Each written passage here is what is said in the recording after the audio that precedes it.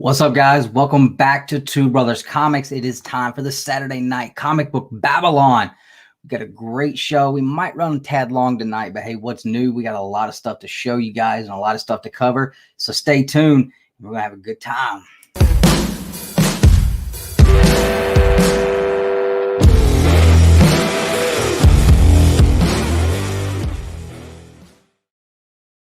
Man, don't we love the new intro? We love that, man. That's awesome. The new countdown, man, it's got a good feel to it. It looks good. It sounds good. I'm digging it. I'm digging it. Usually I have some other guys with me.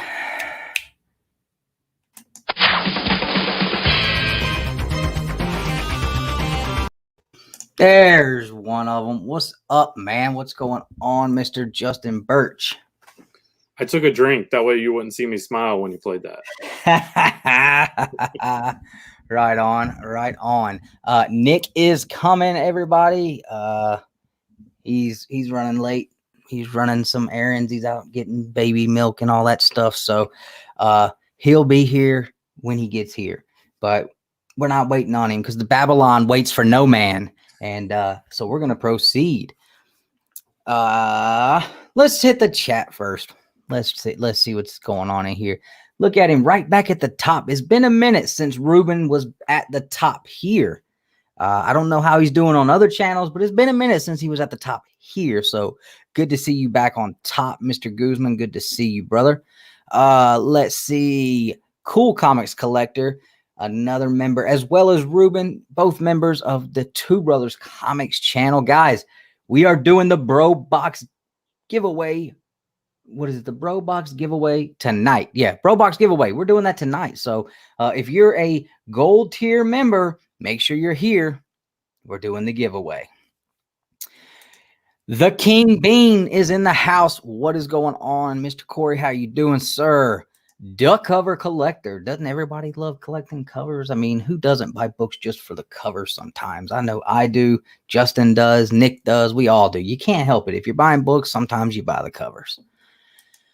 Austin LeMay, another member here and a good friend of ours. The man responsible for the new logo in this entire Saturday Night Comic Book Babble-on deal we got going on now. So definitely appreciate that.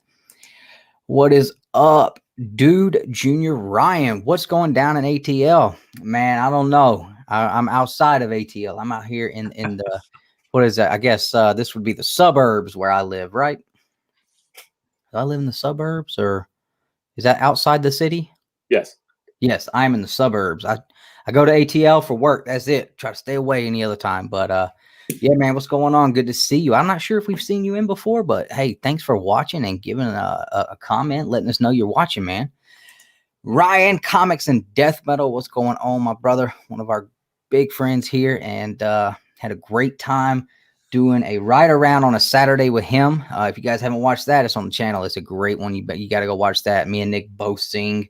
I think we all end up singing at some point. It was a mess. We had a good time. Lo-Fi Rogue, Two Bros in the house. Yes, all the time, man. We love being in your house. We love it. Dude, I've gotten pictures. We've gotten pictures sent to our Instagram. People in the living room, family time, Saturday night, popcorn, drinks, lights off, 65 inches, bam, Two Brothers Comics on the TV in the living room. That's awesome, man. That is awesome. I love seeing that. That is like, it blows me away. It's like, what? Your Saturday night, you just family time with Two Bros, man. That's awesome. So love seeing that. Stoked for tonight's stream. So are we, man. Tonight's going to be good. I got literally from here. Look, you can see they're spilling out here. I got crap all over the place. We've got some great discussion topics. We've got an awesome top 10. We got some cool news segments. We're doing the giveaway. Tonight's going to be a night. I promise it's going to be a good one. Just trying to be a good dad. Well, you know what? That's good. You need to. Let's see. Tech Uncaged. Not sure if we've seen you here either before. Maybe we haven't seen you comment, but thanks for watching and dropping a comment, letting us know you're here. We hope you enjoy the show, especially if this is your first time. The Southern Comic Geek. What is going on, brother? I missed him right here. Here we go. The Southern Comic Geek. Man, I'm telling you right now, if Jace was sitting right here, I'd give that man a hug, and I'll tell you guys why later. But he's one of my favorite people on the planet right now. I'll tell you that. ATL, that's my neck of the woods. Oh, right on. Yeah, I'm just west of Atlanta, man. I'm out here in the Paulding County area, right beside, in between like Douglasville, Ackworth, and Marietta area. So right on. Let's see who eats first on the stream. I ate before the stream tonight, so, and Justin had a little snack too, so we'll see what Nick does. Keeping it professional here. Yeah. Nana is here. How you doing, Nana? Good to see you and love you, obviously. Wanted to make sure we hit Nana in the chat. Guess that turtle book. Yeah, I got some good sleep this week. I had a better week this week. I was able to get plenty of sleep, plenty of rest. Work wasn't so stressful. Yeah, I'm doing better this week. So I was just super tired last week. Super, super tired. Smash, smash, smash that like. Yes. Hello, watching football and comics. Hey, right on, man. Right on. Dang, I have not watched college football all season. I don't even know how my Seminoles are doing. I'm sure Florida State's getting drugged through the dirt like usual, though. Was in Alpharetta the other day. I'm near Albany. Okay, right on. Right on. I've done a lot of work in Alpharetta. Nick swearing in 4K in front of the whole family. Does it really get any better than that? I mean, is there any better way to spend your Saturday nights? I mean, that should be on a Hallmark card. I'm sorry that you all have to see this in 4K. Oh man! Whoa! One of us, Google Gobble, one of us. We accept that one of us. Google Gobble, one of us. We accept that one of us. Google Gobble. Yeah, right on. Deep Dive Comics. Thank you for joining the channel at the creator tier. We appreciate that, man. And if anybody here is new, when you sign up here, when you join our channel at any tier available, we will play that and let everybody know that you are one of us now. And we appreciate it so much. Every time we get a new member, man, it literally floors us. We can't believe people join our channel like that. We don't even know what we're doing that would make you want to do that, but we appreciate it. It seriously helps this channel out a lot because we do a lot of stuff, man. We do a lot of giveaways. There's a lot that goes into running one of these channels. And yeah, so all that really helps out a lot with paying for those fees. So I promise you it don't go to the books. It does not go to our books. I promise you that. We are not at that level. Let's see. Yep, one of us. See right there. And the members come in with the chants. These guys are all about the chant, man.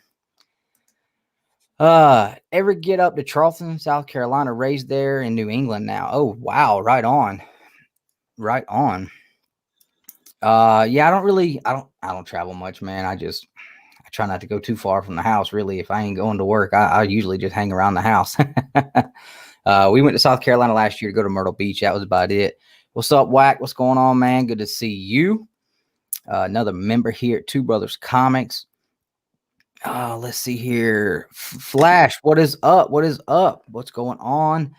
Two Bros and Justin. Well, I guess Justin. I guess it does sound kind of weird when you say two bros, but there's three of us. And how does that work?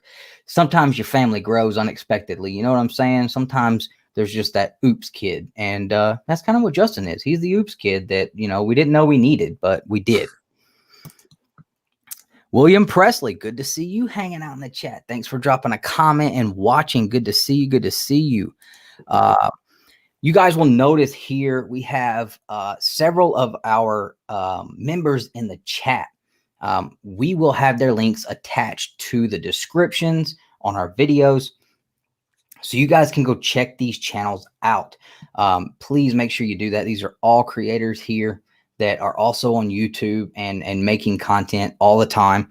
So make sure you guys check that out if you're checking this on the replay, and go give them a watch. If you like what they're doing, then give them the thumbs up and the subs up, and hey, tell them Two Bros sent you over, and that way they know, hey, this is working. It's doing me something, you know, that way they know they're getting something out of being on that creator level, that's actually doing something for them. So make sure you guys check that out.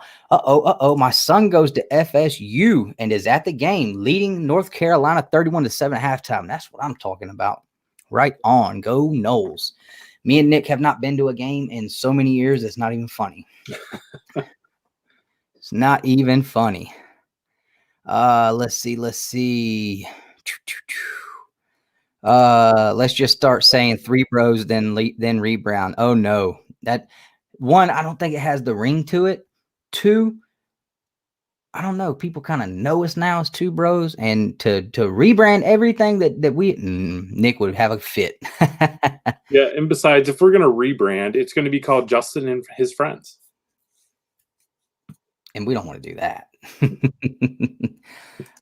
Starts at 9:15. No, we started at 9:35 Eastern Standard Time, man. On the dot. Right, exactly, man. It takes a lot of effort for sure. I don't know anything about the effort of editing, but I know coming up with ideas to record and doing the recordings and stuff. Me and Justin can both we can both agree on that. It definitely takes a lot. So it takes a lot. There you go. Subbing each other up. Good deal. Call yourself the Three Amigos and start a new channel on this one as well. Let's see. Bearded Comic Bro, another creator member here. And his link will also be in that description. Another channel to check out here. He does awesome unboxings. He has creator interviews. So just like some of these other guys, man, you need to check him out. Same thing with Southern Comic Geek. He's in here and he's got great content. Whack Comics does a channel with good content. Deep Dive just said he does content as well. So make sure you guys are checking out these members in the links that we provide in the description below. See, guys, that was a whole lot easier. We don't have to worry about missing anybody by saying, hey, put this guy's link in the chat, put this guy's link in the chat. We put it in the description. That way it's available for everybody, even on the replay. We're trying to work on making sure we don't miss out on anybody. So let's see. Man, that was a lot, Justin. We haven't even spoke a word to each other yet. How was your week, sir? Oh man, it's still busy. I'm gonna get crazy here. I've lettered 460 pages up. Like that was my number at the end of the day yesterday. So 460 pages in what, 16 days? So just to put that into perspective, I only lettered 490 pages in the month of September. Wow. My man's been working. Y'all notice we didn't do the Wednesday new comic book day haul video. Justin was working. I had some stuff where I wasn't able to get on and do it. We will be back this Wednesday though, but yeah, Justin's been super busy, man. Super busy. I'm so tired. Well, man, anytime you need to roll out, you just let us know. Oh no, I'm here till the end. I was gonna say, but you know, if you roll out, then you might not be able to roll in. The Panda is in the house. What's going on, Adrian? Another guy who, for a secretive reason I'm not going to talk about yet, is one of my favorite people today. And he also is going to be in the description below as another creator that is a member here of the channel. Definitely cool guy there too as well. He's always doing some cool stuff on his channel. All right. I think we've hit everybody in the chat. We got 21 hanging out. Guys, share this out. Put it on your Instagram stories. I'm going to be looking to see if you shared it out, if you let them know. Put it on your Instagram. Let people know we're live. We're hanging out. We got a big night in store. We're doing the Bro Box giveaway tonight. It's going to be awesome. And we've got some new stuff. Last minute add-ons to that Bro Box tonight, man. Last minute add-ons. And we'll talk about the Bro Box and what is in store with that again. Yeah, I've had a pretty busy week too. The beginning of the week was super busy, and then by Friday, wait, my boss isn't in the chat. Oh, that's right. I don't let him look at my YouTube channel. By Friday, I basically had a day off at the office. I finally got that like I think it was like 1,600 strands of fiber that I had to get fusion spliced, as well as each one of those strands of fiber had two wires that I had to hook up power for.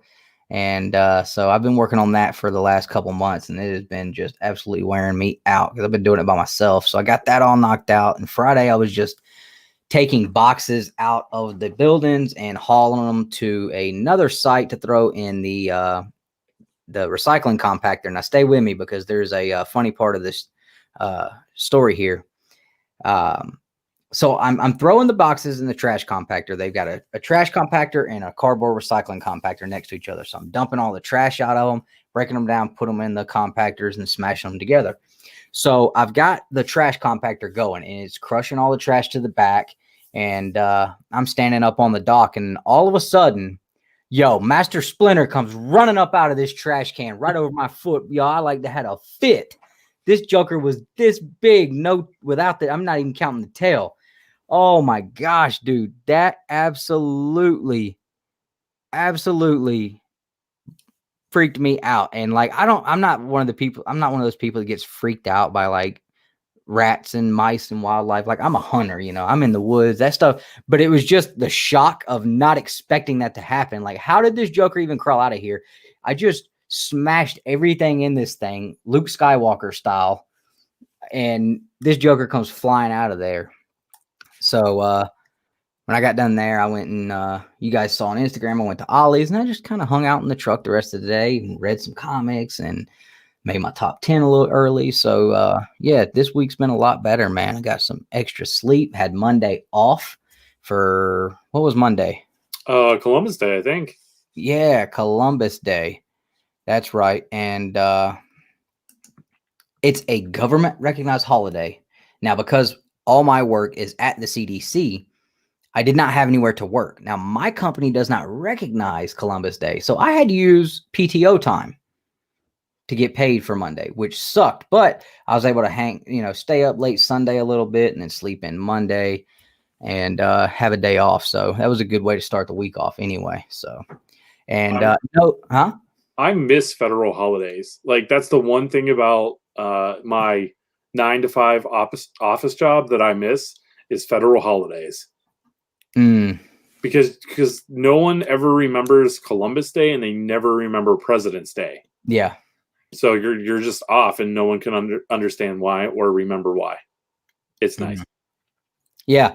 And it's like, it's cool because I get the day off, but it sucks because I don't get paid unless I use PTO time. So hold on just a second.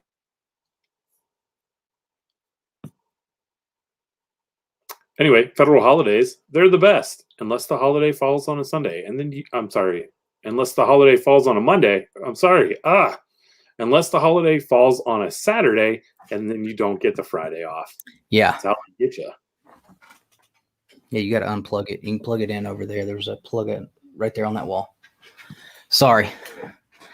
Yeah, I mean, it's cool, but it's not cool, but it is what it is. The only thing that really sucked about it is I didn't have any more PTO time left, so I had to borrow from like when I get more PTO time. So I'm hoping that it doesn't take away what I have left that I wanted to use around Christmas time. But I get 3 weeks paid from the day one I started at the job, so that's not too bad. So we got a couple new people in here, and we're gonna jump into the next segment. Let's see.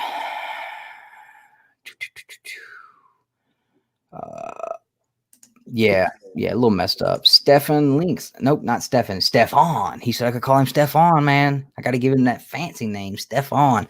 What's going on? Good to see you. Do you have beans? The King Bean said he got 3 slabs back today. Right on. All right, let's see. What's the top 10 tonight? We are ranking the top 10 weapons in comic books. Top 10 weapons in comic books.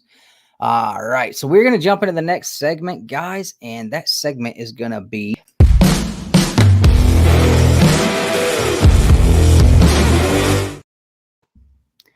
pickups, weekly pickups, man. We got a bunch of new stuff this week. Hopefully, Nick makes it in time to jump in on the tail end of this. Were you able to pick some stuff up this week, Justin? I was. It was my. Where did I put them? You know, just your normal, typical, average week for me. It used to be for me, but Nosh, what's going on, man? He's able to make it live. He's always catching our replays, whether he's in the house, he might be in the kitchen cooking, he might be in there cleaning, but he's got us on the screen, and we appreciate him always watching and checking us out. So good to see you in here on the live, man. Yeah. So you want to see what I got? Yeah, man. I'm so glad my stack wasn't that big this week. Like, wow. All right. So first up, we got Amazing Spider-Man number 50. We've got Avengers 37. Did you get the timeless variant for Spider-Man? No, I didn't. Because it's a slippery slope, man. Like once you pick up, like I'm only doing X-Men. Once you start on something that's not X-Men, then you're like, oh well, that Captain America was pretty cool. That Iron Man was pretty cool. And then you have to go back and get off. No, I'm not doing it. I hear you. I've accidentally almost picked up all the Avengers. So see, we got Captain America 24. That's an awesome. Who's on that cover? It just looks awesome. I think that's Red Skull. I was about to say that, man. And you know, oh yeah, you know I dig Red Skull, dude. Imagine if he did a timeless Red Skull. I'm surprised he hasn't. Like, well, have we seen any of like villains? I don't think so. Heroes, right? Yeah, just heroes. Now he needs to do an all villain set. Yeah, I would pick up the Magneto because you know he's going to make Magneto. Oh yeah, Galactus would be cool. Yeah. Who else? Dr. Doom. Thanos would be cool, but what's his name? Oh, I just lost his name. The guy in the current Avengers run, the Devil, Mephisto. Yeah. Dr. Doom. Like any of the Spidey villains, like Kraven, Doc Ock, like Sabretooth, Omega Red. No, not Omega Red. Oh, those would be cool. Cable number 5. We've got Hellions number 5, and of course, I picked up that timeless variant. Look at that; it's pretty nice. Is that Jean or is that Phoenix? Isn't it both? Well, I know, but I mean, which is supposed to be depicted there? Jean has Phoenix or just Jean? I think it's whatever you want it to be. Okay. Well, I mean, she's got the Phoenix on her chest, though. Yeah, and you know the red hair's kind of got that Phoenix look. She doesn't have the. I don't know. I think that's Phoenix. All right, we've got New Mutants 13. Right on. Of course, the Colossus variant. That one looks good. Darth Vader number 6. That was so good. I haven't read it. Sorry. Well, we're talking about it tonight. Detective 1028. Justice League Odyssey 25. Bad Mother number 3, which was really good. I really enjoyed this one. Not my pick of the week though. Atlantis Wasn't Built for Tourists number 2, also a really good read. But not I was going to ask how that's been because I know we talked to. He was one of the guys we talked to when we did the online ComiKon when we had the scout panel, and I was definitely intrigued, but I haven't seen it at a shop yet. So you talked to Eric, the writer? Yeah. Eric's a nice guy. We've talked plenty of times at conventions, so yeah. Okay, cool.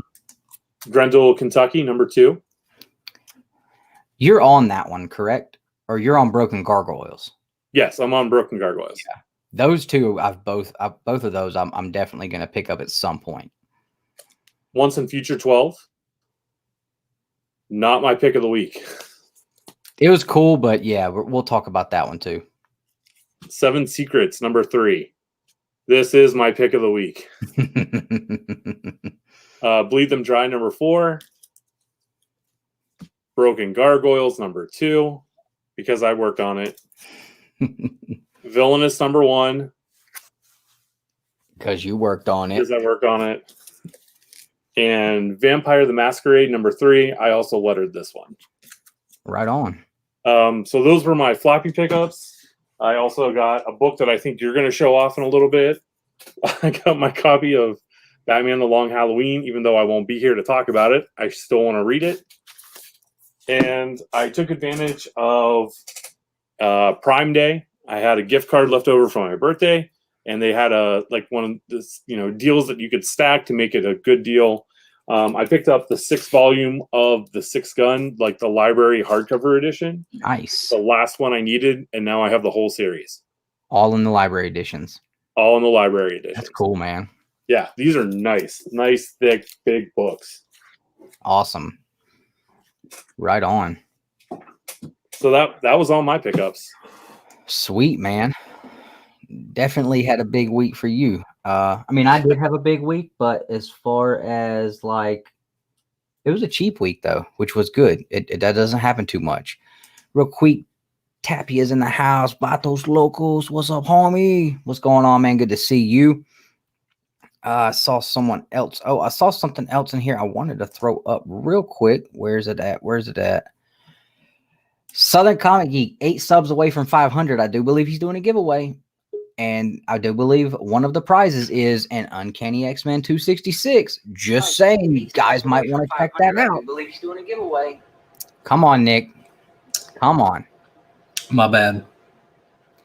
There you go, Austin. Thank you, sir, for being an awesome member and an awesome wrench here in the chat. All right, so my turn. Here we go. And while I'm going, I'm going to show you guys some of the new stuff going in the bro box. Last minute stuff before we do the giveaway tonight. Nick, how are you today? It's been a long day. Long week. I hear you. Same here. All right, here we go. So I got Once in Future #8. This is the 2nd printing, and I don't buy a bunch of extra printings, but for Once in Future, they're very few and far between, and I want to have every cover of this series. So, and Beowulf's been one of my favorite characters, so that was an awesome cover. This week's issue, #12, awesome cover as well, and this is one of the books we'll talk about tonight. This was a timeless variant I picked up. And I think I've only got a couple of books in this series, one of them being another timeless variant, but y'all know I'm a big Cap fan. Boom. Also love the Falcon, and I could not just let this sit up there. This is one of my absolute favorite ones that has been done. This thing looks so good.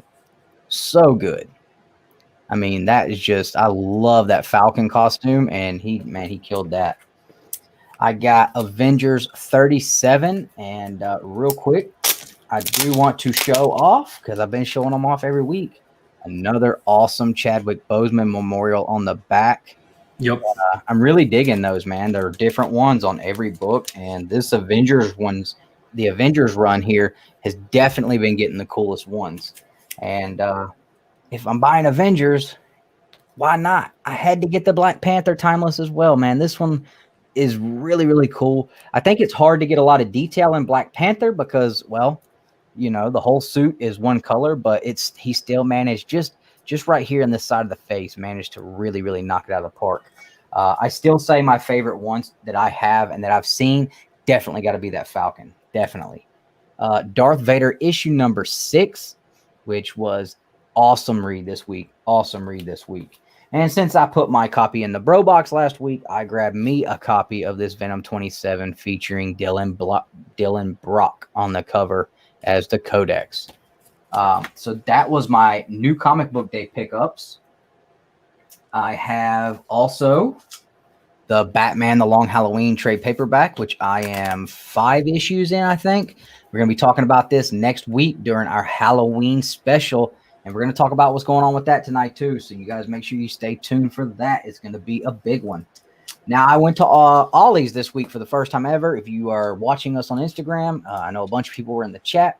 You may have seen it. I picked up the hardcover for Age of Ultron. And you guys can see right here, cover. We accept them, one of us. Google Gobble, one of us. We accept them, one of us. Google Gobble. We got an upgrade. Upgraded. Right on. Thank you, Robert. Ruben, welcome Ruben. to the golden age. Yes, sir. Thank you. That's right, guys. Appreciate that. One of us waits for no man. That's right. We've already had one new member tonight. So, Well, thank wasn't you. even Who an was upgrade. We had a new member. It was Deep Dive Comics up. Thank you, Deep joined Dive. at the creator tier. So, definitely Thank you, appreciate guys. that. Like I was saying, you can see right here, cover price $75 US's, and I paid $12.99 for this at Ollie's. So brand new, obviously, you know, had to grab that. Another one I got, Giant Size X-Men 40th anniversary hardcover. You can see here, cover price $39.99, and this is awesome, man. It collects all kinds of stuff. $8.99, brand new, still in the plastic, man. Was there multiple of those? Oh yeah. Oh, Next time you see one, grab me one, and I can grab you one on Monday, bro. I can grab you one on Monday. That's pretty cool. Right by where I'm working. But I wanted to show this because this one is really neat. That's sorry for the loudness. Yeah, sorry. Yeah, that's a steal. And I don't know if you guys said what's up. I know Dustin's been shouting everybody out, but what's up, Nosh? I tell you, he was one of the. Yeah, I just talked about that. You know, awesome, man. We really appreciate it. And then he said, "Yeah, I'm cooking right now." I appreciate all you guys so much. We all do. So check this out. They did this hardcover omnibus style because look, it's got the dust cover that slips off. That's cool. And I have not looked at what's underneath yet, but oh my gosh, that's awesome. Look at that. Look at that. Now you see this big claw here? You guys can't see it, but bam. Oh, that's cool. Man, that's awesome. For $8.99, I tell you what, crazy not to pick that up. Grab two, and I'll pay for both of them, and we'll throw one in next week's Bro Box. Next month's Bro Box. Next month's Bro Box is getting a Giant Size X-Men 40th Anniversary Edition hardcover, just like this one. Yours will be brand new, still wrapped in the plastic. As long as you can find two of them. Oh yeah, there's a bunch of them up there.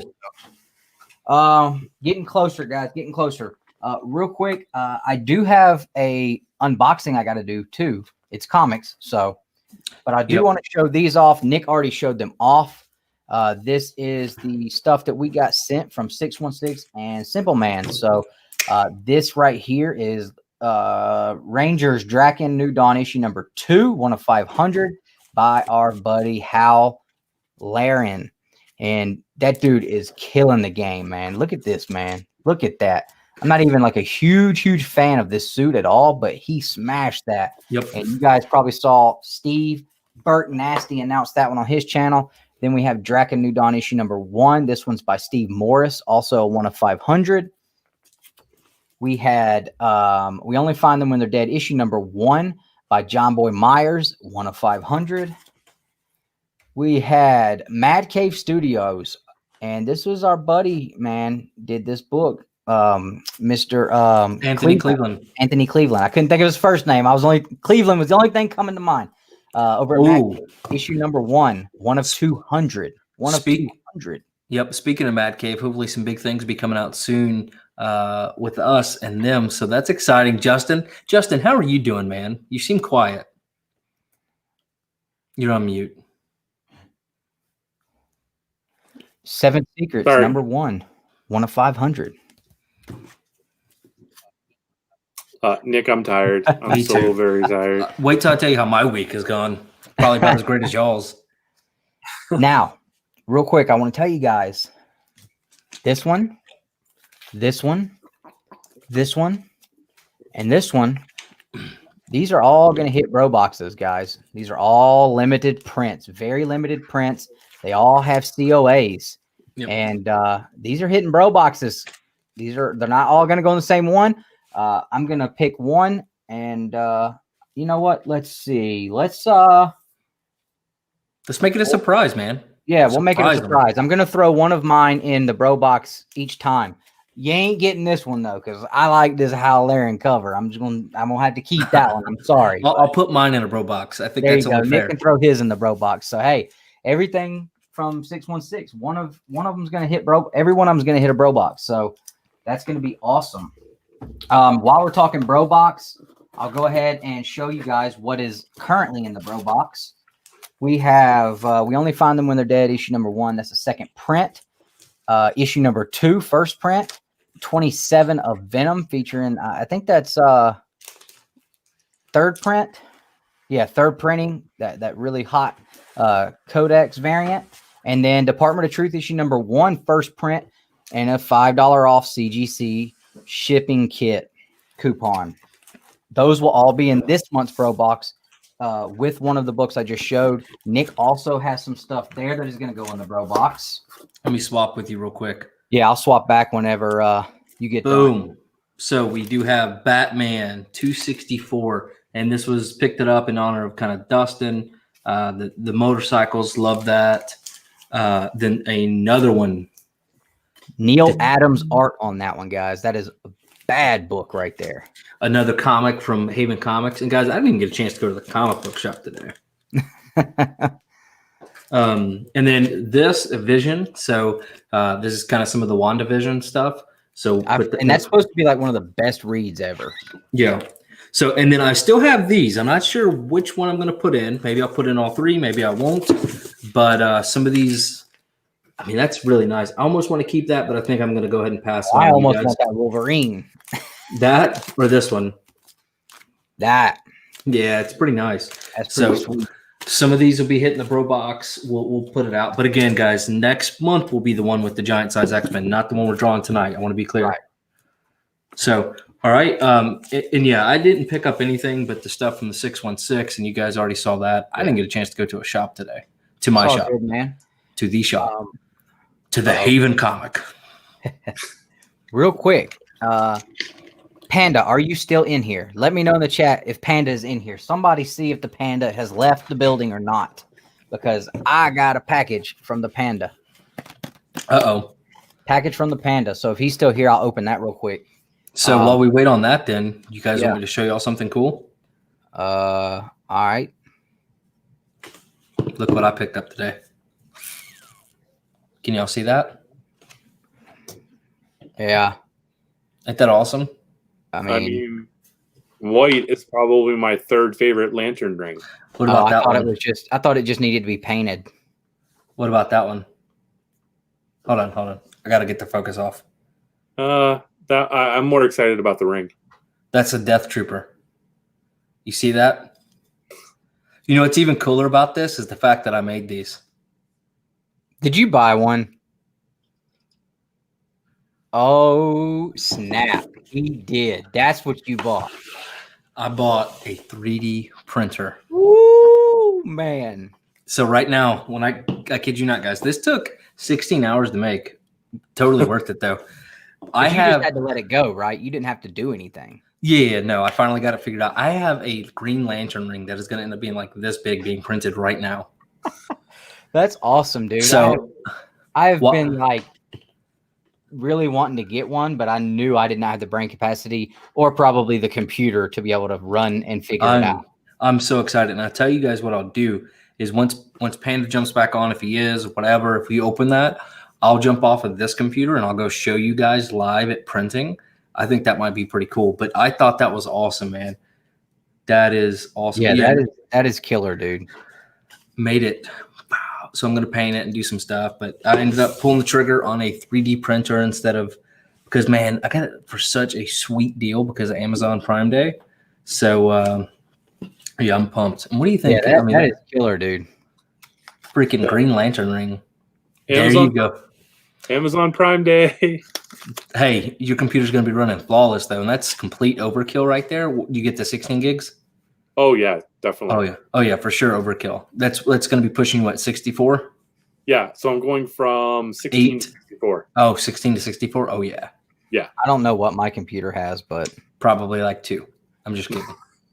No, I know it's got at least 16 because that's why I didn't buy a laptop like I was thinking about doing. But yeah, hey, my computer might not be ish, but my screen, my monitor is. But yeah, so I didn't get a chance to go to the comic shop today. Ellie has been sick, since Thursday. So we took her to the doctor. She was running a fever. We ended up getting a COVID test. Waited on that. It did come back negative finally, so that's good. And then we ended up going to the pumpkin patch because she started feeling better So did today. we. But man, it was an all day event. And then we went to birthday for Sky's birthday because she spent her birthday Tuesday in the urgent care, getting a COVID test done, a flu test done, and her blood drawn, making sure that didn't happen. Literally spent her entire birthday. So it's her birthday dinner tonight. And then I ran into Publix to get for stuff for breakfast, and then forgot to get milk for Ellie and had to turn around and go get milk. Well, right on. Yeah, we did the pumpkin patch today. We did a corn maze. We Yeah. let Hagen be the leader for as long as we could, and he finally said, "Daddy, you be the leader." So it was funny because I'm walking us through here, and Amanda's like, "Go this way." And we went that way. Like she told us to go make one turn. It was a dead end. Like she was like, "Well, all right, I'm done." But we had fun though. We took a bunch of pictures. They had some cool slides out there. We went and bought 4 of the biggest pumpkins you ever seen in your life and sat outside in the cool and carved pumpkins on the pavement. And I'm going to show you guys my pumpkin in a minute. I'll show you my pumpkin real quick right now. And Adrian's back in. Yep. Check out this pumpkin, man. Bam! That's really good. Dude, that Raphael is off the chain, man. I was pumped about that pumpkin. All right. While you start opening up that, I'm going to swap over to my phone. Okay. Right on. And that way I can show you all the print. All right. So I got a package here from the Panda Man. Let's rip it up and see what we got in here. I guess me and him are just playing AOK tag right now. Let's see what he did this time. See, I sent him a nice AOK recently because he had sent me so many and I hadn't sent him anything. So I was like, all right, I'm going to get you back. I'm going to get you back. And he turns around and sends me one back. I'm like, no. That was supposed to be the end. Like, you can't keep doing this. But Adrian is much too giving of a person. He's a good dude, man. He's definitely a giving person. He's a good dude. I always end up with something crazy from this guy. I'm gonna mute this real quick and let Justin talk to you guys while I bust this open. Oh man, so I finally did it. I broke down and opened all of those boxes of toys that were just waiting, sitting there. So the next video that I do, it's not going to be an unboxing video. It's going to be a haul video because that stuff was just starting to take up too much space. There was stuff in there that I forgot I had ordered, which if you watch these, you know that happens a lot. Yeah. It happens to me. Well, not as much now, but like last year when I was buying comics like crazy, I would literally be getting packages in that I did not remember what it could be inside, which is a good thing. And it's also a problem because it's like, oh, cool. It's a surprise. I AOK'd myself and I don't know what it is. But then it's also, why am I buying so many things? I don't remember what all of it is. Oh my gosh. I thought that was a toilet, Nick. I literally thought you were putting your toilet on the screen. No, look, it's the beginning of the Green Lantern ring. It's huge. Do you see it? I mean, that's my hand. That's awesome, dude. So this is going to be the front. You can slowly see it starting to build up there. But you can see all the mess ups. It took forever. How long will that take to make? So it's 61% of the way done, and it's been going for 5 hours. So this one, probably another 4 if I'm doing my math close. But you can see where the supports are, the inside, and then, I mean, it's really nice detail, though. Is it not hot? The nozzle's at 205 degrees. I just saw you touch it. I just didn't know if the plastic was hot. No, the plastic's not. It cools. Okay. But yeah, it's pretty. I mean, you see how good that detail looks. Oh man, it's getting close. Dude, I literally am sitting here thinking of so many things I want you to make, and I'm like, I will pay you. Dude, yeah. It's imagine what we could put in the bro boxes. Well, what I'm going to do is, like, it makes more sense to make something like this. Yes, it is a and 3D. Cast it. Right, so that's the Green Lantern ring, and I'm making this exact thing, but that big. So if you're looking at it, this is actually what you guys are seeing, how it's orientated. Mm-hmm. Okay. But what it makes more sense to do is print it, get it cleaned up, and then make a mold and cast it in resin. That's what some of these cosplayer creators do for like the Power Ranger helmets and stuff. You bought this so you could make a Red Hood helmet, didn't you? 100%. I knew it. I was a little toasty last weekend when I said, I might as well just buy a 3D printer. It's cheaper than buying a Red Hood. And I said, dude, you imagine the things that we could do if you had a 3D printer. I would pay you $150 to $200 if you make me a Green Ranger helmet that works. Just saying. Yeah. 150 unpainted, and I'll pay somebody else to paint it. Hey, that ain't no thing but about 40 hours of print time. Hey, set it up and leave. That's right. I can't tell. I mean, look at all the mistakes. Look at that. Mm-hmm.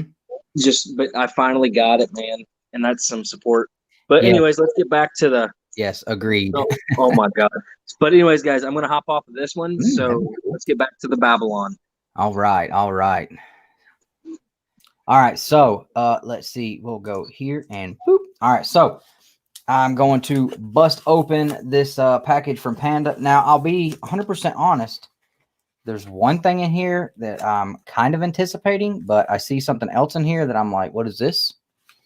Uh-oh. Look at this dude. Hold on.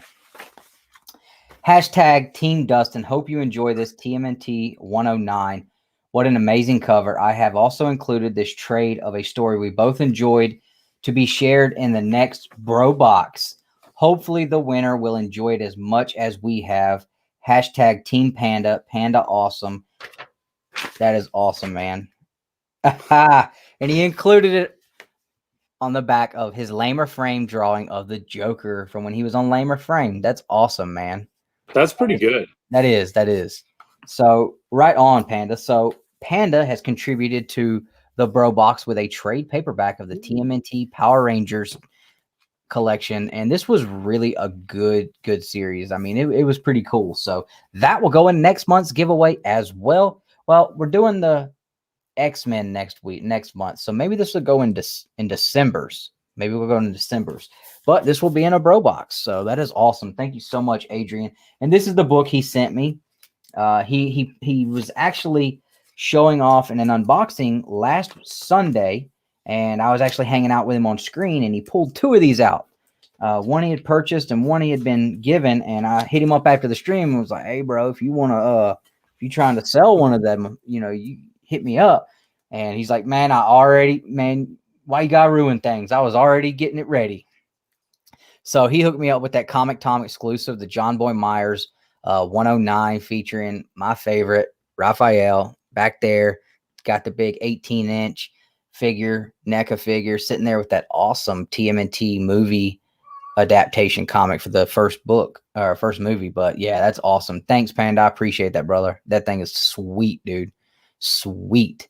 I'm not real big on a lot of the Comic Tom exclusives, but this one was cool. And the one that he's getting for next month, I'm definitely getting in on that one. So you guys will get to see an unboxing at some point in November of Dustin's first mystery box buy. So thanks, Panda. I appreciate that a lot, man. That thing is awesome. That thing is really, really cool. It looks great. Looks awesome, man. I'm digging it. Man, that thing's cool. John Boy does some good work, man. John Boy does some good work. I love how the title's running up the side of it too. Yep. And somebody, I think it might have been Key Collector or somebody was like, oh yeah, this is the first appearance of the Sideways Turtle logo. I'm like, get out of here with your first appearances and this, that, and the other. Stop it. Just make it a cool cover. Just say it's a cool cover and leave it alone. You ain't got to do all that. But it is a cool cover. It is the first time that it has been sideways up the book like that. So I will give them that. It is, but it's cool enough cover that we can just leave it at that, man. It's just a cool cover. So we're waiting on Nick. Let's see here. Making sure. Let's check back with the chat. We got in the house. We've got Mountain Peak. We said what's up to him. Burke Nasty is in the house. We already talked about him a little bit. Good to see you. Legion of Comics. I'm not sure if I hit you guys and said, hey, I found 3 beans. What is up? We got so many beans in this chat. Sometimes it's crazy. Oh, yeah. Somebody told me, man. Somebody told me. John Lockwood says he likes them. Yeah, it's a cool cover, man, for sure. All right, let me check real quick. I want to make sure. All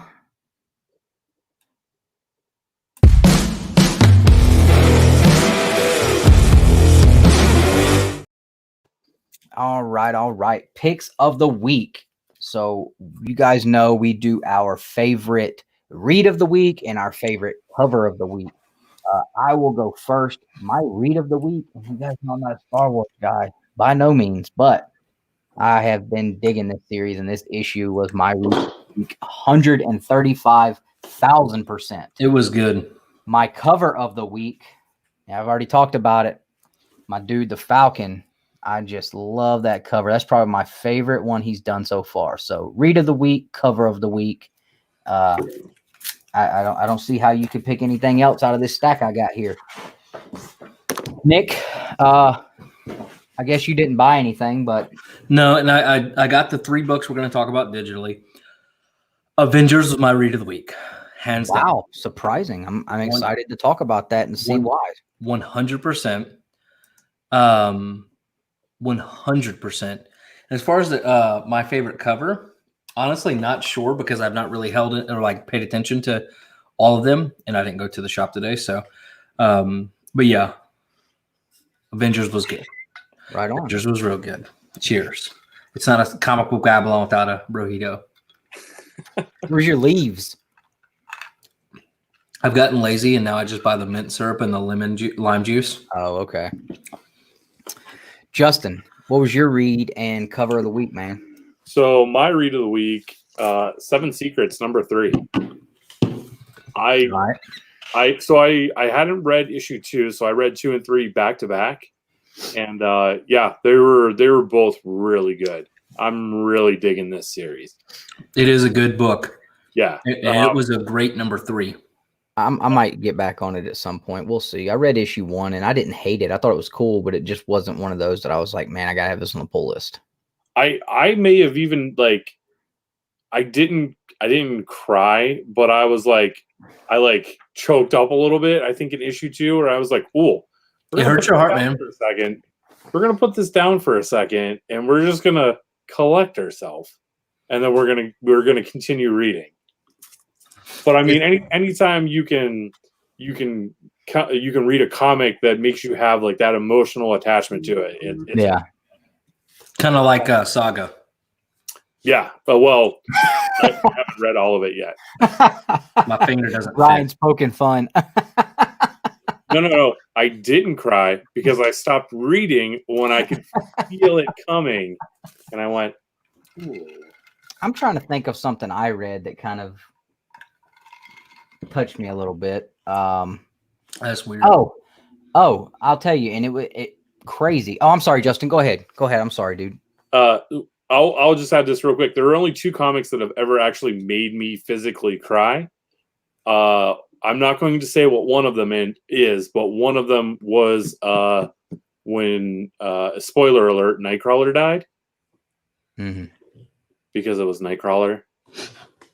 My cover of the week, villainous number 1, because I'm vain and I work on all this good, man. Hey, if you're not going to support yourself, who else is going to? You know what I'm saying? That's a good point.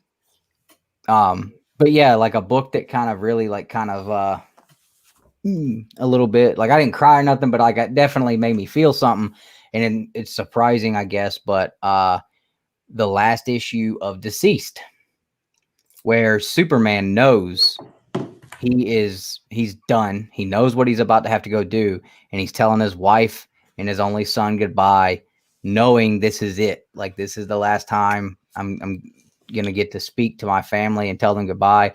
You know, having a once my only son and my wife, like thinking about that, like, yeah, that kind of gets you kind of like, man, damn, like about to go save the world, but is it worth your family? I don't think I can there's make no that. world, there's no family. I don't know. I think I would have flew my family to another world and just said, "Hey, sorry, y'all. I'm sorry. By the way, guys, your onboard. That's why I'm not a superhero. I'm a villain." Your onboard entertainment for the night is Iron Man #1, and the subtitles are on in case you want to read it. Yeah, man. I think anything that you can make that that real emotional attachment to, absolutely. Yep. I'm telling you, I've never cried during a book, but Saga, that last page. Well, what about Kanto? Didn't that kind of, you said Kanto kind of got you a little? Well, it definitely, but not like in a sad, emotional way. More of like it just made me connect with. Exactly. Emotionally connected, right? Yeah, like and that's the same thing with the Superman thing. Like it gave me like I was able to associate that with a real life emotion, you know. I'm still working that out with my people, man. We're trying to get a contract up, and when they get that going, we'll definitely get it sent over to you. You guys still working on that? Yeah. Okay. Yeah. They're still working on it, man. So speaking of contracts and all that other stuff, I don't know why this made me think of it, but for everybody out there, so BCW is sending some more product over, and depending on what they send and how much, may be able to throw something in the something additional in the bro box for next month. Just depends, but BCW is killing it. So check out BCW supplies. We do appreciate that. Dustin, they're screwing you so hard with Mad Max. Oh, and Mufasa. Listen, I was in 6th grade when I saw that movie. Like, if you didn't cry when Mufasa died, then you don't have a heart. That's all there is to it. Anything I can associate with a long-term or permanent separation between me and my son or wife, definitely I don't like that. So yeah, Mufasa dying, not cool. I literally, like, that kind of makes me want to just beat the hell out of Nick when I watch that, just because, like, his brother did that to him. Like, dude, I'll wear you out right now. Wait, so I like how you're just automatically assuming that Nick is the Scar in this scenario when we all know that Nick is the Mufasa. Suck it. I'm the better. I don't know. Y'all don't know our other brother and our sister. we both may be Mufasa here. Oh, hey, yeah. God Country. See, and I've had this conversation several times, man. God Country, and I've read it. I've got the trade up here. God Country, to me, I wasn't able to have that attachment to it. It's not a situation that I've ever been in. Alzheimer's is not something that's ever touched me or Nick's family. Thank God. Hopefully it doesn't. So to me, it definitely, I wasn't able to see it, but you couldn't connect. Yeah, which to me made that story like meh. So, you know, but I do know like a lot of people have that. So now look, this right here, I'll never be able to watch that again now that I have a kid. Right. I'm thinking about it right now, and like that's really messing me. Like, whew. Yeah. Ooh. What was that one where I was at your house and like we talked about him losing his dad? What was it? And it made me so sad. A movie? Was it a comic or a movie? I don't know, dude. But like I literally got choked up live during the thing. I remember. Oh, this was recently. Yeah. I don't remember what that was. I have no recollection of what that was at all. Could not even tell you, dude. But anyways, yeah, it was bad. Maybe someone in the Saga. Was it Saga? It might have been the end of Saga because I was like, no, maybe. I don't know. I don't know. But let's move forward. Let's move forward. Man, we got a lot to go through tonight, guys. We've got a couple of interactive discussion topics we're going to talk about, so you guys can kind of give us your thoughts. Me and Nick have we've actually come up with a couple of new video ideas. Not telling them about the big one, but just to let them know like a couple of things we got coming up. We have the top 10 coming up still. We got the toy box segment coming up still. We got the bro box giveaway coming up still. So, hey, we've been here for an hour. We got 26 hanging out. Y'all stick around. We're going to move to the next segment.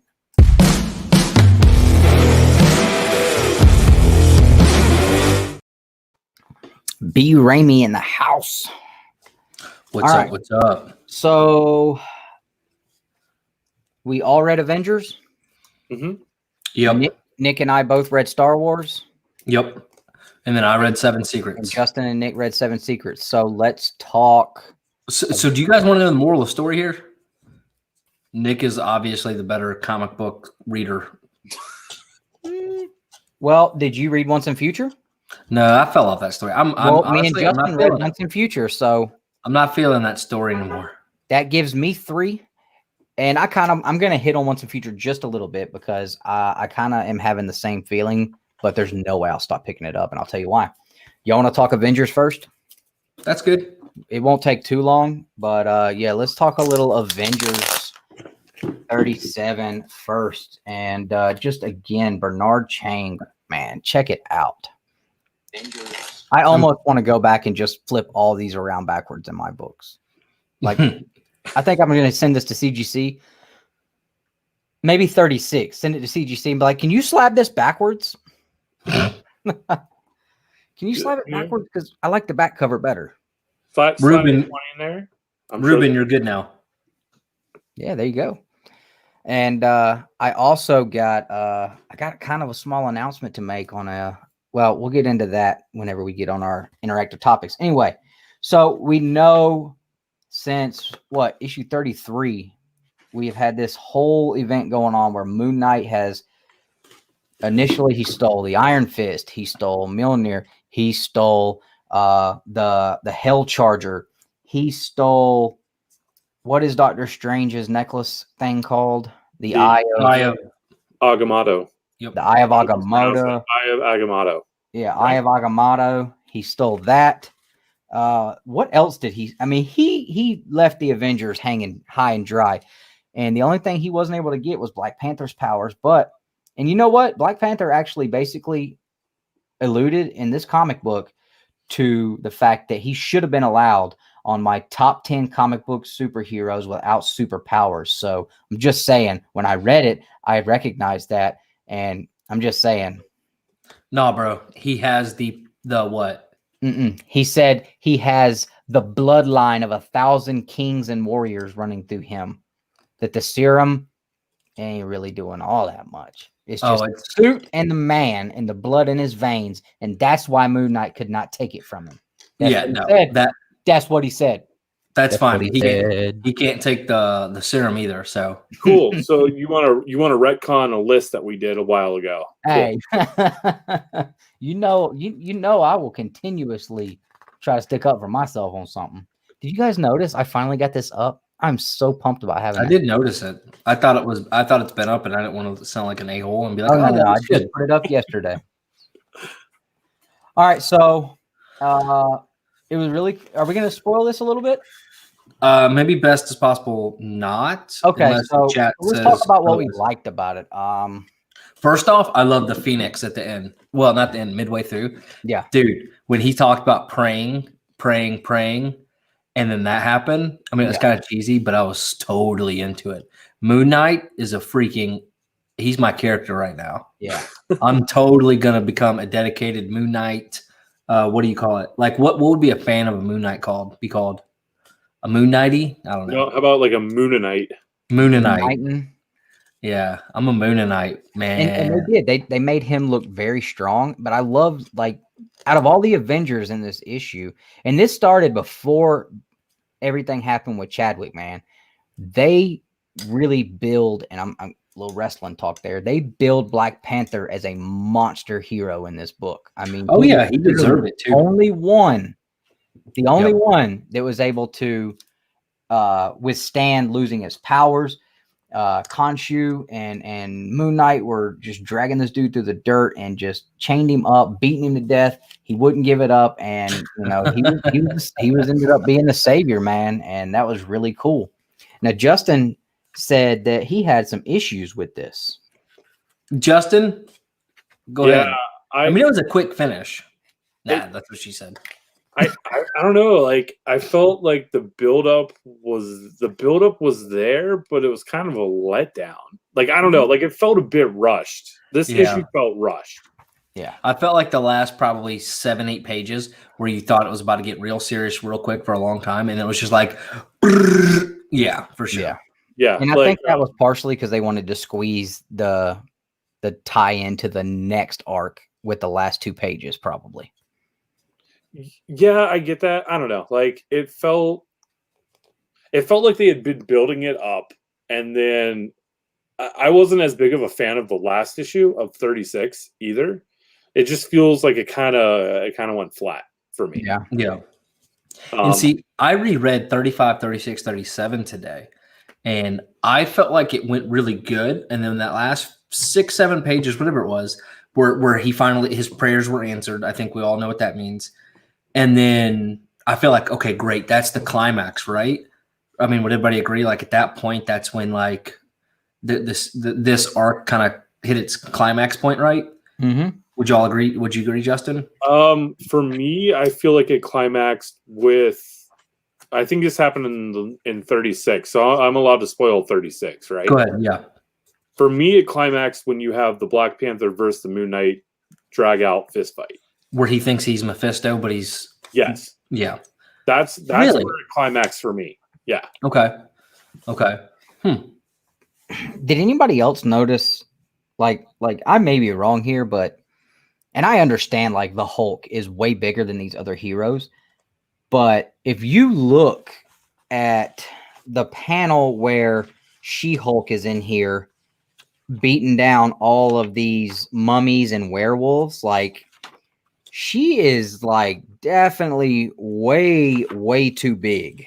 Well, didn't something happen in Empire where she's essentially the immortal She-Hulk now?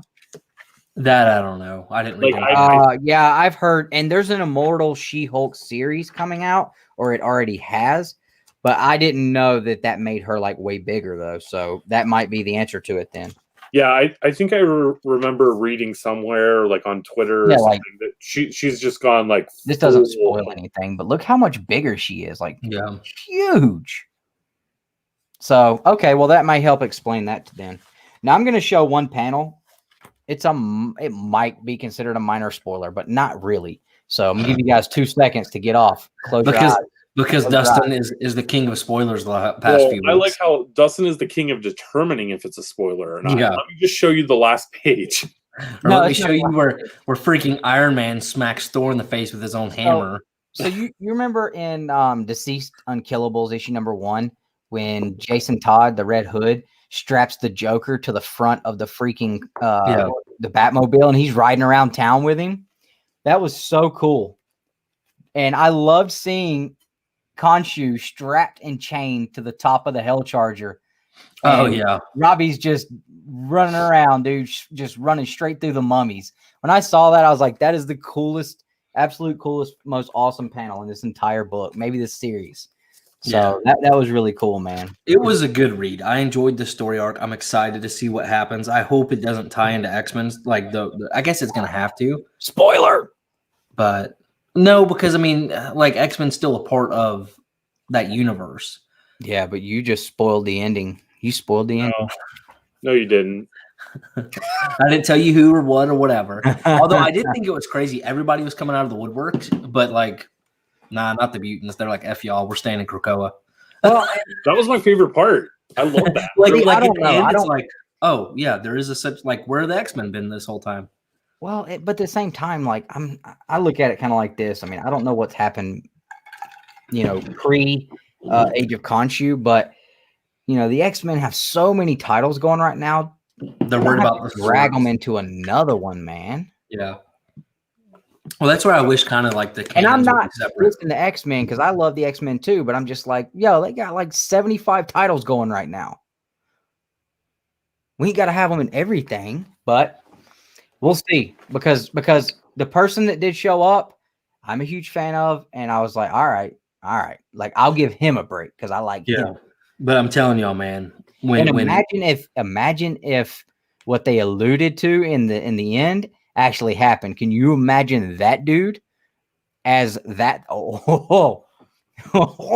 and I do like the part where Iron Man pops out all the stuff. He's like, "You want to see what millions of dollars will get you?" Yeah. I'm like, "Hell yeah!" Yeah, he said, unless you want to Blasting. feel some amount of millions of dollars of arsenal hit you in one shot, you better just put it down. Yeah, but Oh, and when what's his name showed up and just absolutely just smacked him. yeah, and he just goes, Oh. I deserved it. Yeah, I deserved it. It is what it is. But yeah, Moon Knight, man. And I love Mark Spector commentating throughout the whole story as like this internal crazy monologue. He's Well, like, and he admits to the fact that he's Yeah. always been completely insane and out of his mind, and now he's finally feels like he's got his crap together inside his own head. now we can party, guys. I here's my big thing on it. Where do 100. this whole thing happened because Moon Knight and Khonshu had a dream that Mephisto was going to take over and just destroy the world, correct? Yeah. Okay. So they didn't actually they didn't we're in the same spot as we were before it started. Yeah, that is true. I think that's why I'm just nothing was resolved from this story. Yeah. We're in the exact same spot that we were when it started. So That I is think a very I think that's why it felt like a bit of a letdown for me. Yeah, that is a very, very good point. And then another thing that I don't know if it happened previously in other Avenger stories, but Iron Man talking about going in the past and seeing all this other stuff. I'm curious as to what that's about. Well, wasn't there a mini series like Iron Man Stone Age or something that came out? I think that's what that's alluding to. Maybe. I'm not 100% on that. The chat can help me out with that. Yeah, I'm not sure about that. But, I mean, because whenever he said the word Mephisto, Dustin, you're still muted because you were being loud. Me. There we go. Yeah, you muted me, you unmute me. Yeah, You said okay. it's Mephisto. Whatever. But, yeah, because you saw Tony kind of freaked out and immediately was just like, oh, no. Yeah. But did you guys, was it me or did that baby grow from 35 all the way to like a toddler that quick? Because she was a baby child, baby. man. It's a Star Brand child. I know, but I'm saying, like, did that happen, right? I didn't, like. I think so, yeah. Maybe. I don't know. She's always been on hanging off Tony's chest. I love the fact that, like, I can read anything Tony Stark says or Iron Man says and literally hear Robert Downey Jr.'s voice. Like, I love that so much. I will never read Iron Man without that voice. Whenever I read Spider-Man, I always hear the 90s animated Spider-Man voice. Yeah. When I read oh, that's right. I can't wait to fight when we get to our top 10. It's going to happen. I might surprise you. No. All right. So, Darth Vader, or do you guys want to talk Seven Secrets? You guys talk Seven Secrets. I feel like I've talked too much about it already. So go ahead. So Seven Secrets. What do you think? I think it's my new favorite. Like, you know how Once and Future was my favorite book? Yeah. I think it's Seven Secrets now.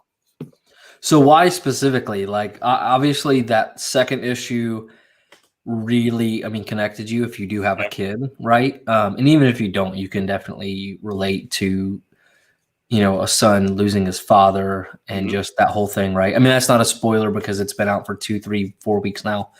But I do like what they're doing, where they're showing like the trials. I thought that was a really awesome piece of this recent book. You know what I mean? Yeah. So what's interesting to me is the perspective of how they're telling the story. So obviously the narrator of the story is Casper. Yep. Right.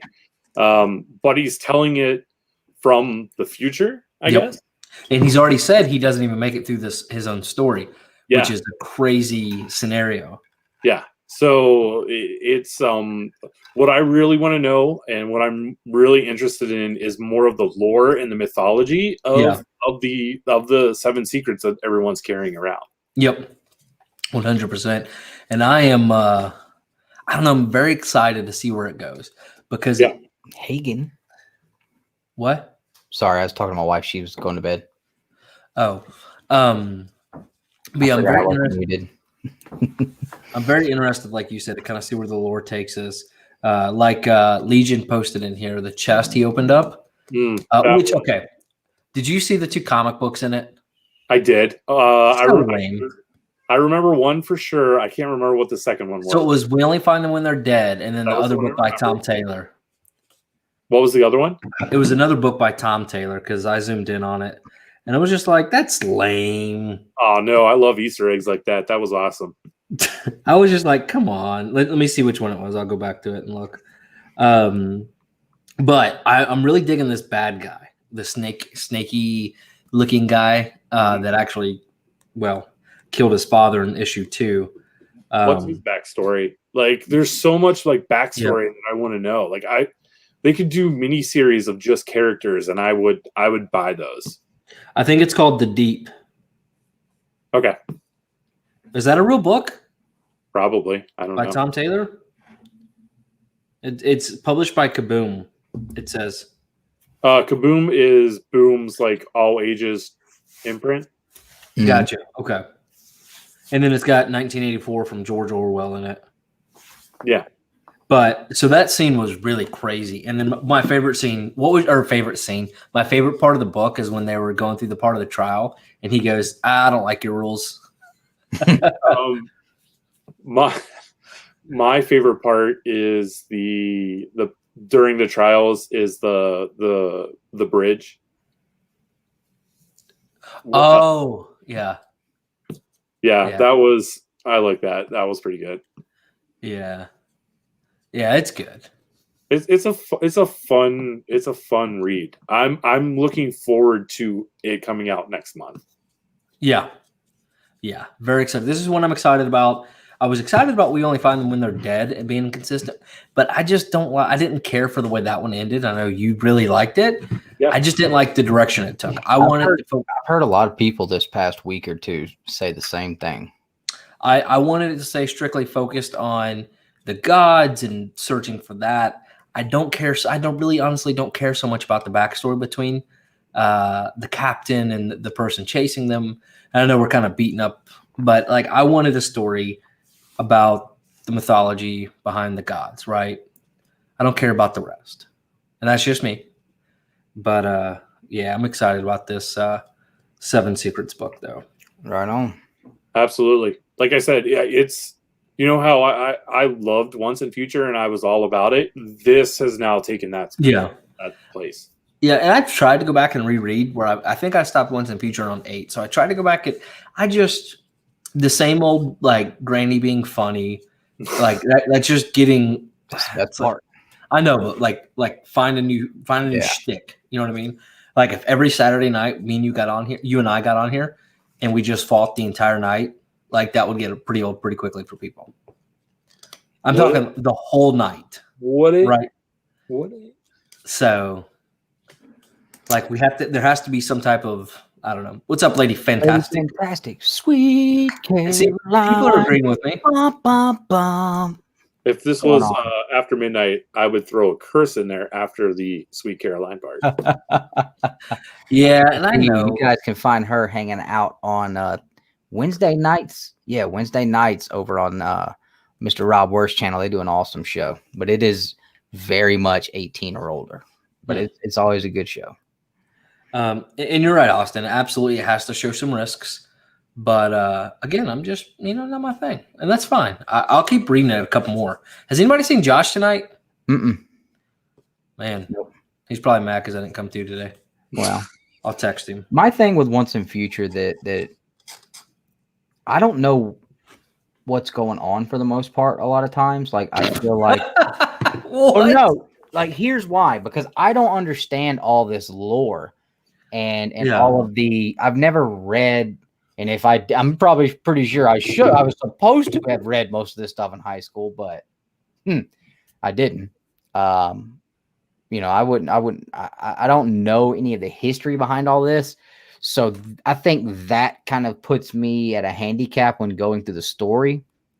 On top of the fact that it's still, that it is a a month in between issues for me. So I don't know.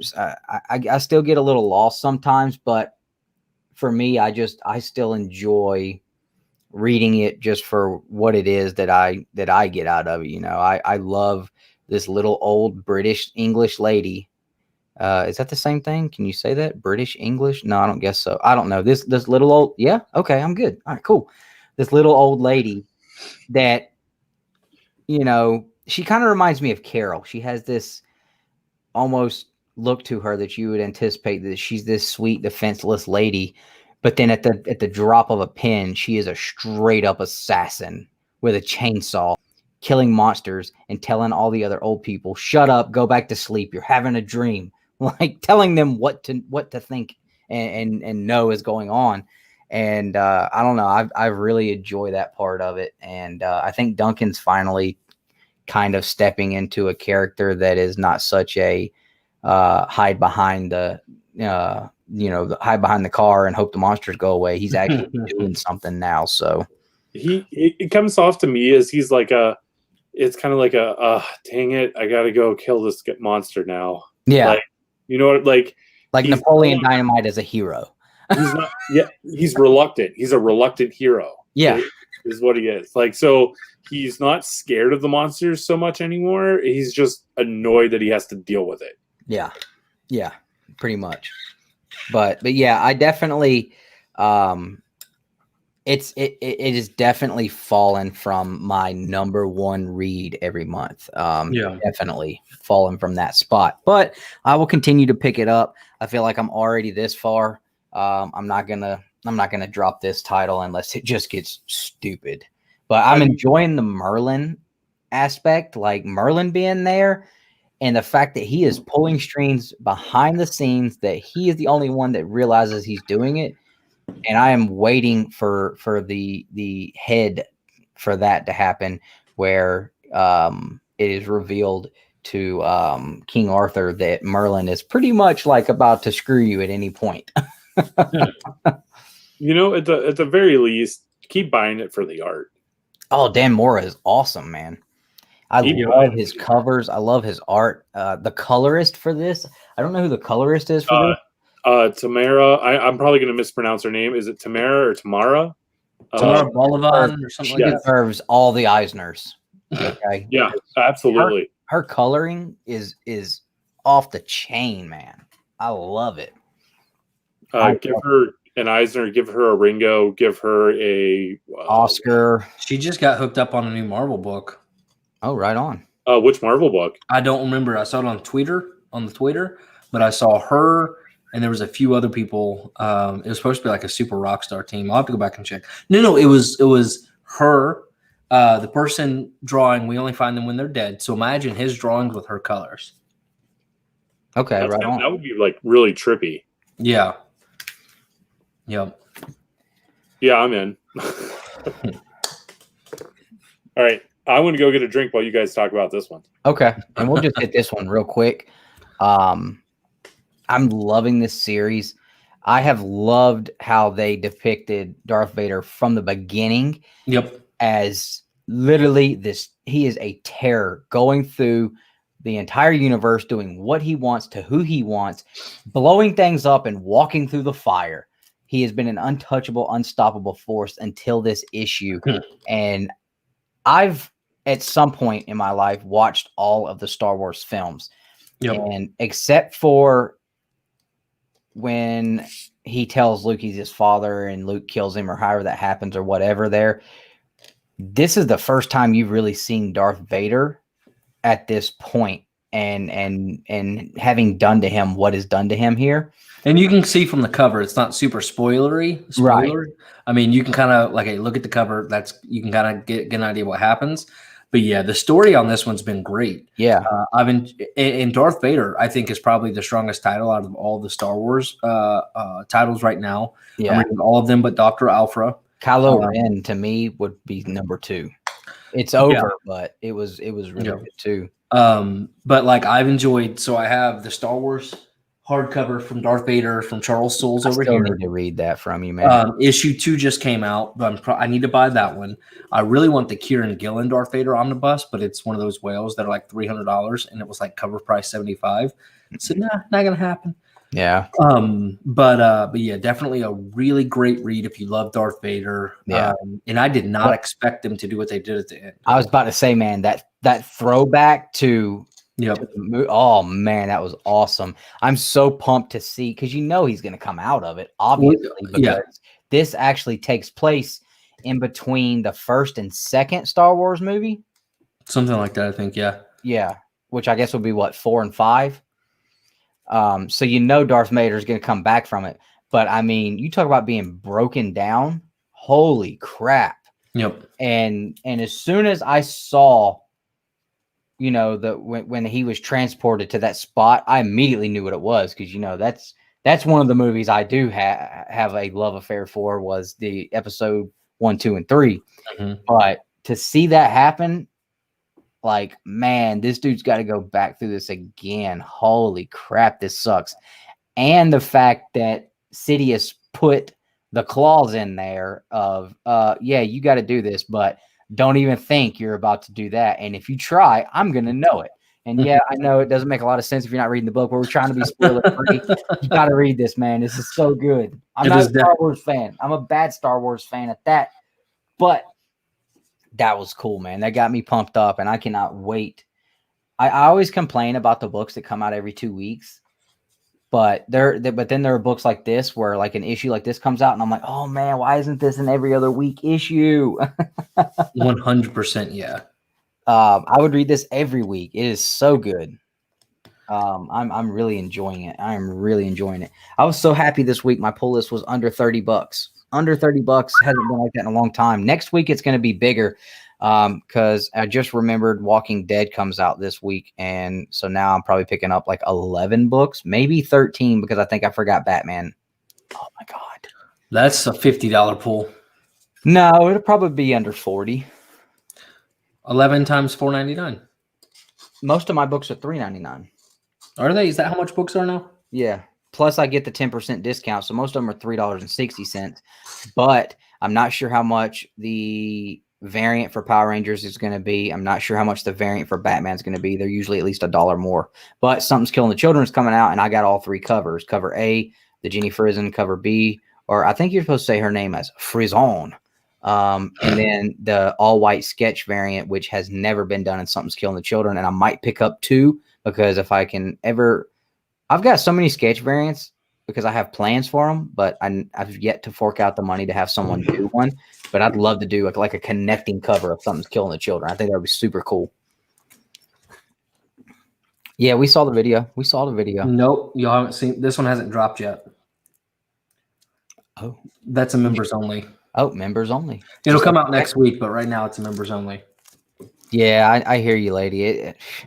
Telling you, I had like at least a month or 2 where it was no less than 40. Some weeks it was almost 60, and I had to kill a bunch of stuff on my pull list. So, all right. Well, man, that was awesome. If you guys are enjoying us doing these spoiler-free reviews, we're trying to do at least like 2 or 3 books a week.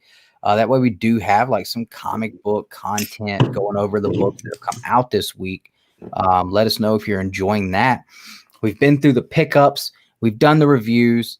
Let's see. We still have the Bro Box giveaway to do. Don't go away. I see people dropping out. We can see you. We've done new pickups. We've done our picks of the week. Let's do a little bit of...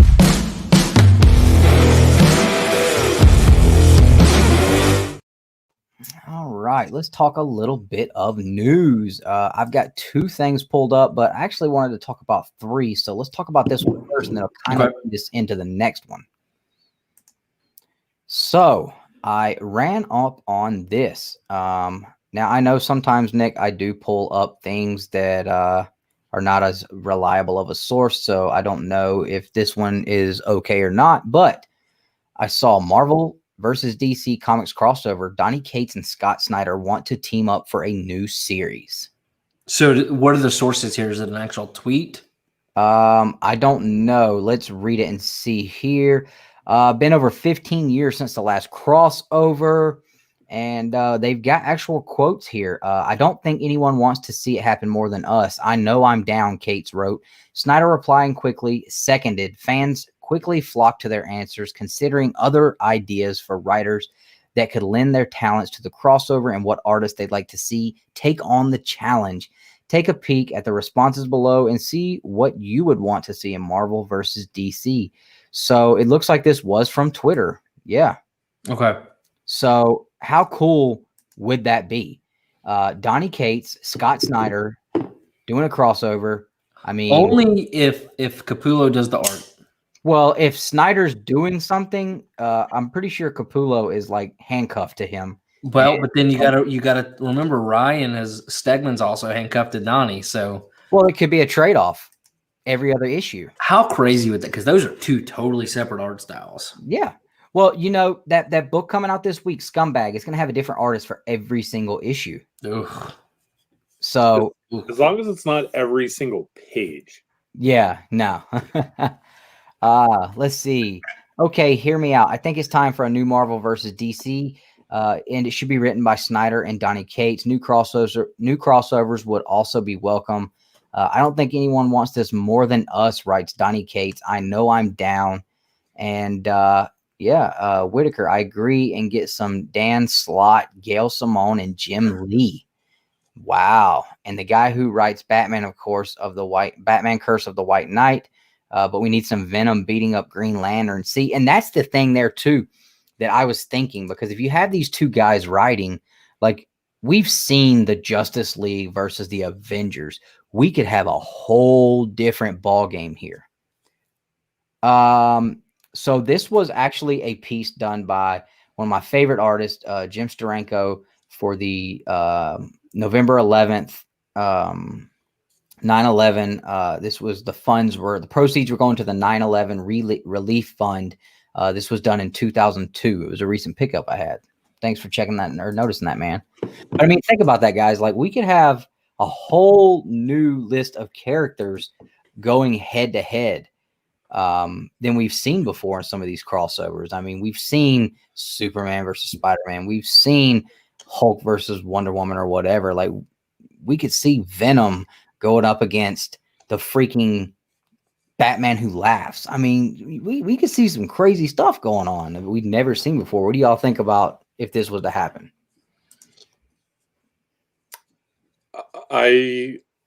I would just be interested in the story and making sure it's a good story. That's. I mean, crossovers are cool and they're fun and everything. It's a good way to get people to come into a shop and buy it. Mm-hmm. I would just hope that it's a good story. Yeah, that would be my thing, because I feel like it could just it would sell because it's gimmicky, right? Right. But I think, like, if you did take Donnie, like Venom Batman story would be kind of cool. Yeah. Right. I mean, I think that would be very interesting. That'd be an interesting. Imagine if they did like heroes of both sides teaming up against villains of both sides, and we got some of the DC villains with a symbiote. I mean, how crazy would that be? I think you just jumped the shark. Never mind. Okay. He's talking about how King Shark's better than we could actually see that Joker Carnage crossover. Like, to me, that would be crazy. Like, that could be the whole thing. Like, somehow Carnage is able to attach himself to the Joker, and he loves it because he has no freaking idea what's going on, and he's already outside of his mind anyway. Like, that could be the lead in. I hope they're listening. That would be cool. I don't know. I think it could be cool. But one thing that would not be cool, because you know it would happen, 750,000 variant covers for a 5-issue miniseries. Guaranteed. And all the tie-ins. And all the tie-ins. But I think it could be kind of cool. Lady, and I agree, lady. I agree. That was just whenever they were talking about Venom and all that. Like, I was trying to think of like something new that would actually kind of be cool. But I don't know though. I think that it could be a cool crossover. I think if they were gonna do it, those are the right guys. Yep. I don't think it'll happen anytime soon though. I would like to see more. take Scott Snyder out, like out with the old, and throw my man Tynan the fourth on there, who's been writing the hell out of Batman. And now you get the two bulls, boom, and Tynan gets to smash Cates for the final blow once and for all, and let everybody know he is the man out here. But they're not fighting against each other. They would be working together. Yeah, I know. You would have to find two guys who really work well together, and you'd have to figure out an editing team behind that. Like that would be a freaking it would definitely be something that would have to, like, a lot of logistics would have to be worked out for sure. But I just thought that would be definitely an interesting talking point. Yeah. Now this was the other big news, and I'll let you guys kind of talk about this because I don't know anything about this character or this series. I've never read it or anything, but I do know I like Michael B. Jordan. That is going. I do know I like Michael B. Jordan. Justin, are you a fan of Static Shock? I don't know enough about it. Like the only cartoon episodes that I remember him or watching were the ones where it was like wasn't there a Batman Beyond crossover? I think something like that. Yeah. Yeah, like that's the only kind of stuff that I'm familiar with. Yeah. And even that is a little vague. Yeah. So what I'll tell you is I think this right here couldn't be more perfect, right? Michael B. Jordan, he's a fan of Static Shock. He's going to do his research.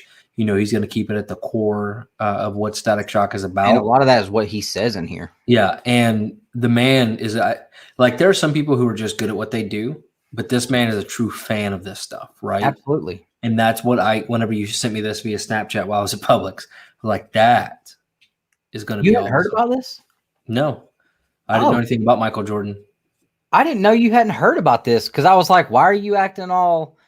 I knew Static Shock had a movie and they're bringing it back out. I was like, why is he acting idiot about this, dude? Like this is kind of big news. No, I didn't know anything about Michael B. Jordan being attached. Yeah. And are they going to? Is it going to be a live action or is it going to be an animated movie? Let's see if it says. I have no idea. They announced it at the fandom event. Yeah, that thing was crazy though. There was 1,000 things going on. Yeah, I'm not sure. But before we get off of this real quick, because there's not a whole lot to really talk about here.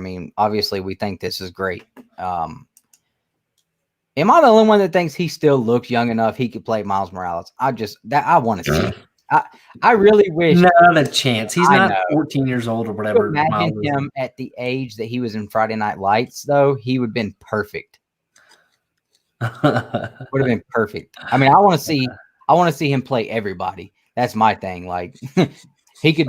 Michael B. Jordan starring in new film. Michael B. Jordan as Michael B. Jordan. I would watch the hell out of it. He's like him. Me and my wife were just talking about it today. He's like, there's certain people out there that can do anything they want to do, but and because they're good at everything. There's a very, very small handful of people out there. You got people like The Rock. He can do any and everything because he's good at everything. It took him a minute because look at the Scorpion. That wasn't so great. Or the Mummy. You got Will Smith. Any and everything. He's good at it all. My dude, Justin Timberlake, can do anything he wants to do because he's good at all of it. And if you're a grown man and you ain't a fan of Justin Timberlake, there's something wrong with you. That is he did really good in the Trolls movie. Man, have you ever watched that In Time? Yeah, movie? With Mila Kunis. One of my favorite movies, man. Yep. But there's certain people out there that across so many completely different platforms can excel at a level other people can't. Even people who have devoted their entire life to that, like, can't even touch these guys that are just starting on something because they're just so talented at everything. And I think he's the same way. I think he could be the same way. Y'all remember when they did the Dragon Ball Z live action movie with the two goofballs from Shameless? Oh, it was awful. I only pay attention to cool stuff. I hope that if it's going to be live action, they get an actual budget and it doesn't end up like that. God, that was awful. Did you guys see? And we'll move on to the next one in a second. Absolutely, dude.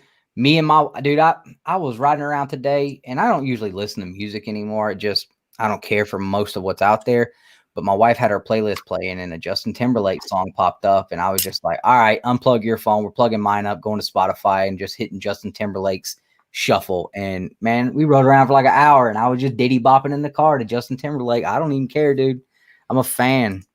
I am a fan. The dude is he's a cool dude, man. He's like Will Smith. You know, those are two guys in my mind. Like when you talk about smooth, you talk about cool, that's the guys.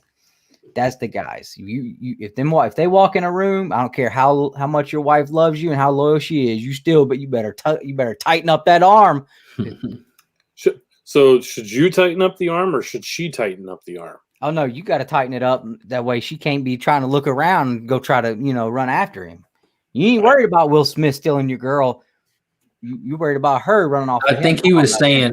I was thinking. Because I might take off after. Yeah, whatever, Justin. I mean, I'm gonna get the autograph in the picture. That's gonna happen. But I ain't gonna leave my wife for him. But you got to be worried about your wife might leave you. 100%. But did you guys notice? And we'll move on after this. 7,700 tie-ins for the King in Black. I counted them. I posted it on Instagram. It was actually in Darth Vader here, and I will show it real quick, and then we'll move on. Hey, it's crazy. Did you want to talk about the Death in the Family 30-minute movie that you bought that sucked? Oh my god, dude, that was trash. That was only 30 minutes. So I watched Under the Red Hood after you told me to, Nick. I watched like the first hour almost of it, or not the first hour, like the first 30 minutes of it. They literally took Under the Red Hood, and that was the only part of that movie, Death in the Family, that had anything to do with Death in the Family. The rest of it was just like an anthology. It was a bunch of miniseries. I'm glad I rented it and did not buy it because there was people that bought it, and I'm like, dude, I would have been pissed. Yeah, but it was basically just Under the Red Hood with Bruce Banner and Superman sitting in a cafe. Not Bruce Banner, it was. Sorry, I'm an idiot. My bad. I knew what I wanted to say and say what I didn't mean. Boom! I love Ryan for stuff like that, man. I can always count on him to have my back. Look at Justin being all. You're just so non-talkative tonight, man. The man's tired. I haven't watched Death in the Family, so I can't really comment on it. And he's lettered 745 books this week. When you wake up tomorrow, it'll be 2,000. He's lettered almost as many books as there is tie-ins for the King in Black. Look, so in Avengers, we literally have a trifold for the King in Black. 4 pages for the King in Black inside this book, okay? Showing you covers. And then here, you get all the tie-ins. So this is just the beginning of the tie-ins, guys, okay? Holy crap. Yeah, but really? you don't have to buy all of them, do you? No, it's going to be like Absolute Carnage, I think, where they're going to have tie-ins all throughout. I'll probably get the main series, but that's it. I'm not going to buy all the tie-ins. But it's just crazy to me that they do all these tie-ins for all this stuff. It's like, man, don't do all those tie-ins. Spread the event book out over 10 issues instead of 5 and focus on that story instead of trying to spread it out into books nobody else is buying just so they'll purchase some of them. Yeah. Can those stories that nobody's buying and focus on the ones people are buying and make them better than they are.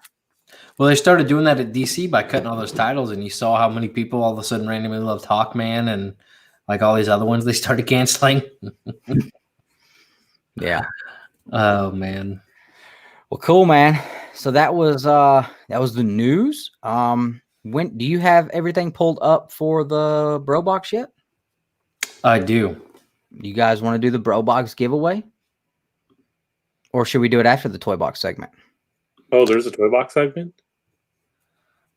Yeah, look, I bought this. Or I made this. Cap, what's going on, brother? Good to see you. Let's do the Toy Box segment. Then we'll do the Bro Box. Then we're going to do the top 10. Sounds good. And then after the top 10, we're going to do our interactive discussion topics. And y'all definitely want to hang out for that because I'm going to drop a load on y'all.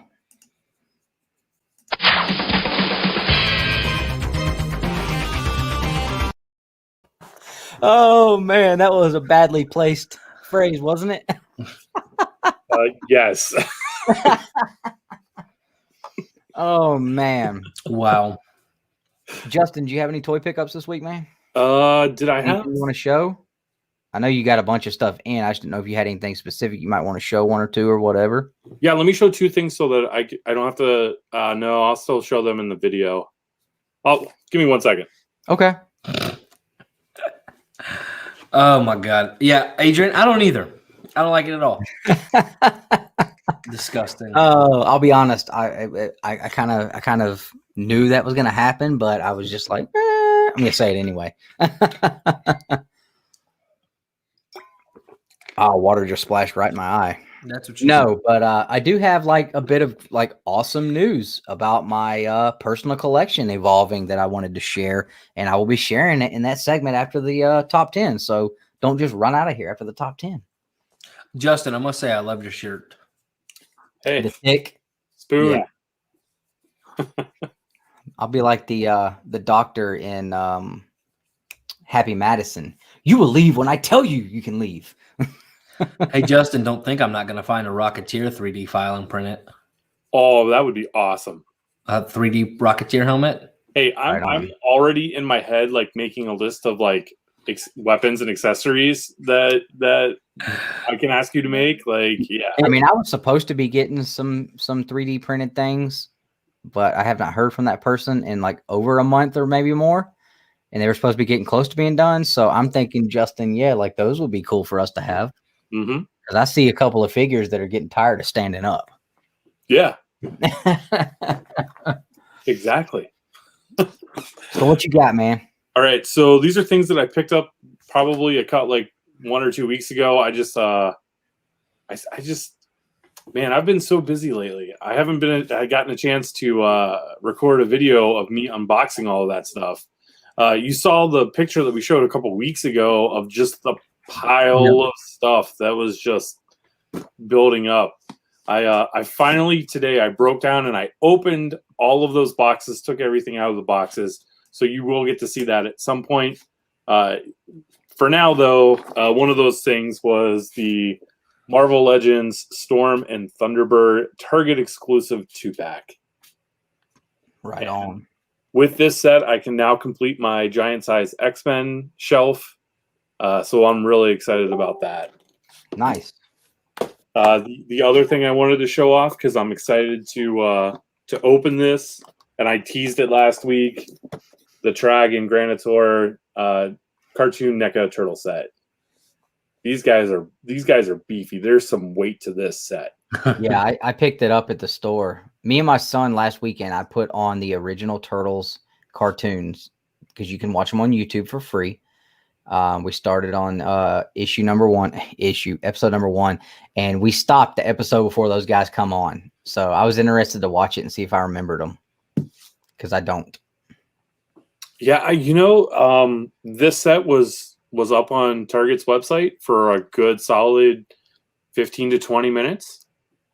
It seemed like everybody who wanted it was able to get one, and they're showing up in stores now. Good for NECA for making it easier for us to get these things. Yeah, absolutely. Absolutely fantastic. Now, I do have some stuff to show off. A little bit of story. I have been on the lookout for a few things lately. What have you been on looking for? Well, obviously, Lightning Collection figures, because I've got all the NECAs that I want pretty much, except for a couple Foot Soldiers, Shredder and Splinter, but can't find those. I walked into Walmart earlier this week to pick up some stuff from my son's birthday, and I saw that they had a whole 2 cases of Wave 6 that had just came out, and I told Justin and Nick, I was like, I don't know what is going on, because I walked away from Red Zeo yesterday and left him sitting on the shelf. Today I walked away from Mighty Morphin Black and Red Zeo again and left them sitting there, and they're both like, you got to buy them. I was like, I'm trying to be better though. I can't fall. I literally cannot have I cannot have this happen to me. I cannot. Okay. I wasn't pointing at you. I was pointing at your cases. That cannot happen to me. So I'm trying to pace myself. And my wife was even like, babe, I don't know why you don't just get them, because you know they're not going to be there. They're not going to be there. I was like, well, maybe Friday after work, I was like, I'll go grab them then because I don't want to pull money out of savings, and pretty much ran through the paycheck this week because it was rent week. I don't want to pull out of savings for action figures. So I call her Friday when I'm on my way home, like I do every day. And she's like, "Are you going anywhere on your way home?" And I was like, "Yeah." I was like, "I don't know. I'm still throwing back and forth the idea of stopping at Walmart, see if they have at least that Black Ranger." I was like, "Because I really would like to have him to complete my original team, because all I have is the one with the shield and don't want that." Well, that's cool. She sends me a Snapchat with a picture of my son's shirt she bought and a picture of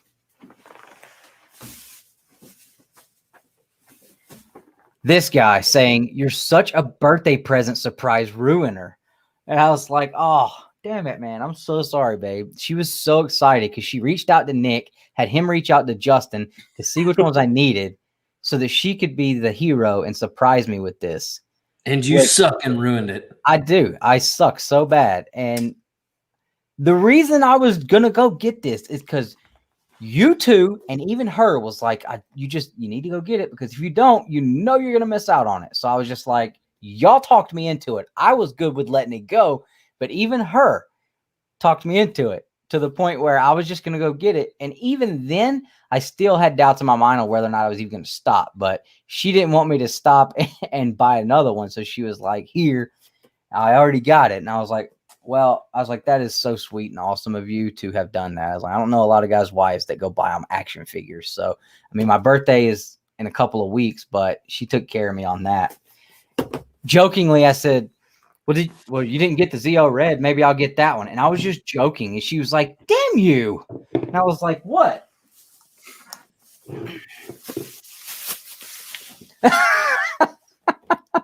She bought that one too. And then she was all concerned because the box was all beat up there. I said, "I don't care." I said, "I just put the boxes up like this because I like the artwork." But so out of wave 6, I have the 2 I wanted, the only 2 I cared to have. So my sweet, wonderful wife took care of me. And these do not count as birthday presents anymore. So now she has to continue to try. So precious. We will see what she is able to come up with.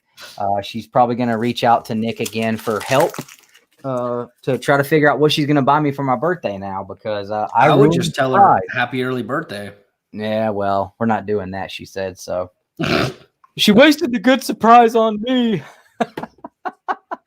But hey, that was really cool because honestly, I'm telling her to get you a Darkhawk #1 because that's your most favorite comic ever. Yeah.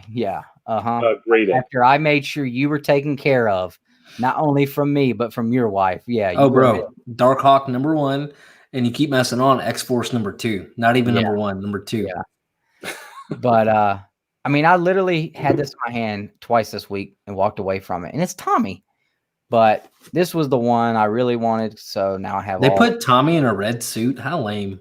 Well, for Zeo, yeah, and Zeo was the last season I watched, and really, I'm not buying any other Zeos. I got the red and the gold. I got Tommy and Jason. I don't care about the rest of them. Could care less. So that was super cool. That was the only reason why I wanted to do make sure I did the toy box segment. Wanted to make sure my wife got some good props there. She did really good there. I was not expecting her to do that. So, well, your wife isn't half bad. Yeah. It's November 1st, so it hasn't happened yet. All right. Adrian, you can kiss you know what on my you know what. Oh, yes. Eric, what's up, brother? Good to see you hanging out, man. We're about to get into the Bro Box giveaway, and then we're going into our top 10 ranking tonight. Yep. So this, for everybody at home, so we've talked about it a few times. The Bro Box is our gold tier member every month. We do a drawing for them. It's as we're packing full one of the BCW store folios from the video we did, full of comic books. So huge thank you to BCW for sponsoring the Bro Box. Thank you to all of the store display your way. Thank you to all of the members. Everybody up top, go check out some of their channels in the link in the description. That'll be in this video below afterwards. And then also our comic shop. So they're constantly donating to the box as well. So thank you to that. Specifically, Haven has done and Alex Josh has done an awesome job. And John told me that I needed to get with him because he said he would donate some stuff too. So Cool. We will be getting some stuff from them very soon too. Awesome. And then any of the members that have donated, Ryan and some of the others, thank you for that. So without further ado, we're going to randomize it. Give me that, man. So give me a number in the chat, guys. How many times I should randomize it before I hit the wheel? Drop a number in the chat. Let's see. Now, for those of you who don't know what the Bro Box is, this is something we do every month. I already did that. Golden Age tier members, guys. I already said the same thing. Did you tell them about? I was going to lead into your crate. Did you tell them about the crate? Oh no, I've not, and I actually have it built. Nick constructed painted it. An actual crate for this. Okay, a wooden crate that you have to take apart with real tools because we wanted to make this thing super freaking legit. So you're getting some awesome comic books this month. I know it's not a big deal, but I'm throwing in a CGC coupon for $5 off a shipping kit. So that's awesome. You know, we're definitely trying to make sure that the books that are in it are worth way beyond the value of what you guys are individually throwing out to us as members of the channel. So I see a lot of people saying that lucky number 7. Yeah, and so this is the crate tonight, or for this one. They're all going to be a little different, right? Because I want them to be rustic feeling. I want them to be kind of just like cratey feeling, right? Mm-hmm. So this is my personal store folio. I take it with me everywhere. It'll slip down in there this time. Clearly some sawdust. And then this time, and there's still tape just holding up the glue. The top will slide down on top and secure that way. And then I'll put some type of fastener, and you have to rip it open and it'll slide out. So that's what this month's crate actually will look like. So I figured if you're going to talk about a box, a crate, whatever, let's make it a real thing. Maybe I'll 3D print a box next time. There you go. And Better start now. I know. Pretty sure my Brojito now has sawdust in it. Well, all you have to do, man, to get in on the wheel for that crate, man, this is for our Golden Age tier members who have joined our channel at that tier. So, and it's not finished yet. I still got to paint it. You guys can talk to Do You Have Beans? Check out his Instagram, and you guys will be able to see everything he won last month. And these things are going to get better and better. Like Nick said, we're going to throw in one of these giant size X-Men 40th anniversary hardcovers that is for next really month. Nice. Throwing that in next month. All right, so we're going to shuffle it 7 times. 7 times. All right, so 1. Do we want to take bets on who we think is going to win? 3. No. I say Beans again. Kim, are we going to let them win 2 times in a row? 7. Yeah, I mean, yeah, right. It doesn't matter. They're a member. Yeah. So, all right. So I just did it 7 times. Not that it matters because it's the spin wheel this time. Yeah. And let's spin the wheel. Ooh. Ding. Whack Comics. All right. So this one's going all the way to Australia. All the way down under, man. All the way down under. So I'm going to have to take a second mortgage out of my house to be able to ship this out. Wow. Justin's laughing, but he knows that's about to be expensive. Why is he laughing? He's part of Two Brothers Comics too. That's coming out of his check just like ours. Dang it. There it goes, boys. Oh, man. Everybody's saying that's whack. So somebody let Whack know. We'll let him know, obviously. Yeah. But dang. What's going on, bro? No, you just missed it, man. You won. We rolled it 3 times. Your name came up twice, and you weren't here, so we couldn't get. I'm just kidding. No, Whack Comics got it actually. So, yeah, he's on another channel right now. Oh, what is he doing? He's wrapping himself up in a burrito somewhere. I don't know. Probably set the comic book on fire and lathering himself with the cover page or something. I don't know. Oh man. So all right. So that's another person who has won a bro box from us, and you can get some cool stuff. Like I said, going in the bro box at some point. We've got these limited copies, 100 and 500 limited edition prints of these books, and we're going to continue getting these in every month for the time being, and they'll keep going in there. Adrian put a trade paperback in there, so they're getting better and better, man. They're getting better and better. It might be cheaper just to send Whack Comics a friggin' $50 bill and say, here you go, buddy. I'm seriously thinking about last time I looked at prices, because I was gonna send something to Mark the Cuddy Shark out there, and like it was more expensive to ship something than just to have it made by a company. Sent to him. Yeah. He told me that. Yeah, so we'll see, but that'll be cool. So he's on. You're right, the Burrito channel. So somebody comment on there and let him know he won. Oh, right on. Bean said he is also sending some books our way for the Bro Box too. Thank you guys again. We appreciate the support. It goes back to you guys. We're doing everything we can to try to make it. I'll tell you right now, if Black takes the contents of this Bro Box and sets them on fire, or tears them up and throws them in a swamp, he's being pulled off the wheel.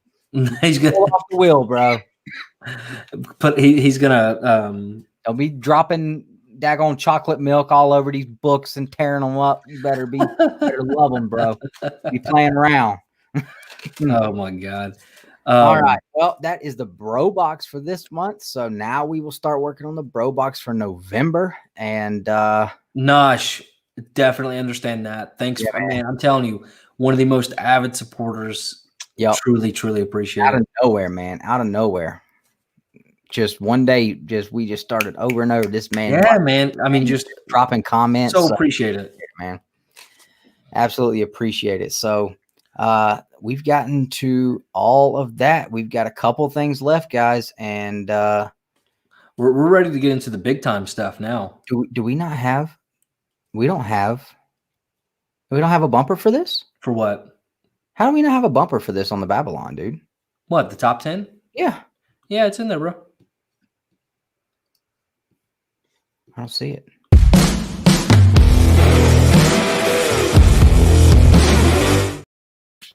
Oh, you had it labeled as top picks. That's why. Sorry, yeah, top pick, and it actually says top pick trans, which is supposed to be top pick transitions. Oh, so do you guys want to see the new Comic Book Day logo thing? I already showed Justin. I saw it earlier. We're not going to drop it to the public until Wednesday. But it doesn't look good. I got to fix it. Well, then if you don't get it fixed, then we won't drop it. But yeah, I don't know. I've tried 4K, 1080, 720. There's no because it looks perfect, man, before I upload it, and then StreamYard just destroys it. But you liked it, Justin? Yeah, so I did notice like how it did get a little like pixelated or blurry. Yeah. In the middle of it. Yeah, it was just strange, man, and it's not like that. So I don't know. It's good. It's good though. We both thought it was really cool. John, we appreciate it, John. Absolutely. All right, guys. So it's time to get into the top 10 this week. We're ranking top 10 weapons in comic books. And you guys know how this goes. If you missed it before, it might get heated. We're probably not going to agree on very much. But at the end of the night, we're going to take the 3 list and make 1 list. We'll see how it goes. Top 10 weapons in comics was something I suggested because I thought it was just something that doesn't get as much. There's not as much talk about the weapons in comics as I think should be. I mean, there's a lot of really cool, a lot of really iconic weapons.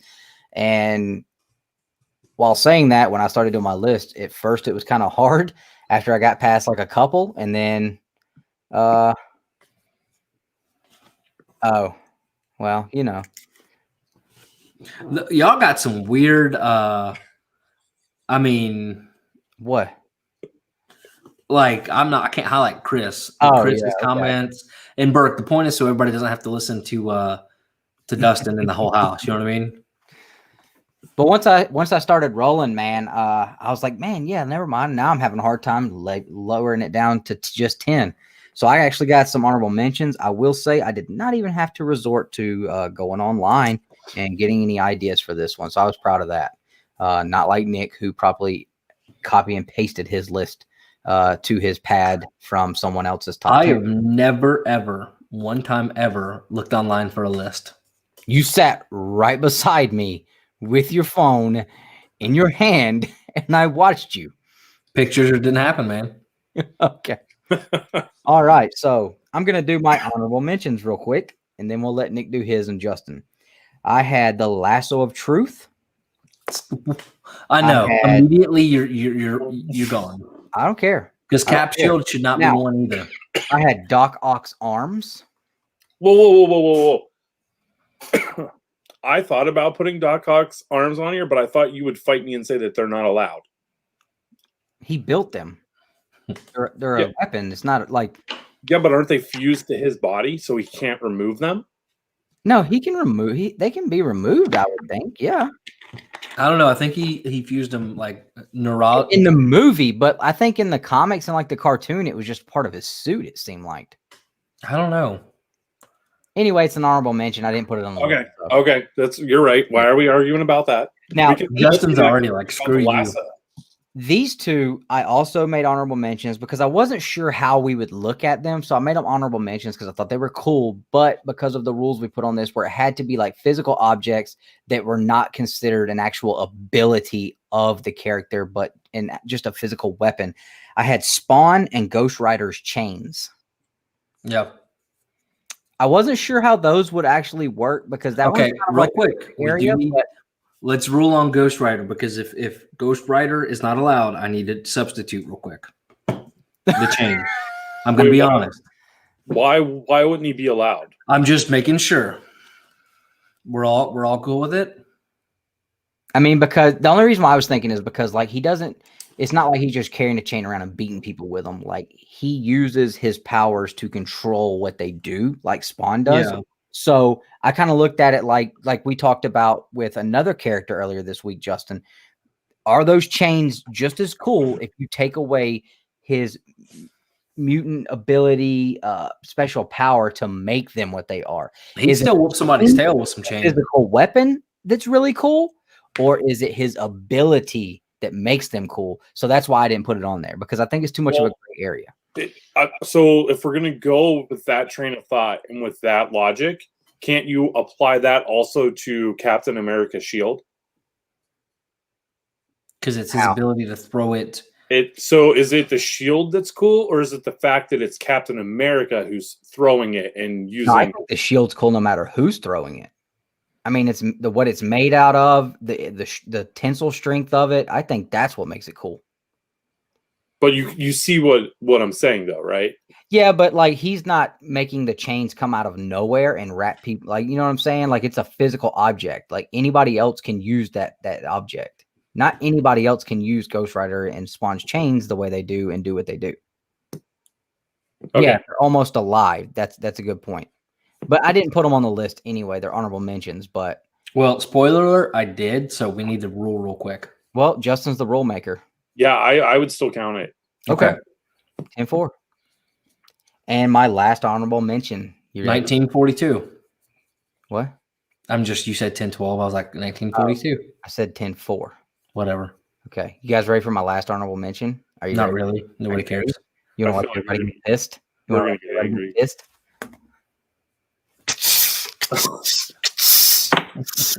Ah! Screw Spider-Man's web slingers. They ain't on the list. All right. Oh man. Yeah, vibranium. I know I said adamantium. My bad. Thank you for fixing that, lady. And we said we can't use stuff like Wolverine's claws. Yeah, because like I mean, yeah, they're a weapon, but like it's a part of his makeup at that point. Like I that one was also kind of gray area. So I think we're gonna get into some arguments here. We were trying to make it like an object that people that not just that one character can use to inflict the damage. So Austin, what's up, man? You ain't like that? Now, I will say with my list, I went off of not necessarily what will inflict the most damage, but I went off of like the most iconic, well-known, cool, those type of weapons. So, Look, hold on. Comic Chaos and Comics got on there and he was letting them know he won the Roblox. And then he says, if you light it on fire, they're taking you off the wheel. I'm not listening to it. I just happened to leave it. I was like, who is this person? I was like, oh, it's Chaos. Oh man. Yeah, death metal a little bit, bro. A little bit. All right. So my turn for the honorable mentions. Can I Yeah. go please next?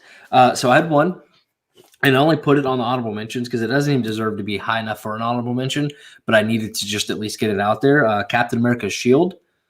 But I'm So okay.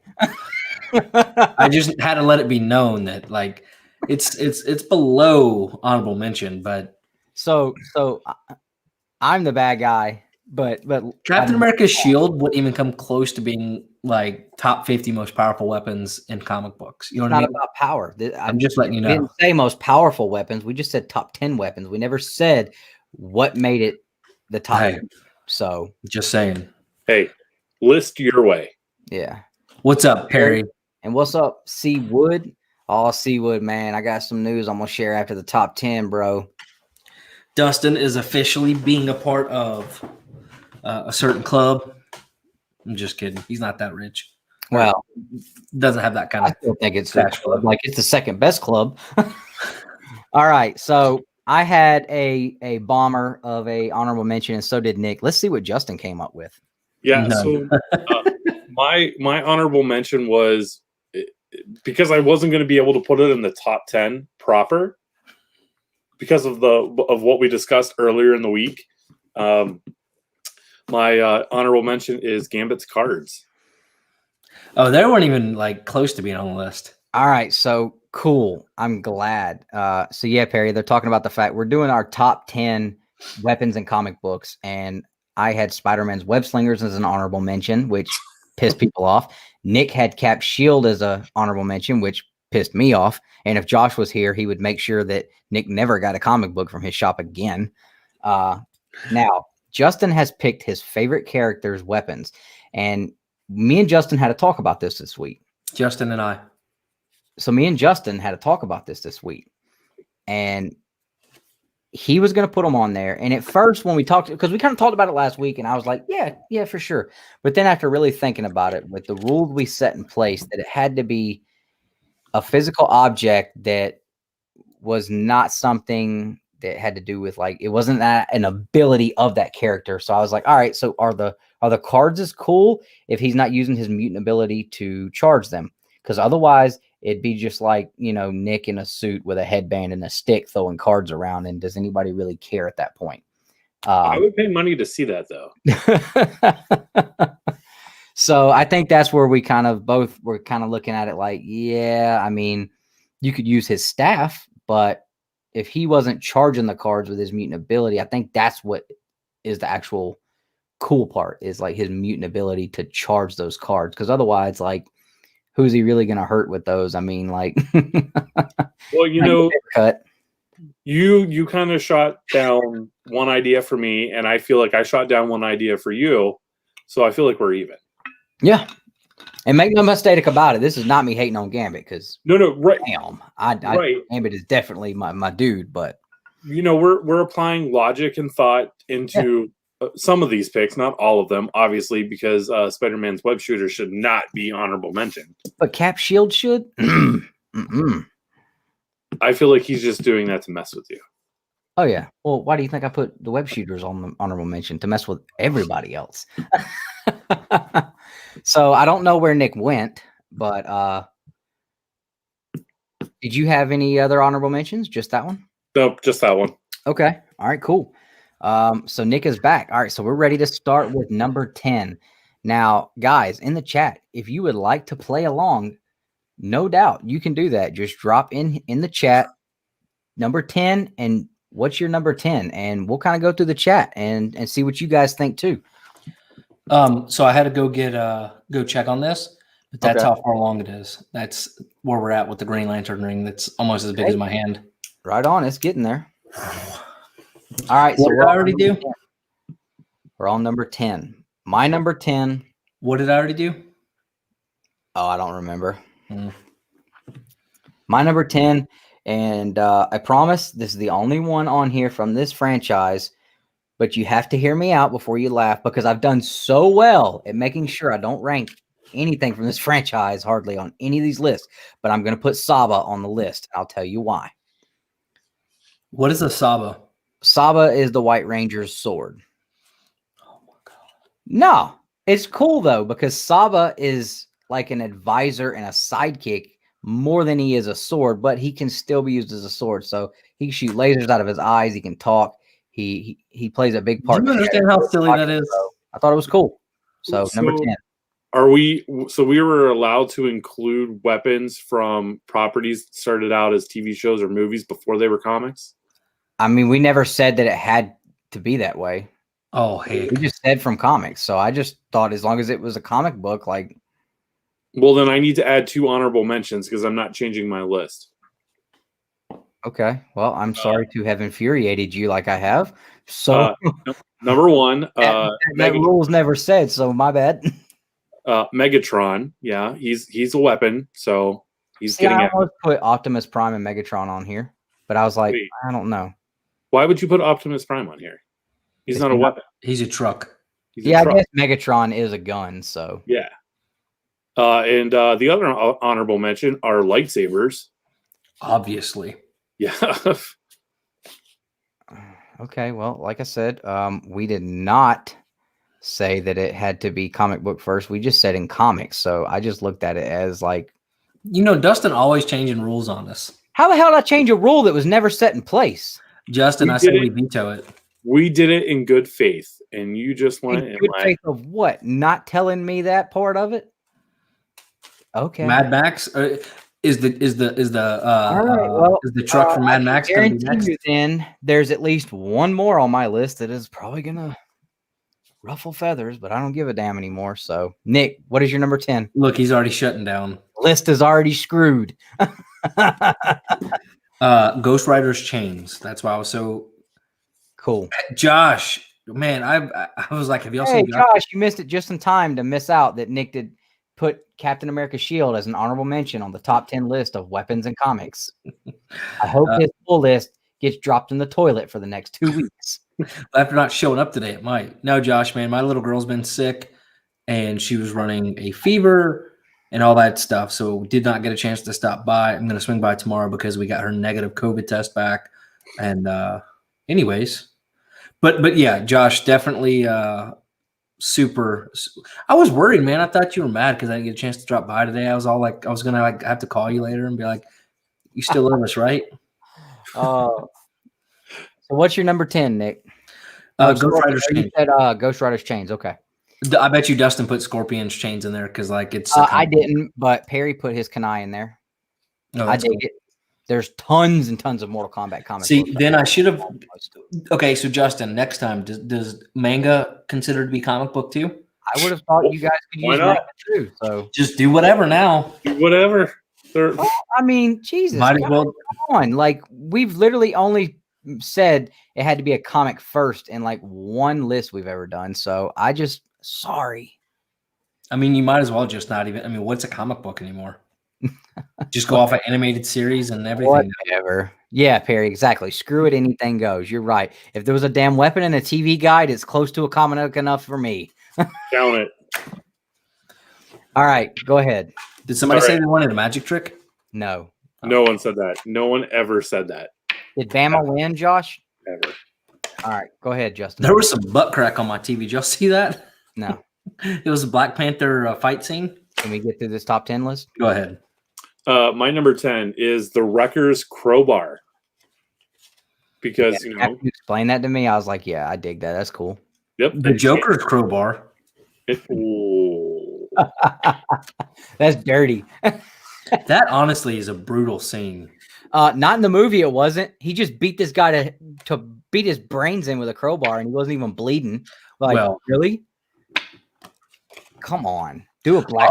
Oh, the Bama did beat Georgia. Hold on, I got to text somebody. I was thinking the same person you were. All right. Nick, number 9. All right. All black, the Necro sword. Gore the God Butcher sword. All right. Get you some. And I believe Lady Fantastic mentioned that earlier. Someone did, yeah. I am not even familiar at all, even in the slightest. It was from Jason Aaron's Thor run. Okay.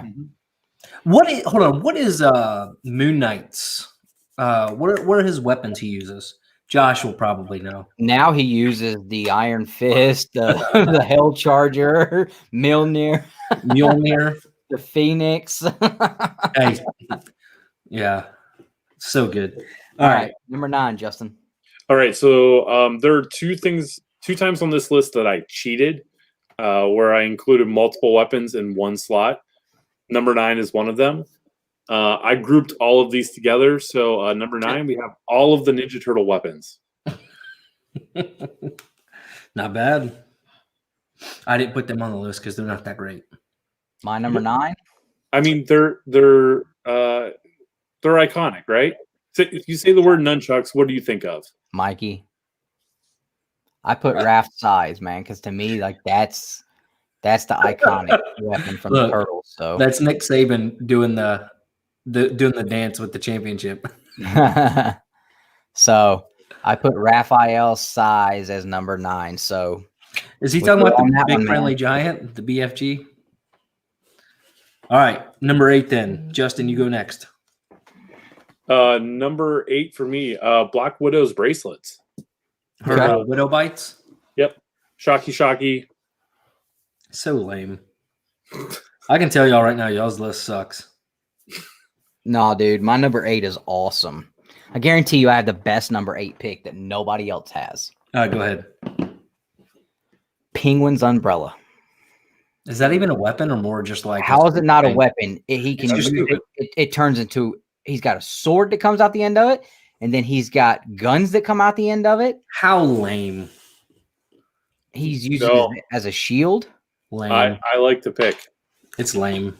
Like, it's the freaking Swiss Army knife of goddamn umbrellas and weapons. Like, this thing can be whatever he needs it to be, and it's awesome. I dig That's why it's lame. It's like, oh, I'm a comic book writer. Let me just make the umbrella have a freaking who else has Swiss a Army like knife that? Come out of it. Who else has a weapon like that? Because everybody else has a real weapon and doesn't need that. You think Thor needs a freaking umbrella?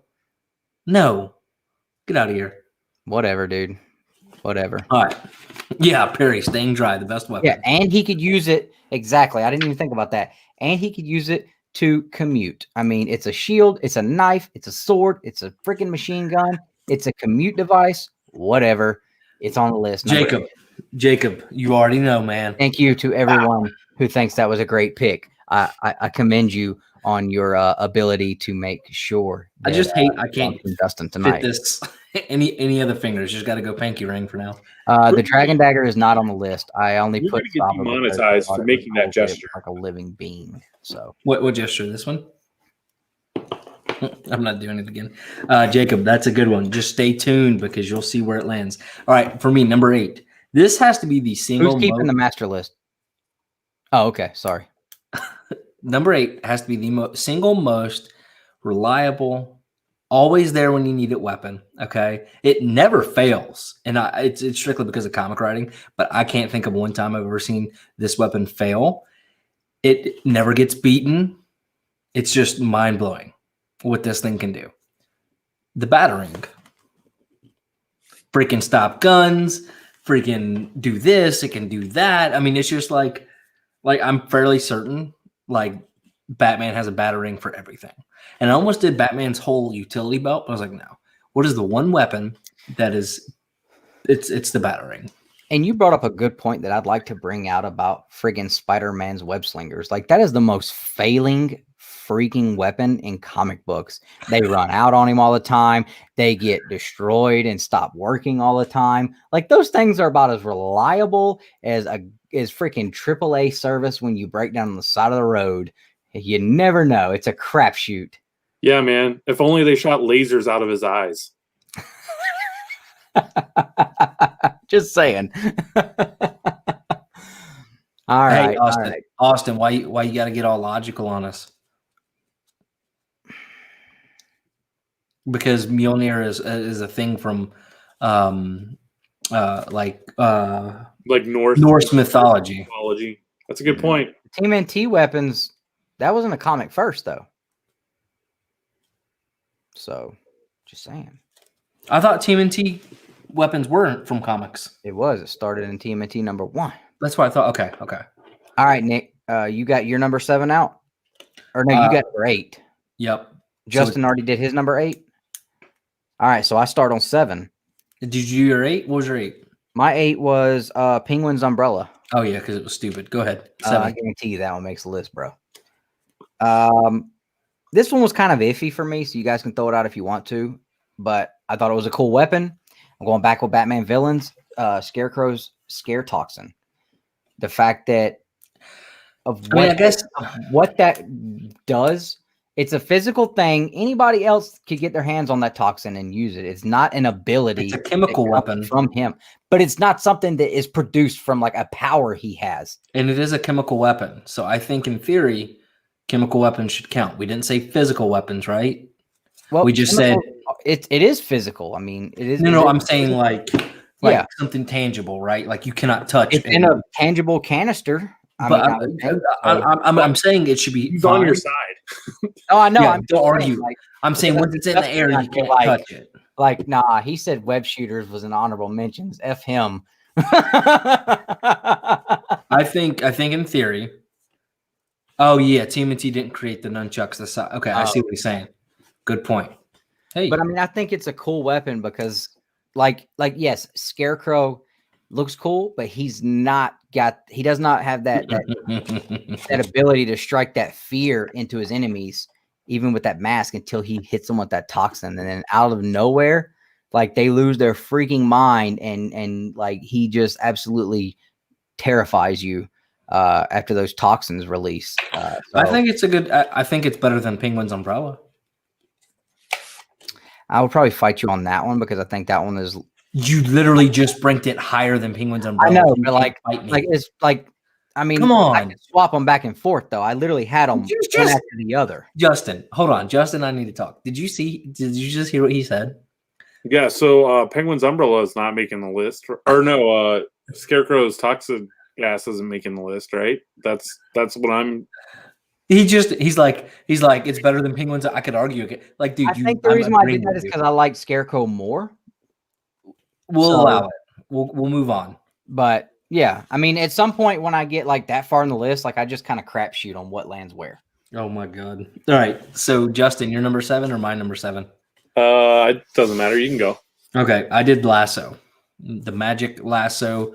I mean, it's iconic. It's powerful. It's great. So is it the magic lasso or the golden lasso? The Lasso of Truth. Magic Lasso is a YouTube channel and one of our friends and subscribers. Yeah. Okay. Yeah. My bad. No. So no. I'm only bringing this up because I did the same thing earlier today because I'm just used to working in Photoshop and Illustrator. I was like, oh yeah, Magic Lasso. Oh yeah, that's another reason why it's so familiar to me. Yeah, it's called the Lasso of Truth. Yeah. So it's good. Right on. All right, Justin, you're 7. My number 7. I might get some crap for this. Green Lantern ring. Oh, that is far too low. Is it lower than not even being an honorable mention on someone's list? That's because you're silly in the list.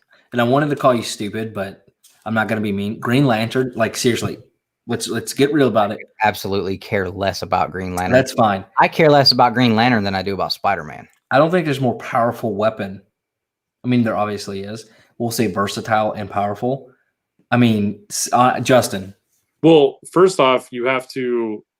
It's dependent upon the user's imagination. The will.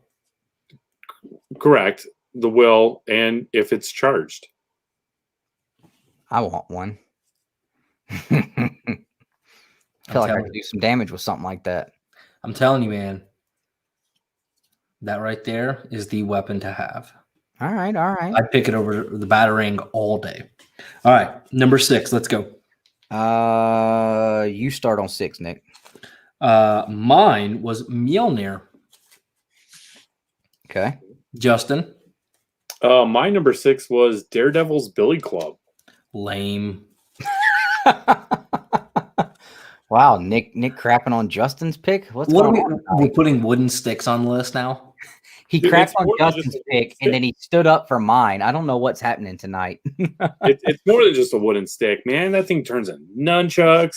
He can use it as a grappling hook. So you're saying Swiss Army knife. The Swiss Army knife of Billy Club, dude. You're so. No, bro. We got it. What sucks. We're putting right. freaking Billy sticks in here over necro swords and freaking batarangs, and I can't even talk about the best ones. All right. Hey, do My we number consider real quick, because I didn't put it on the list because it was kind of hard for me to describe it.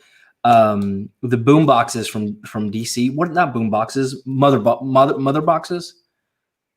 What are they called? Aren't they used more for transportation and Yeah, but I thought they were like they had some type of power to them. That's why it was kind of weird for me. I didn't put that or like the cosmic cube or anything, because to me it was or what is the chair from DC?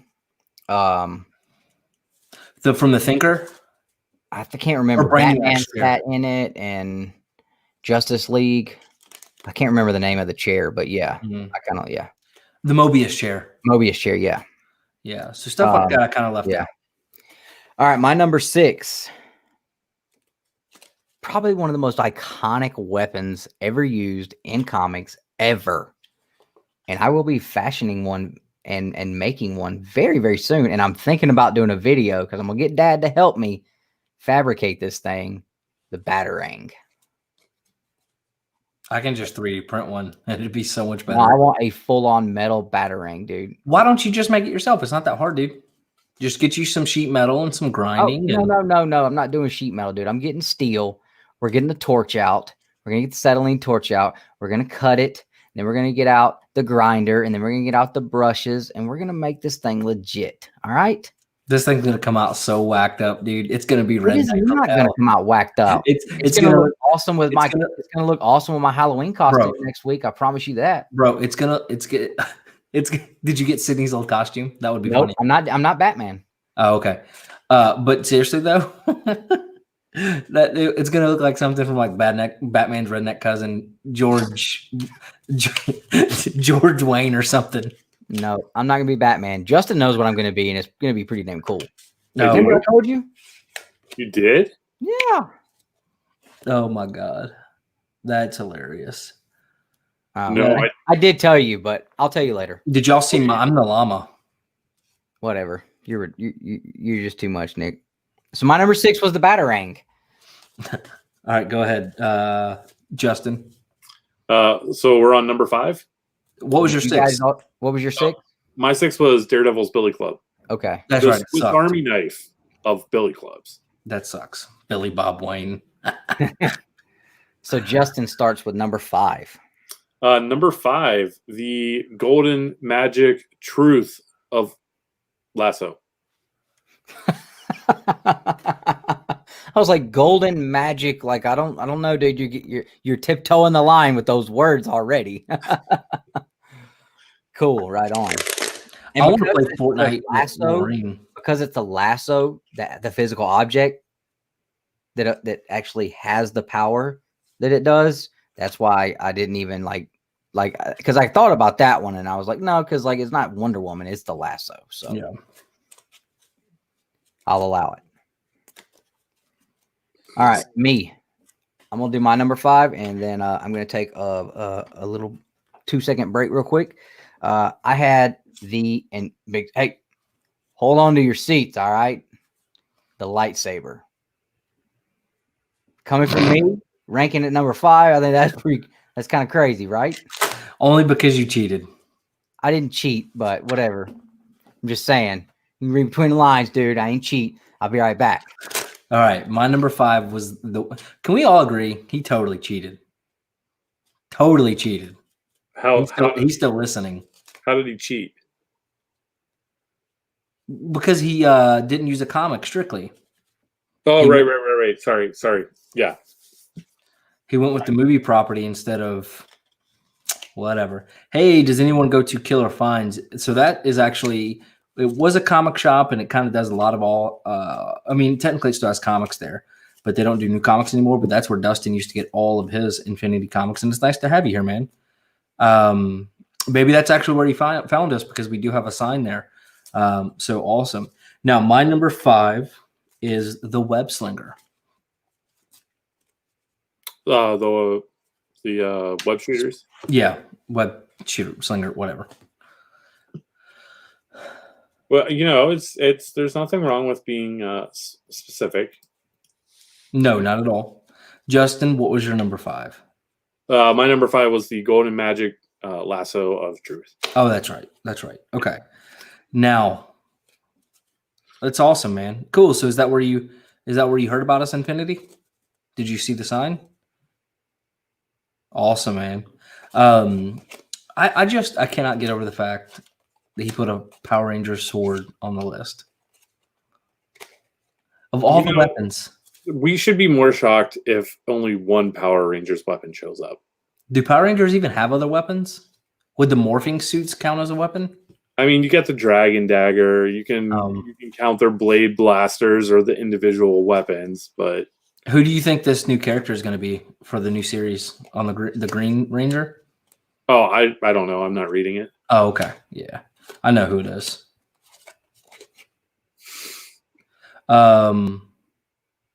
Oh, sweet, man. Awesome. Talking magic sword, too.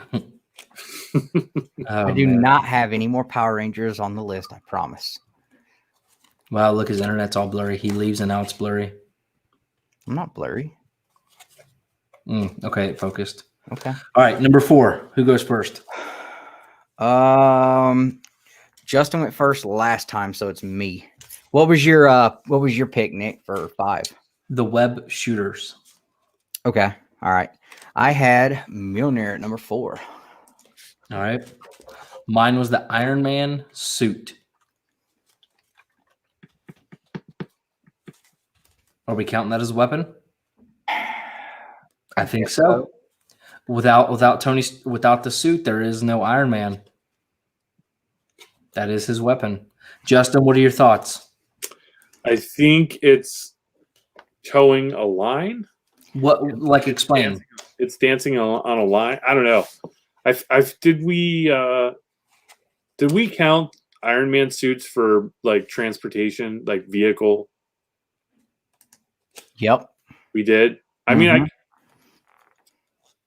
okay. Well, there were no real hard rules about the list, other than like, mutant abilities or whatever. And I told Dustin that he couldn't use Bane's venom as a weapon, which I still kind of. All right, if Iron Man's suit can't be there, no. What I'm saying is, Iron Man's suit could count because we didn't get super technical about it, right? Well, I mean, I could replace it. Like, I could add Excalibur there instead, but no. I say we count it. Okay, it's fine. All right. But Excalibur, if you're gonna talk crap about me picking lightsabers, I'll say the same thing about Excalibur.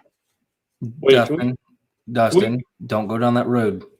Just is Excalibur not part of like these old British folk tales and stuff? Yes, but it's specific to like the mutants and the X titles. Oh, you're talking about that Excalibur. Got you. Can we go back once? See, I'm thinking once in future. That I've got once. Go ahead, Justin. I would love to know why Dustin thinks Bane's venom should count as a weapon. Go ahead, Dustin. Defend yourself. You agreed Scarecrow's toxins were okay.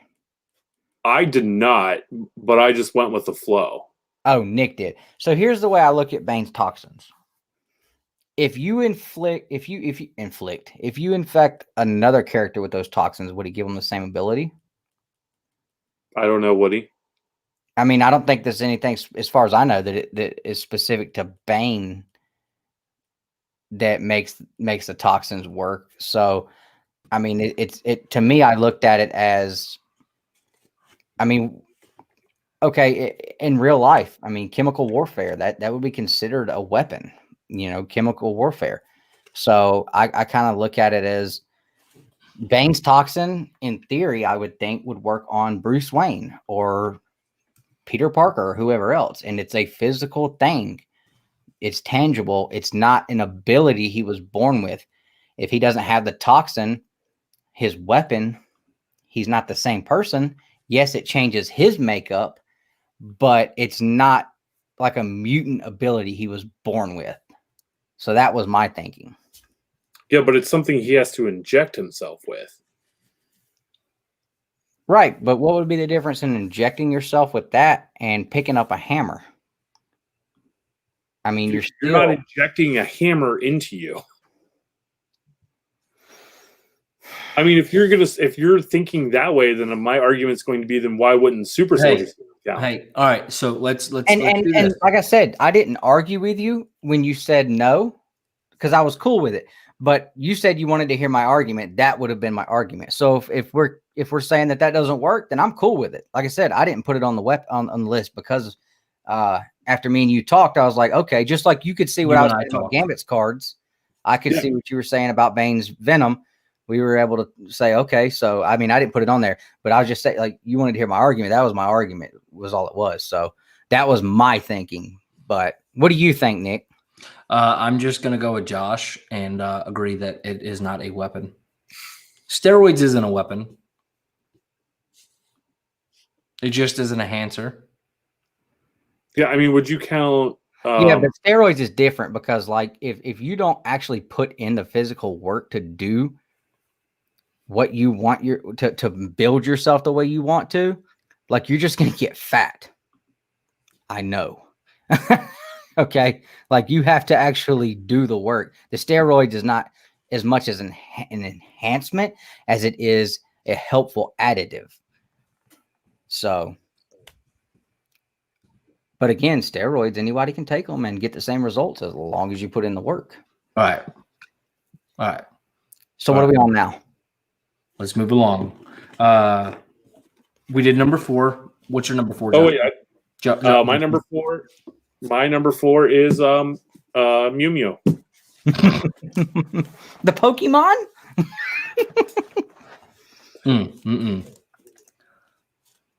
Yeah, I've also got Mjolnir at number 4. Hey, thank God we're monetized. That's all I'm saying. Number 3.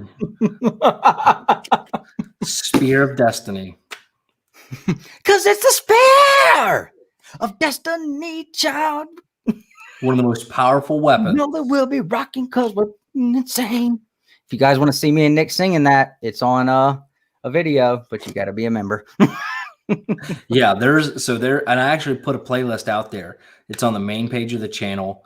I think most of them are either silver or gold. Mew is also the 51st Pokemon. That's where the Dustin is a nerd came from. Dustin, do you know we'd be rich right now if we had half the Pokemon cards that you We had? never had the good ones. Oh my gosh. We never had the good ones, Nick. I've never had a Charizard? I've never had Charizard, Blastoise, Ivysaur, Mewtwo, none of them. I never had the good ones. And that's why I want so bad to own a holographic Charizard, man. But they're $200,000 right now. And I'm like, because I thought about it way before we even started doing comic books. I was like, you know what? I'm a grown man now. I make my own money. I ain't got no kids. I never had a freaking holographic Charizard when I was a kid. And that was the one thing, that we would have wanted more than anything in the world at that time was that card, and was not able to obtain it. So I'm going to go buy one, damn it. I looked it up. I said, I'm not buying that, damn it. So how about Batsuit or Vibranium suit, dude? Maybe we should do we'll do a suits maybe one day, but yeah. We're thinking more like tangible weapons that you can pick up, or something like that. Like we were kind of trying to keep it to. It's kind of like Iron Man thing. Iron Man suit. Yeah, I mean, it's kind of like, I don't know. It's a weapon, but it's also a suit. So maybe if I were to remove that, I would put Excalibur there. We're not going to put it on the list, but we'll let you keep it on there. How about that? Unless Justin has to do that crap to me all the time. It's after y'all do that shit to me all the time. Well, because you put stupid stuff on there like Negan's bat at your number 1 spot. Look, listen to me. Is this not all of our individual lists? Are we not allowed? Your individual choices suck. Right, but at the same time, I'm not putting them on there knowing they're going to make the list. I put them on there because this is what I think the top 10s are. And then that's when we end up with Mad Max on the list. I put some logical things on there to try and hope that they'll make the list, and then I put some things on there that are fun for me. All right. Top 10 your way. I almost just called you a B word. Didn't even it almost just came out just boop. Didn't even have to think about it, but I stopped it. All right. So number 3 for me was Spear of Destiny. If you don't know what that is, it goes in the comic book lore all the way back to the sacrifice of Christ. And I think it's a really cool connection piece there. But the Spear of Destiny, one of the most powerful weapons in all the comics. Much better than a freaking Saba thing. Whatever the heck that is. Justin, what's yours? Saba had a big part in the Shattered Grid. I'm just saying.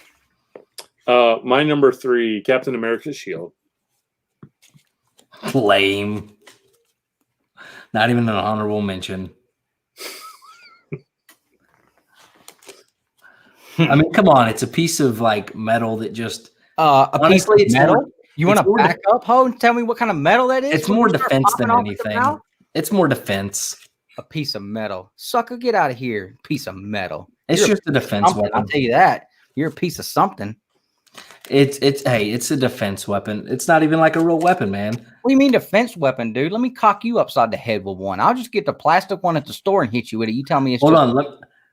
I bet you a battering could stop the freaking Captain. dude, that thing America. would pop right off of it. He'd chop No, Batman's dude, head off. because If it would be like an if electrical Captain battering. America did not also have a code to stick by, I'm telling you right now, there'd be a lot of decapitated bad Dude. guys hanging out. With enough preparation, Batman can make a battering to stop Keep it up. I'll send Josh the link and have him get on here and wear that ass out. Keep it up. Keep it up. I'll bring in the Justin, 10 get footer. back in here, man. I'll bring the 10 footer on you. Oh, there he is.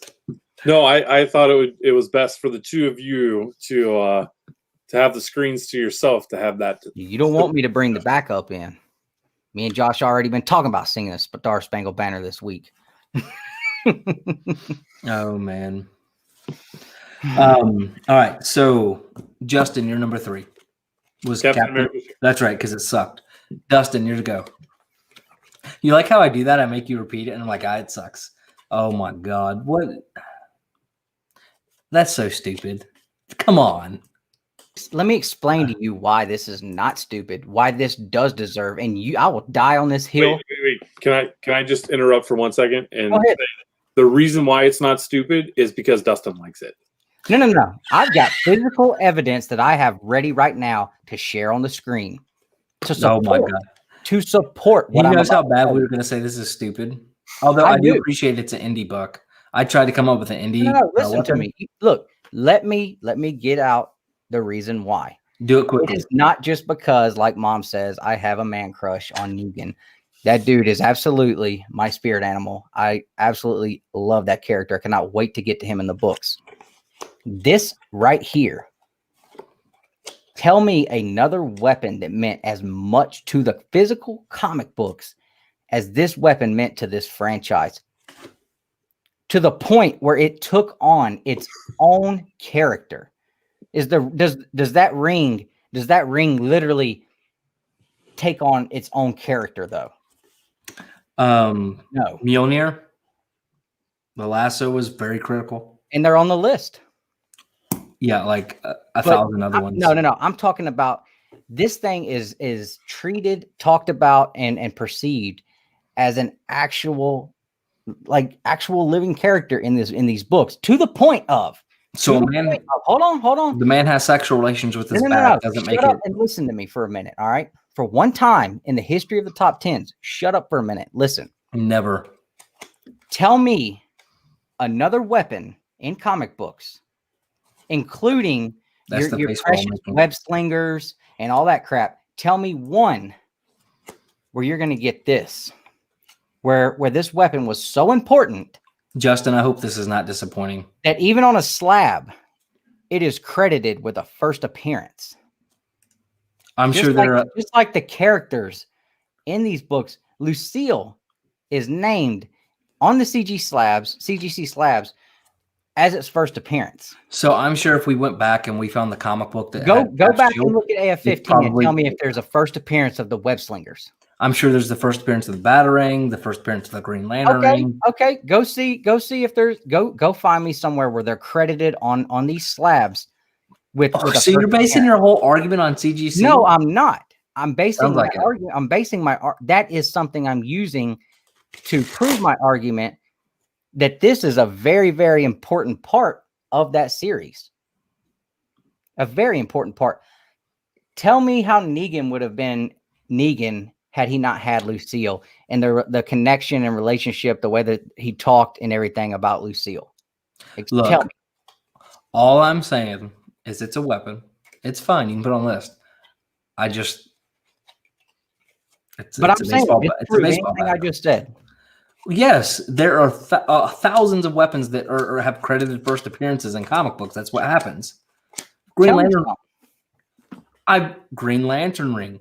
Show me where it says. Show me, but I'm saying, and I don't understand what you want. Like at the end all be all. But what I'm saying is this weapon was so important to that series. That's why I'm putting it on here. One, it's badass. Two, it was such a critical, important part of that series. That's why I ranked it as high as I did. If Negan did not wield this bat, Negan would not have been Negan. If Negan walked up and just shot those guys with a gun, no big deal. Okay, wait, time out. If Negan killed those people with a rubber chicken, would the rubber chicken make the list? How would he Waka Waka. But it wouldn't have been. I'm talking, but the gruesomeness of taking a baseball bat wrapped in barbed wire and beating someone's brains in. I mean, everybody else in The Walking Dead is running around using guns and knives. Like, this is something that is just sadistic and crazy for someone to come up with, to use. And like I said, just the importance of it in the series, to me, it definitely deserves some credibility, not just brushed off like it's no big deal. It was an extremely important thing to the Walking Dead series and comic books. It was huge on the show. And like I said, I mean, y'all can scoff if you want to, but you're not going to change my mind, and you're not going to disprove what I'm saying, because it's true. So we can move on. You're absolutely right. Let's just pencil it in at number 7 now and get it over with. Justin is so over you. I don't care. If the dumbass web slingers get to be on the list, then so does Lucille. I don't understand why it had to be a 10-minute tirade. Lucille is not going to run out of webs. Lucille is not going to decide that it's mad at you and you can't pick her up anymore. But it is going to rot because it's and it is going to break in half. When did it break?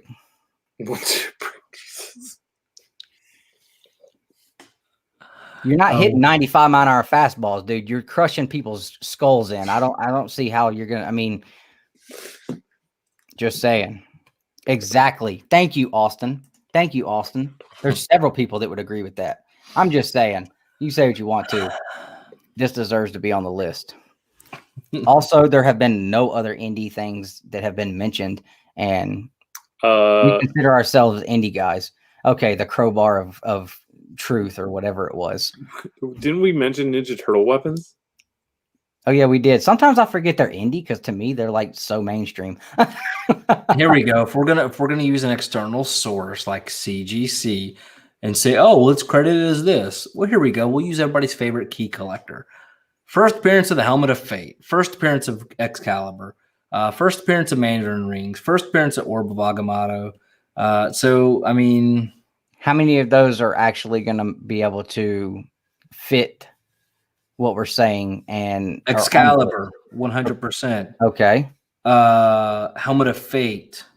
What does that do? What do you mean? What does that do? You know what the Helmet of Fate is? Dr. No, Fate. you? Yeah. Tell me what it does. Here we go. Tell me what it does. Don't run away from the question. Tell me what it does. It's Dr. Fate's helmet, dude. Do you not know who Dr. Fate is? What does it do? It gives him all of his stuff, dude. Like what stuff, Nick? What you know so much about a baseball bat, dude. It's so important. You know so much about it, bro. You know what? You know what Lucille does, though. Here we go. Look, you ain't watched the series. You know what Lucille does. Don't come at me with stuff. I have watched this stuff. What it does. The Ultimate Nullifier, Cosmic Cube. Look, all of these things, man. Cosmic Cube, I have this one. Make it. We already said that. What I'm saying is, when you wrap up the icon, this is at this point, this is an iconic piece of comic book weapons history. It is. Like it or not, it is.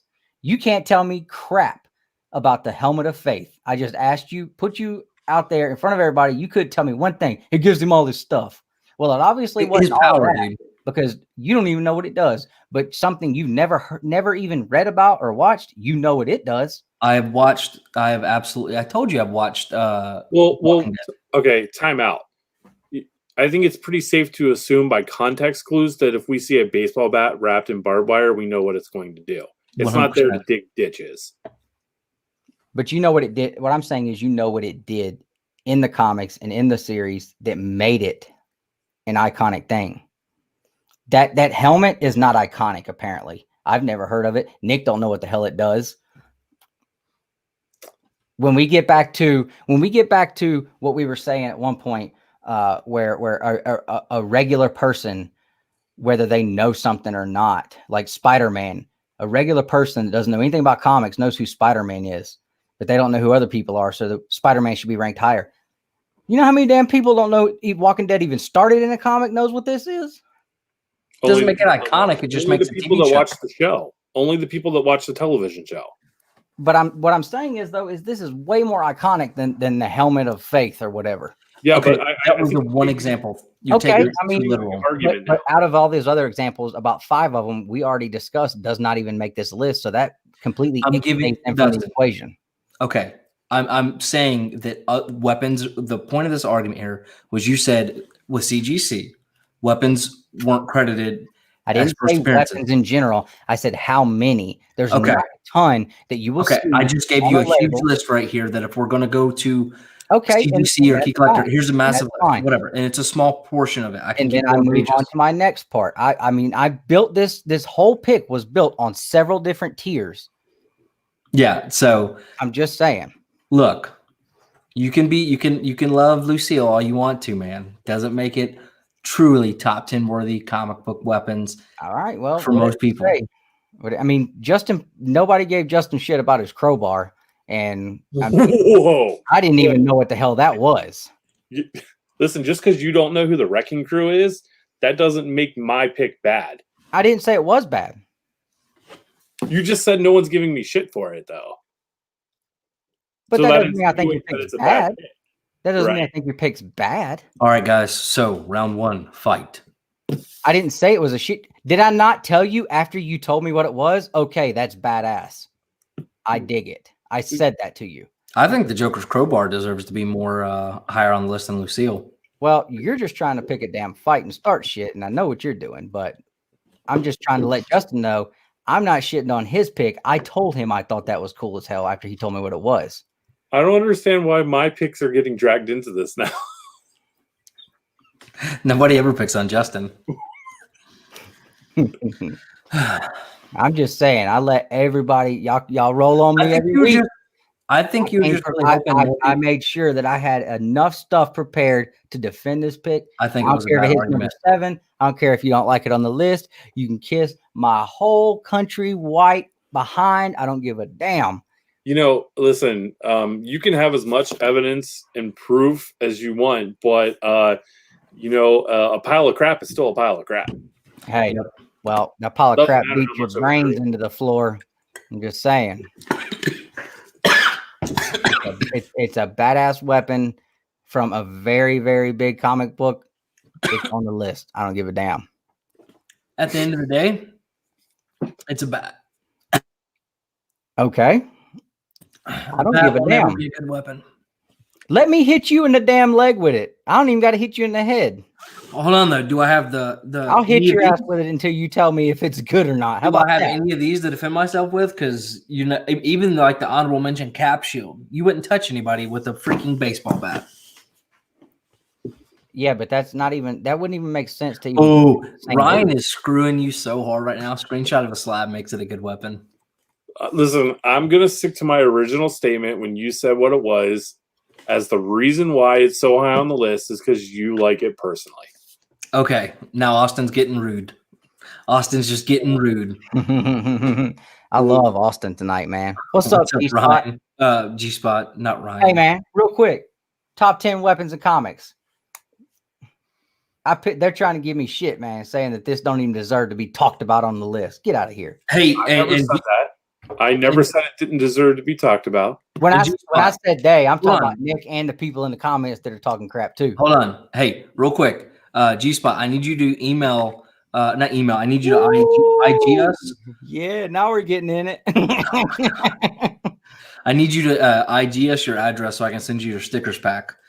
Same thing, Ruben. You're gonna get yours, and then who is the person that joined Silver? What was the name? Tonight? Yes. What was it? I can't remember. I wasn't here when it happened, and I was only told once. But I need their address too if they'll send it to me via IG. All right, cool. Let's just move on because I mean we all know Dustin's pick sucks, but that's cool. Hey, and Jen, have a good night. We appreciate you very much. You're not getting me tonight. I don't give a damn. You ain't getting me tonight. You can have your 7 pick, dude. That's cool.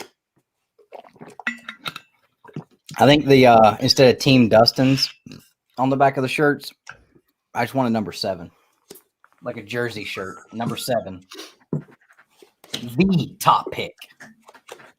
Oh my God! All right. Number 3 for me was Spear of Destiny. Dustin had a baseball bat. Justin, what was yours? Man, Daryl's crossbow doesn't, not even close. Number 1, it wasn't even in comics. Hey, but it was still cooler than freaking a bat. No, because if Daryl misses, I'm gonna get to him with that bat before he puts the crossbow on the ground, rears it back, pulls an arrow, places it in, gets it back up and aims. I'm gonna crush that dude's head in 8 times. Yeah, but what happens if he ducks? Nah, he ain't going to. He don't always hit it. He misses plenty of times. Oh my God! No. What if Daryl ducks as the bat is being swung? What if he what? Ducks, dodges, dips. Oh no! See, I'm not. See. I don't fight the same way. I don't fight fair, dude. I hit you right in the nads, right off the bat. That way, you ain't got no chance to duck. You're gonna be bent over perfectly, so I can cave the back of your head in. And then when you hit the ground, I'm gonna start going to town, and I'm not gonna stop until you can't tell what's skull and what's brains and what's face and what's back of the head. I ain't. No. I like that. All right, Justin, you're number 3. Hate you guys. And it goes for some of y'all in the chat. My number 3 was Cap Shield. Oh yeah, because it sucked. Dustin, did you say bat shit? I swear to God, that's what I heard. Cap Shield. Oh, I swear to God, I thought he said bat shit. I was like, guano? From Ace Ventura? All right, number 2s. Who went first? Oh, man. I think I went first on that last one. All right, Dustin, you can go first. Yeah, because I went last. My number 2, Cap Shield. God, that's such an awful pick. I can't believe y'all picking defense weapons as actual weapons. How's it a defense weapon? It's a shield all the time. Literally in the name, shield. Whatever. Hey, man. Bumblebee tuna. Hey. I love that. Hey, sometimes the best defense is a good offense. Guano balls. Collect the whole set. Right. My number 2 was the gauntlet, the Infinity Gauntlet. Excuse me. With all the rings. Showing. Okay, easy now. Hey, somebody said it in the chat. Hush. It's after 12. We can still take it easy. Jimmy, what's up, man? Dude, you need to take it easy, okay? What's up, Jimmy?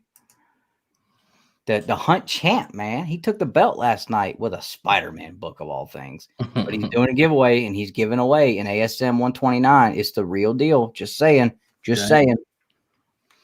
All right. Mine was the Infinity Gauntlet. Justin?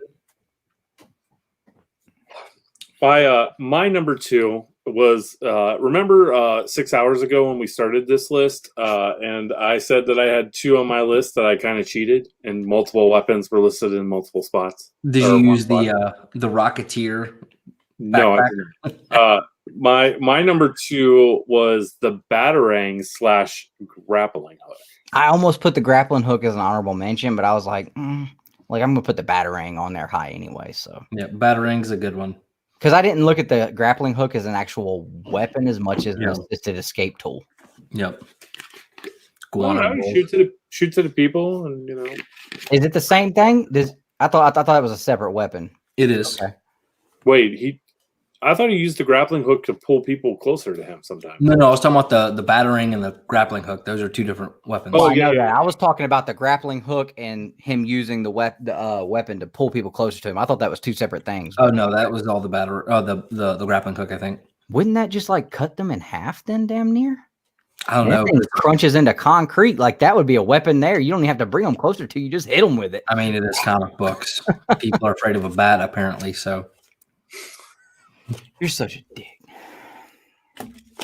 All right. What was your okay? Now we're on to number one. Nick, what was your god awful number one? does it even need to be? Do I even need to say it? No. What was I it, know. Justin?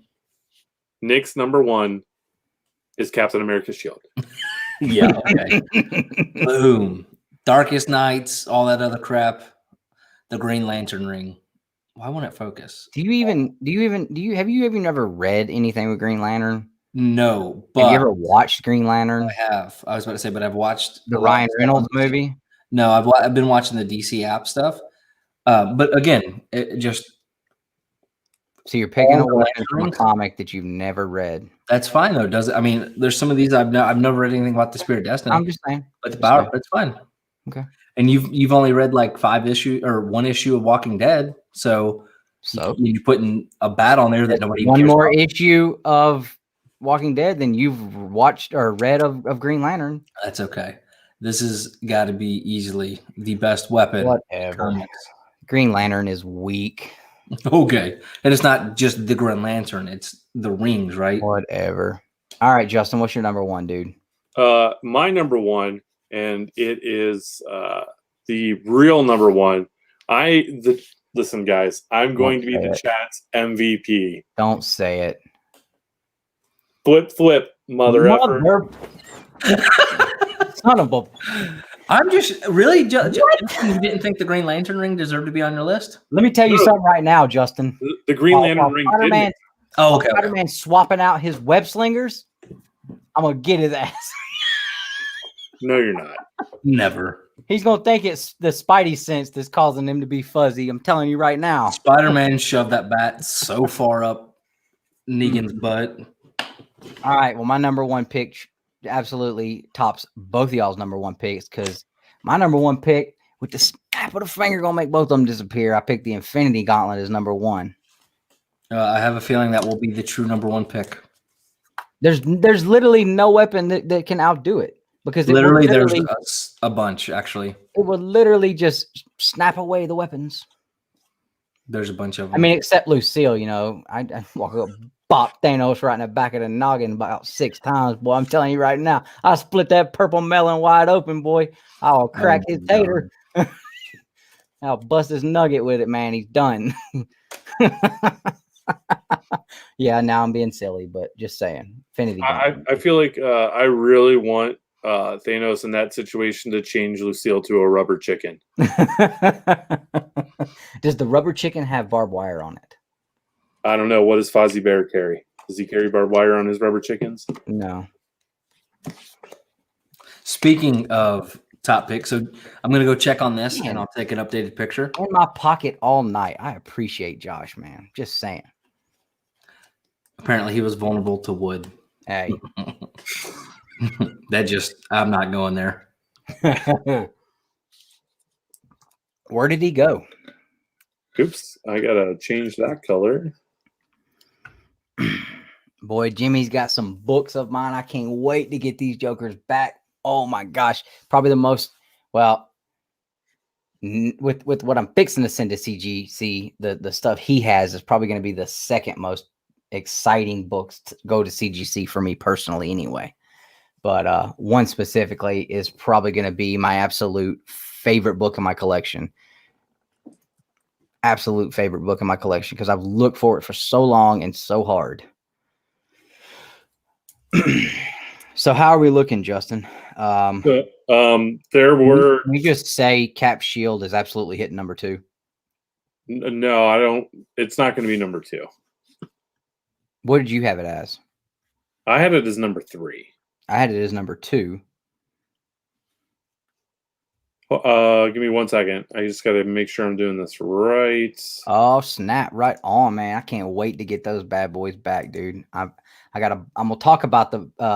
I'm gonna kind of talk about a little bit about what I'm fixing to send off. I've already got them packaged up, but I gotta bust that package open and add one more to it tomorrow. That's what I'm gonna talk about after we get done with the top 10. Okay. Yeah, I'm excited to see what you did with them, Jimmy. Man, I'm excited. So we had two things make all three of our lists: the Batarang and Mjolnir. Okay. And I can't then believe you didn't have the Infinity Gauntlet. That surprised me. I thought it was cheating. I mean, I don't know. It's a physical thing that can be done by very different people.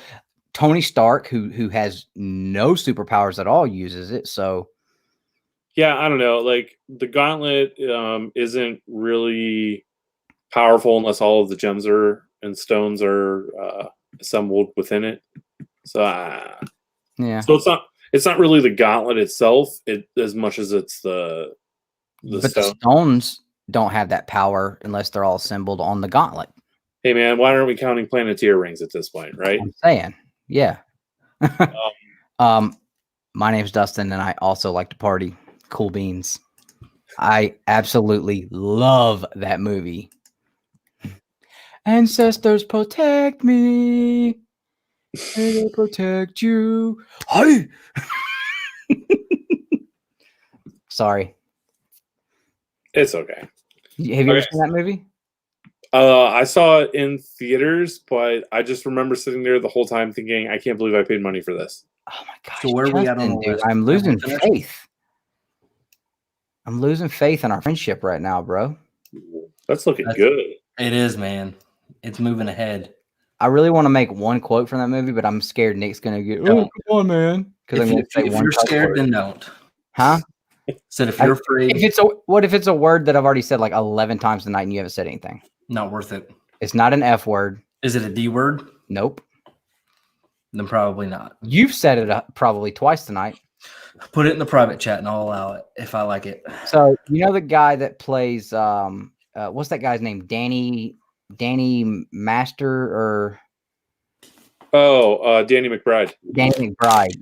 He walks up and they're outside. You know what I'm talking about, Justin? They're outside the little restaurants, and he walks up with a plastic or a paper bag, and he's like, "You should."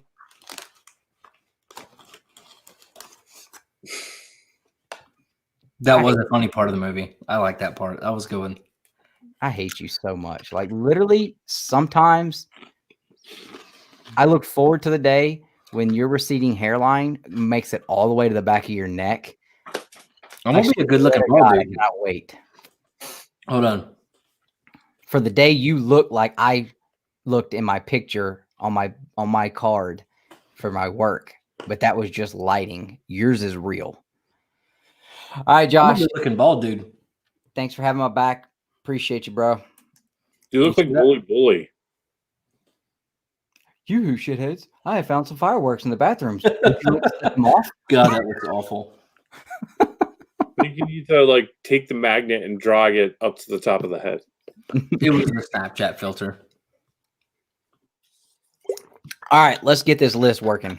All right. So the two that all three of us had was the Batarang and Mjolnir. Okay. Okay. 3 and 4. No. 1 and 2 then. No. They've got to be. That's the rules. If we all three have it, then it's got to be up top. Justin has also said that we can also use like the idea of whether that actually makes sense or not, because we already also discussed that the Infinity Gauntlet probably should be number 1. Infinity Gauntlet 1, Batarang 2. Rocketeer Helmet 3.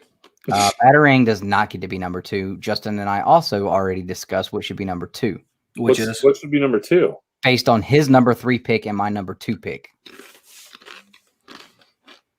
Capsule. Yeah. And also based on piss on you, Nick, because you don't know what you're talking about. I feel like I've gotten no say on this. So that means Spider-Man's web shooters are number 3. As long as Cap Shield is number 2, I will let y'all have it. Yeah, I don't care. All right. So what are we saying number 1 is? Infinity Gauntlet? I think so. Okay. I think And it has to be. Cap Shield at number 2. Yep. Mhm. And web shooters at 3. Yep. Green Lantern ring at 4. You 100%. All. Justin, Josh, where'd you have it, Justin? I had the ring at 7. And I had it at 1, so that averages out to 4. In what world? Do the math, bro. I don't know how. I mean, technically, it would be like 3.5. So 4. Nope, because I had 1. You had 7. That's 8 divided by 2. 4. Oh, yeah. Sorry, I was doing 7 divided by 2. Does Nick know any card tricks? What? Please don't. So glad Ryan. you asked, Ryan. What? Why? Why? Are we ready? First He's off, mad at me for dissing Spider-Man all night. you guys ready? All right. So let's do a little color change out. So what do we want to do for number 5? Number 5. We haven't used the Batarang yet. I can deal with Batarang at number 5 because I had Batarang at number 6. And And I Nick had had it at 2. Nick had it too. Did you have it? No, I had it at 2. Nick had it at 8. You were so lucky I can't boot you because I was trying to actually just kick you from the whole stream. I've tried that 1,000 times on you, but it never works. So that's what happens when we're both admins.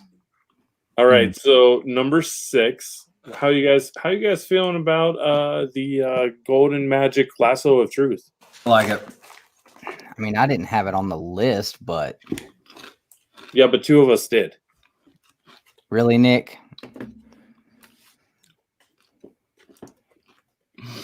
I missed it. I totally You missed don't like me saying that word, but you will type it on there. Okay. I'm glad I'm speaking of changing rules and all that. Yeah. Real slick, Nick. Dropping F-bombs in 5 seconds of the show starting and then typing words out that I'm not allowed to say. That's not a move at all. That was funny. You must own Stevie B's comic shop. You got to admit that was pretty funny because I didn't know I could do that until just then. Guys, so there's one thing that we should probably talk about, and I think it's going to change the whole list. But we haven't listed Mjolnir yet. Oh my God, that's got to go at least top 5. So we kicked the ring, put me on there. No, We all had it definitely on have the to list, right? kick Cap Shield. We can't kick Cap Shield. That's locked in it too. Only 2 of us had Cap Shield. Only Yeah, 2 of us had Spider-Man's web slingers. I kind of want to put Mjolnir at number 2 and bump everything that was in that like down 1 spot. As long as Cap keeps getting bumped, I don't care. I mean, I guess that can make sense. I mean, I guess we can put the shield at 3 and Mjolnir at 2. I mean, And then Green Lantern ring at 4. No, Green Lantern ring gets bumped to 5. Whatever. because it sucks. Bro, this thing is going to be so huge. That's what she said. That's what she knows. I apparently you're not speaking of a she, you know. Oh, I thought the movie went off.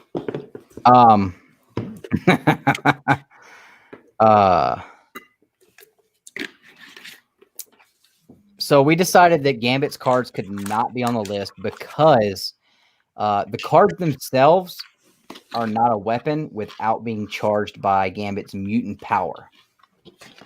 However, Nick's cards, They have a Are power. just as powerful. They have a power. They have the power to make everybody decide to go watch the Comic Burrito or something else on YouTube instead of watching us. All right. I need you guys to fight over the number 10 spot.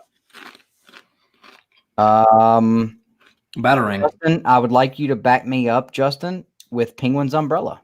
Not a chance.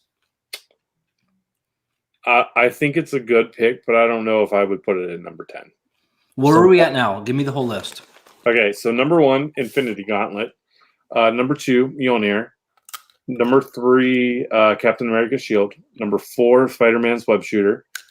Number 5, Green Lantern Ring. Number 6, Batarang. Number 7, doesn't really matter. Number 8, the Golden Magic Lasso of Truth. Number 9, Teenage Mutant Ninja Turtle Weapons.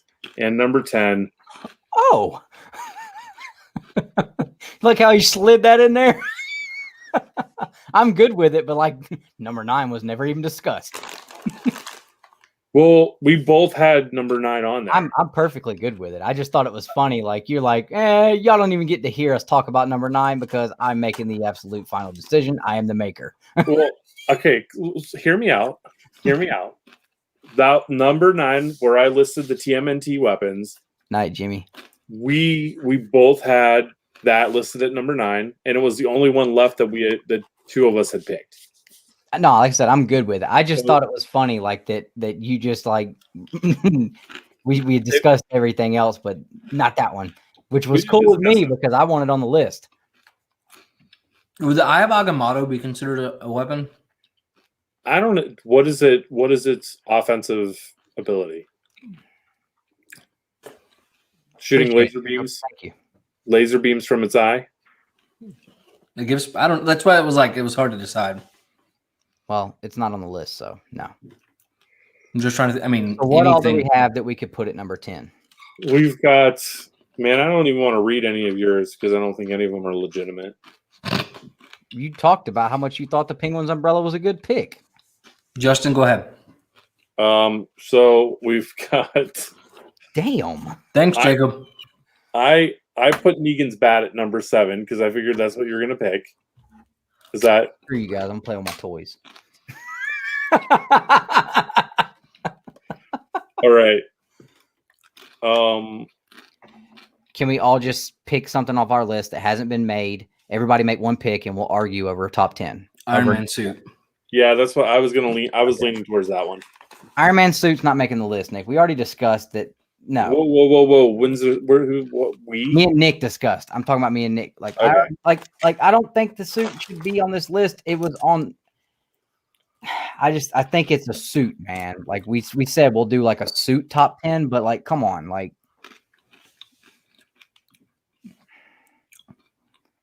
At this point, then Black Panther suit could be a argument. It's a weapon. So, I mean, then we could just start getting into everybody's suits, Nick. How many other suits could we put in there? So, like, let's not go down that road because there's a ton of suits that can be put on the list. Yeah, and then we would Mom's have a suit. Negan's jacket. It don't have a damn. Come on. No need. No need. All right. Spirit of Destiny. Sodium chloride over there, Justin. Was that over the line? Did I cross the line? Sodium chloride. It's I believe it's pronounced coral. That I hated that character. Sorry, that was so loud. Governor's eye patch. Justin, what were some of your picks that haven't made it yet? Wrecker's crowbar, Black Widow's bracelets, Daredevil's billy club. Okay. And which one of those would you like to argue for your number 10? Billy club. Okay. Nick. Swiss Army knife of billy clubs, guys. Dude, I cannot back you up on a freaking piece of wood too. Like, I'm going to talk crap to him about his piece of wood. I'm going to talk. You can't. Look, Wait. You're assuming the billy club is made of wood? I'm almost guaranteeing it. To the Wikipedia. You done it now. Oh my God. Like, there's anything in the world better than the Penguins. So Nick, you're gonna stick with what are you gonna use for your number 10 argument? The Necro Sword. It's one of the most powerful weapons out there. Oh my gosh, you Donnie Cates. It's not even Donnie Cates, you dumb butt. It's Jason Aaron. Hold Yeah, on. but like it's all getting brought into Donnie Cates stuff too. Like he's gonna use all that crap. The upgraded version of the billy club uses a special steel fiber composite cable that makes it nearly indestructible. The cable's mechanism allows the billy club to shoot out at either strike or ensnare at a target, which makes it useful and versatile in close combat. Justin, real quick, have you read anything with that crowbar in it? I mean, I've read stories where the wreckers just show up as like background characters. Okay, that's cool. Nick, did you read that Thor series? It doesn't matter if I read it or not. Oh, so you just found it online, looked up, and Whoa! Time out. Okay, yeah, you don't. Nope. Yeah, You haven't read anything with Negan's bat, dumbass. so you can't use that I'm argument. I'm just saying. You just said you didn't go looking everywhere for your top 10 earlier. I can still know about the Necro Sword without having read it. You haven't read Negan's bat. I'm not arguing for bat on number 10. I'm arguing for penguin. I'm arguing your point. What I'm saying is you can still know about things without having specifically read that one specific. What does the sword do? I don't know nothing about it. What does it do? What do you mean? What does it do? It's a freaking sword. You said it's the most powerful weapon on the It's universe. a powerful sword. What is so powerful? Just like the Excalibur is a powerful sword. What does it do? The actual power of the sword. Like I don't understand. Like, here's my thing. Like a bat. I was able to argue give about you reasons why I put things on my list, and I've asked you on 2 separate occasions for 2 of your picks to tell me what it does and why it should be on the list, and you can't give me a damn answer. It is a sword. What does a sword do? It cuts. What does a bat do? You said it's the most powerful weapon ever. I didn't say that. I said it's a powerful weapon, one of the most powerful weapons. What about it makes it powerful? Just because it's a sword. Because of the power behind it, right? Like, what does an Infinity Gauntlet do? It just has power. Like, how do you describe the power behind it's power. But like, okay, but I'm getting in trouble because I'm too loud. Because you're stupid. I'm trying to figure out if I'm just trying to get you to explain to me what about this sword makes it so great. We know the Infinity Gauntlet, what makes it so great. We can talk about that. We can have a conversation on that. Have a conversation with me about this sword is all I'm trying to get you to do.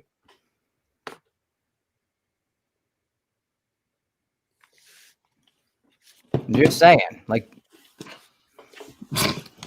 you're going to shit on me for my picks that I can actually have a conversation about and talk about why I picked them and why I like them, why I think they should be there. And you can't even talk to me and have a conversation with me about some of your picks. The sword was like, first off, it was created by Null. Okay. It was made from a celestial's head. Okay. Galactus himself said it was one of the most powerful weapons out there. But I'm asking, but it's just telling me power behind. I don't know how to describe what a power is. What does it do? It cuts. It's a sword. Okay, but does it have? That's what I asked you. Does it have powers or something? Is there some? Yes, it's a power. It's a powerful. Like, I don't understand what you want from me. I don't either. I really don't. Mjolnir has the ability to help him fly. The hammer whoa. From across universes straight to his hand. It doesn't help him fly. He spins it and with that. Right. He does that. But that's not a Mjolnir power. But I'm saying we know what it does that makes it cool. I'm just trying to ask you, is there something else outside of the fact what makes that sword different than this damn knife? Because it can cut you too. Can that knife kill a god? I don't know. I've never met one. Okay. Well, what about that sword makes it so it can kill a god? It has the power to kill a god, and that's the power behind it. It cuts it in fucking half with the power. Okay. I'm just like, I don't understand. I'm just trying to get you to explain to me what it is. That's all I was trying to do. Your baseball bat, your baseball bat hits things. A sword slashes things. Right, but I never said this is one of the most powerful weapons in the universe. That never came out of my mouth. Okay, but it's hard to quantify power. What made it one of the most powerful weapons in the universe? That's all I asked you. That's all I asked you. And I think you're getting pissed off because you don't know. But that's Justin. Fine. What does he want? Justin even said earlier, I don't know what you want. What about the sword makes it special is what I'm asking you. And I told you. You said it's got a power. I said what power? And you go ahead, Justin. Not know. Yeah, he's given you like what its abilities are and what its capabilities are, and all he said was it's made by this and it's made by that. But like I'm trying to say like, okay, it can kill a god, but like what makes that able to kill a god? Do you want me to tell you it sprouts wings and flies and stabs to God's hearts? I mean, what do you want? No, but I mean, does it have some power like that?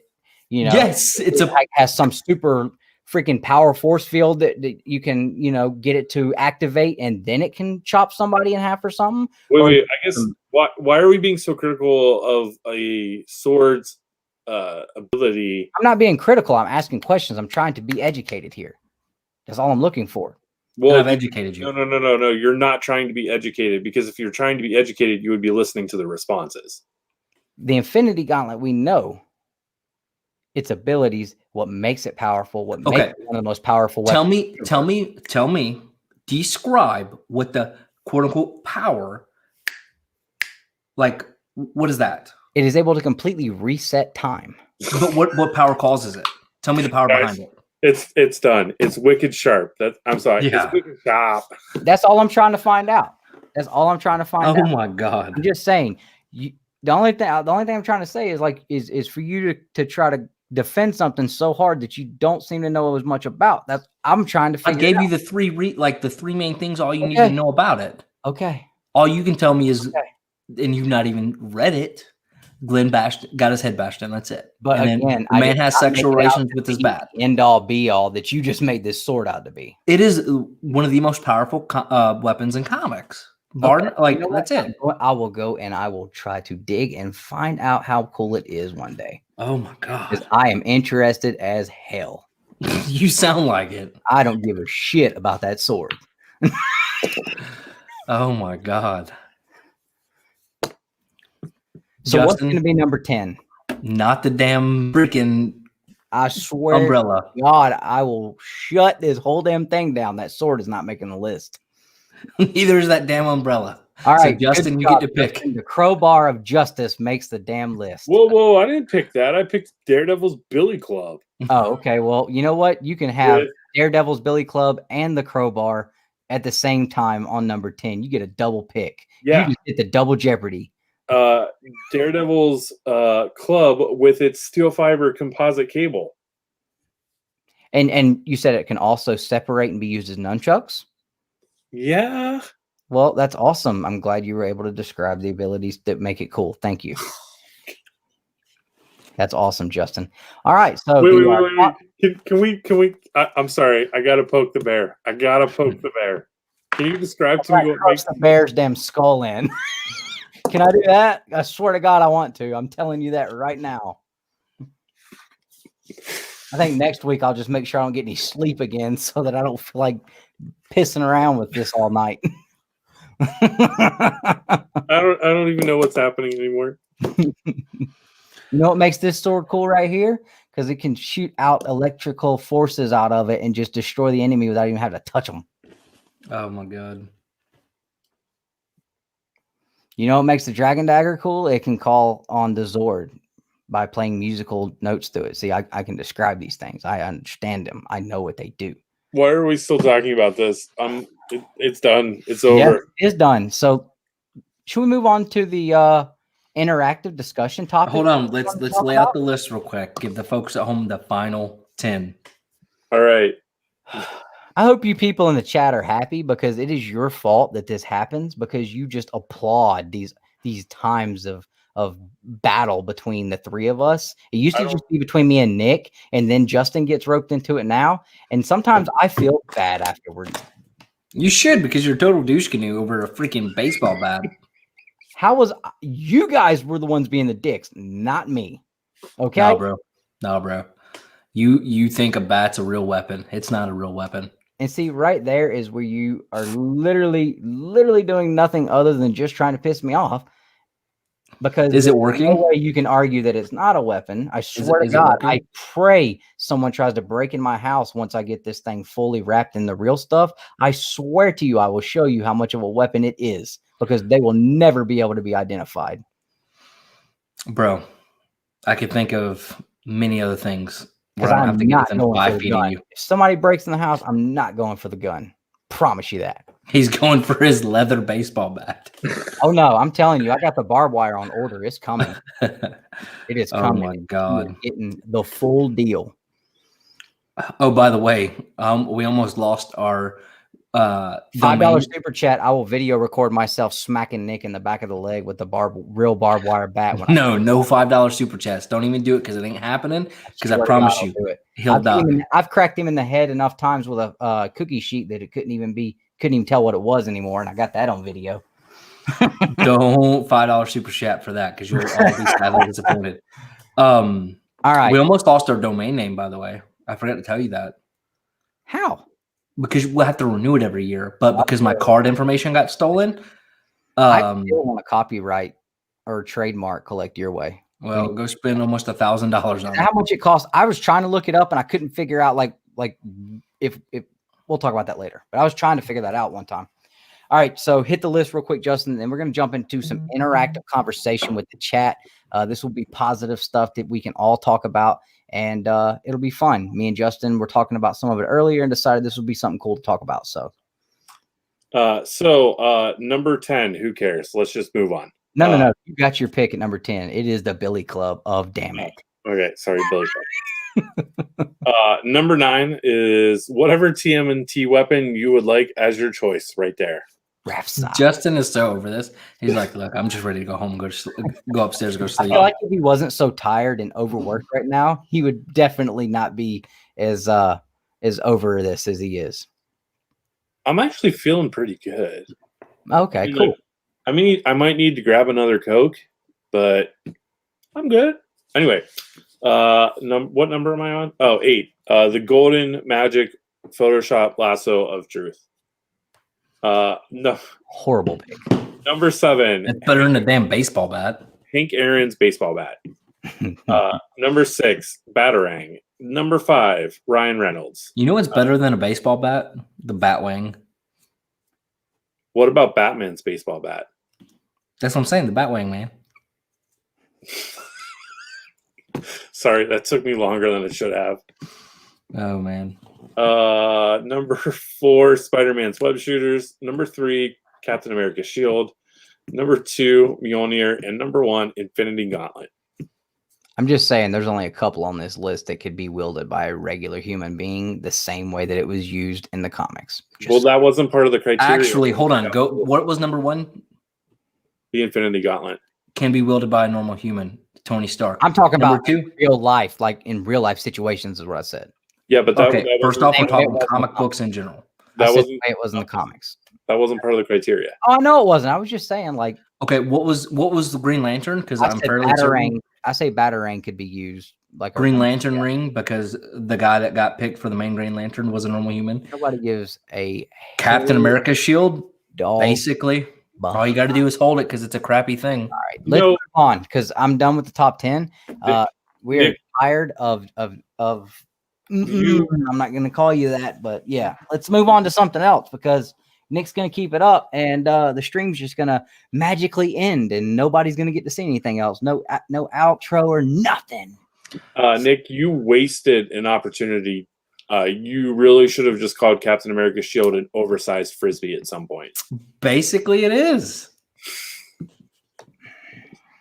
See, Dustin is the kind of guy that when he gets upset, he just takes his ball and goes home. That's why he wants to end the stream and be done. I want to take my ball and beat the holy hell out of you with it most of the time. I promise you that.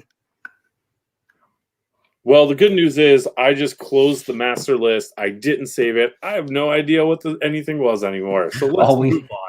Lucille hit number 1? Is that what you just said? No, because they're still recovering. Definitely leak that shit on Instagram, and nobody's going to have physical evidence to argue otherwise. I'll delete the stream. I'll just absolutely delete it from YouTube, and it'll be your word against mine. It'll be 2 of our words. I don't care. Y'all too. All I'm saying is Excel has a recovery feature. All right, let's move on to the next topic and then go to bed. But does numbers? Ooh, you use numbers? Yeah. How lame. Google Sheets is better than numbers. Hey man. Numbers is what came on my iMac. Google Sheets is free to everyone. Well, I'm not going to pull it out, but I was going to pull my Casey Jones NECA out with the cricket bat. But yes, sir. Casey Jones and his fancy bag of tricks. Dude, I can make a Casey Jones mask. I can buy one. NECA put one out. It looks pretty cool. And it's $40. I looked at it. Yeah.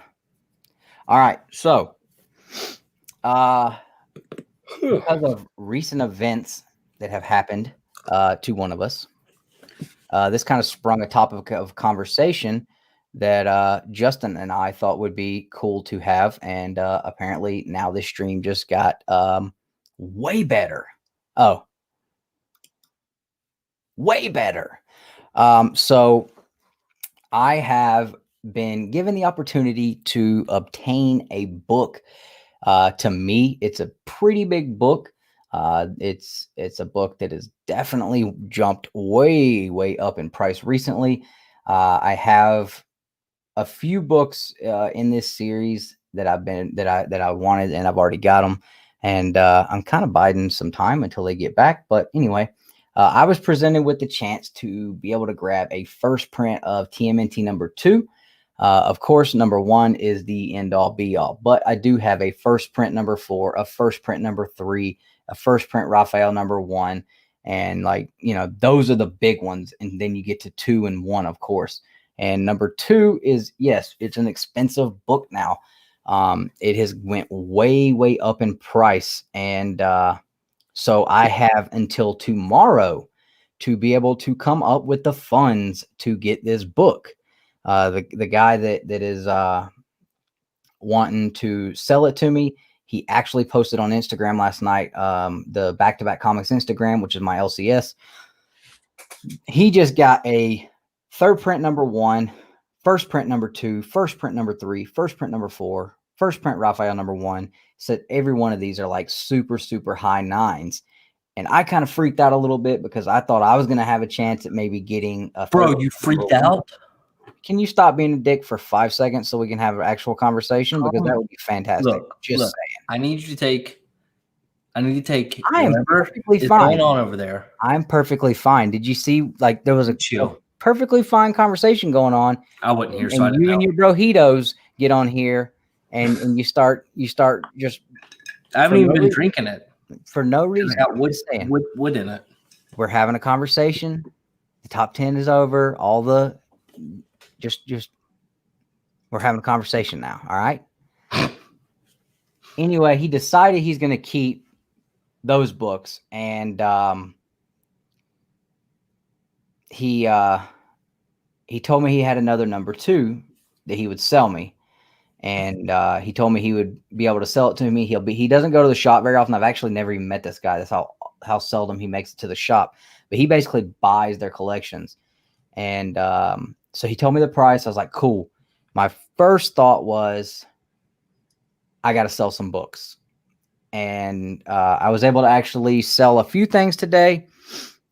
All right, Jacob, have a good one, man. And I'm really, really close to being able to grab this book. I'm close enough. I'm going to go ahead and grab it and continue to try to move some of my personal collection to recoup whatever small amount of funds I need to get it. And me and Justin were talking about this earlier, and he said, man, that would be something cool to talk about because that's something we've all done. When you get that opportunity that you weren't expecting, because it happens all the time.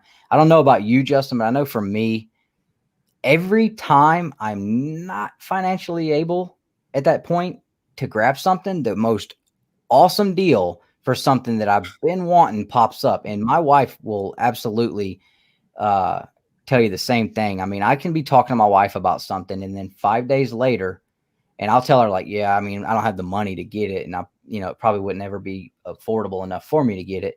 And then 5 days later, it's right in front of my face at a price that is just absolutely 100% an awesome deal. And I have to figure out a way to make moves. And you kind of go immediately to, all right, what can I get rid of to make this happen? Because I got to get this. And, it's a hard thing, because then you got to start looking at what am I able to separate myself from? And sometimes that's hard to do because sometimes the stuff you're willing to let go isn't actually worth the money to anybody else. And it's not going to do you a lot of good. So you have to start looking at things that you really don't want to get rid of. But what's more important to you? This that you already have, or something you don't have, never have had, might not get another shot to get it at this price. And then you got to start making decisions. So, I mean, this is where I'm at right now. A TMNT number 2, a first print. Now I'm one book away from having every single one of the original Mirage Studios run that were in the magazine oversized formats. So I'm super, super psyched about being able to grab that. But I mean, what are your thoughts on it? I mean, what are some things you've been presented with that have kind of made you have to go that route? So I guess whenever I'm looking at it from a perspective and a point of view of trimming down a collection in order to purchase something else, like taking those funds and moving it towards something else that you want, like exactly like what you're doing. So one of the things that I'm considering is selling off my entire Star Wars Black collection. And what I would do with those funds is put it towards Star Wars Hot Toys.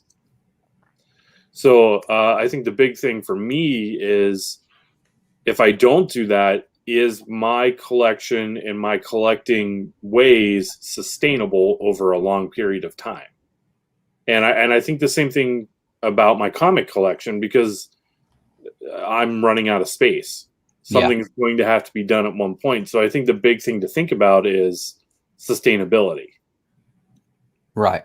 Both from a space perspective and a financial perspective. So yeah. I mean, and I kind of look at it too. Like, for me, it's FOMO. I fear missing out. I'm scared if I sell something off, it's going to shoot up in value, or I'm going to want it again, and I'm going to rebuy it.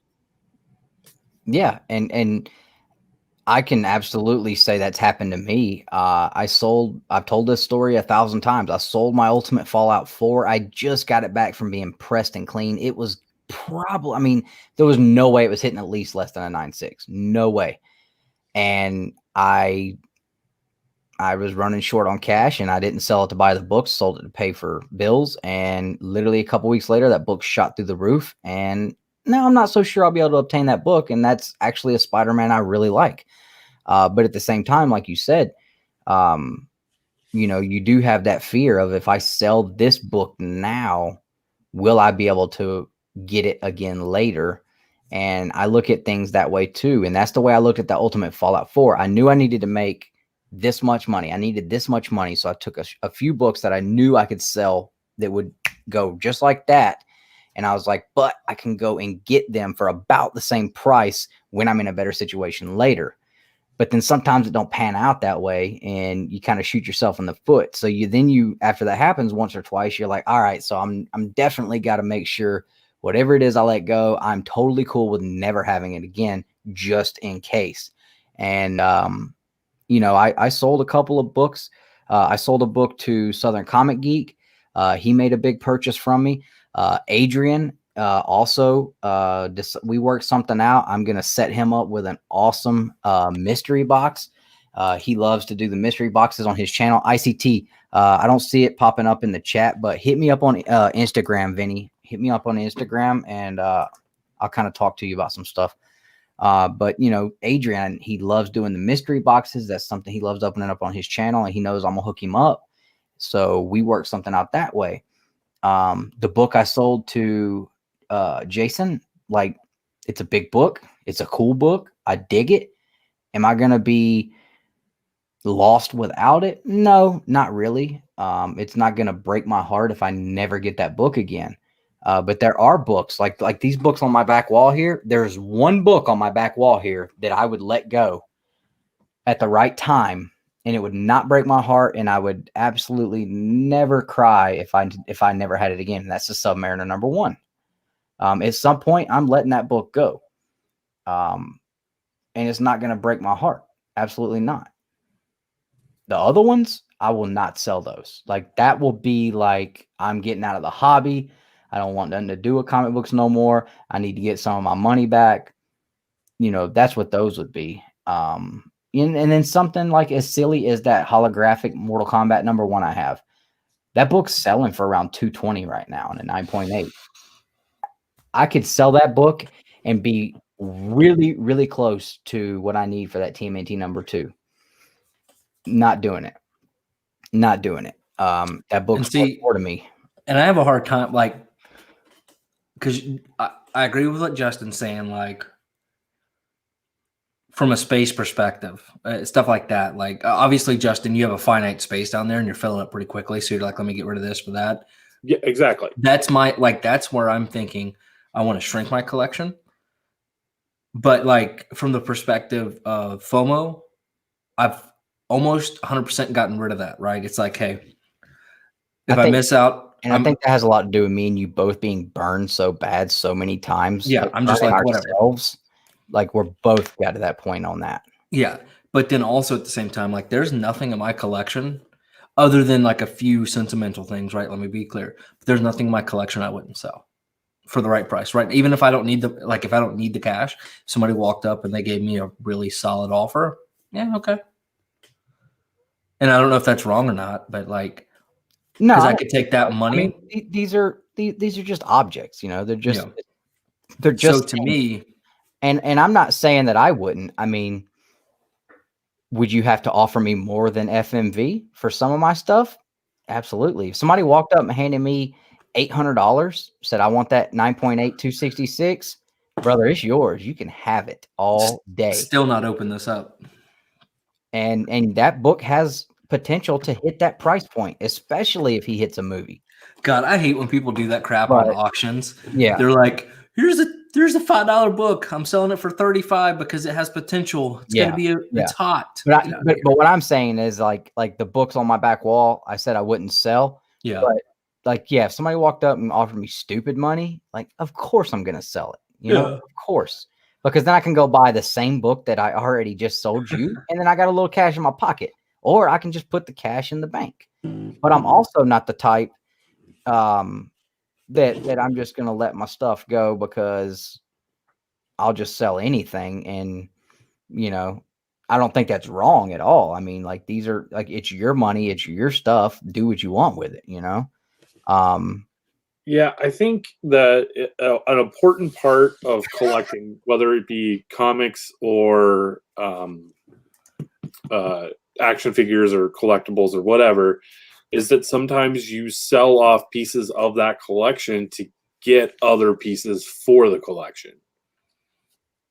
Yeah. So fastest and most visibility, eBay. Yeah. Next best would probably be if you have a decent Instagram, and also a good community, right? Mm-hmm. And then honestly, there are a ton of Facebook Facebook marketplace groups, but it all depends on what you're willing to put up with. Are you willing to put up with fees, or are you willing to put up with taxes? Do you want it sold now, or Nick do you used to sell on Facebook all the time? We did Facebook auctions. Yeah. We did good sometimes. Sometimes we didn't do so hot, but you know, I don't sell books. Like, that's my thing. Like, I don't sell anything, and I buy a lot. Not anymore as much as I used to. Like, I think Nick can even say, like, I don't buy anywhere near as much as I used to. I know Nick doesn't. I know this time last year, me and Nick we had lost our freaking minds. I got the boxes that were coming to this dude's freaking doorstep.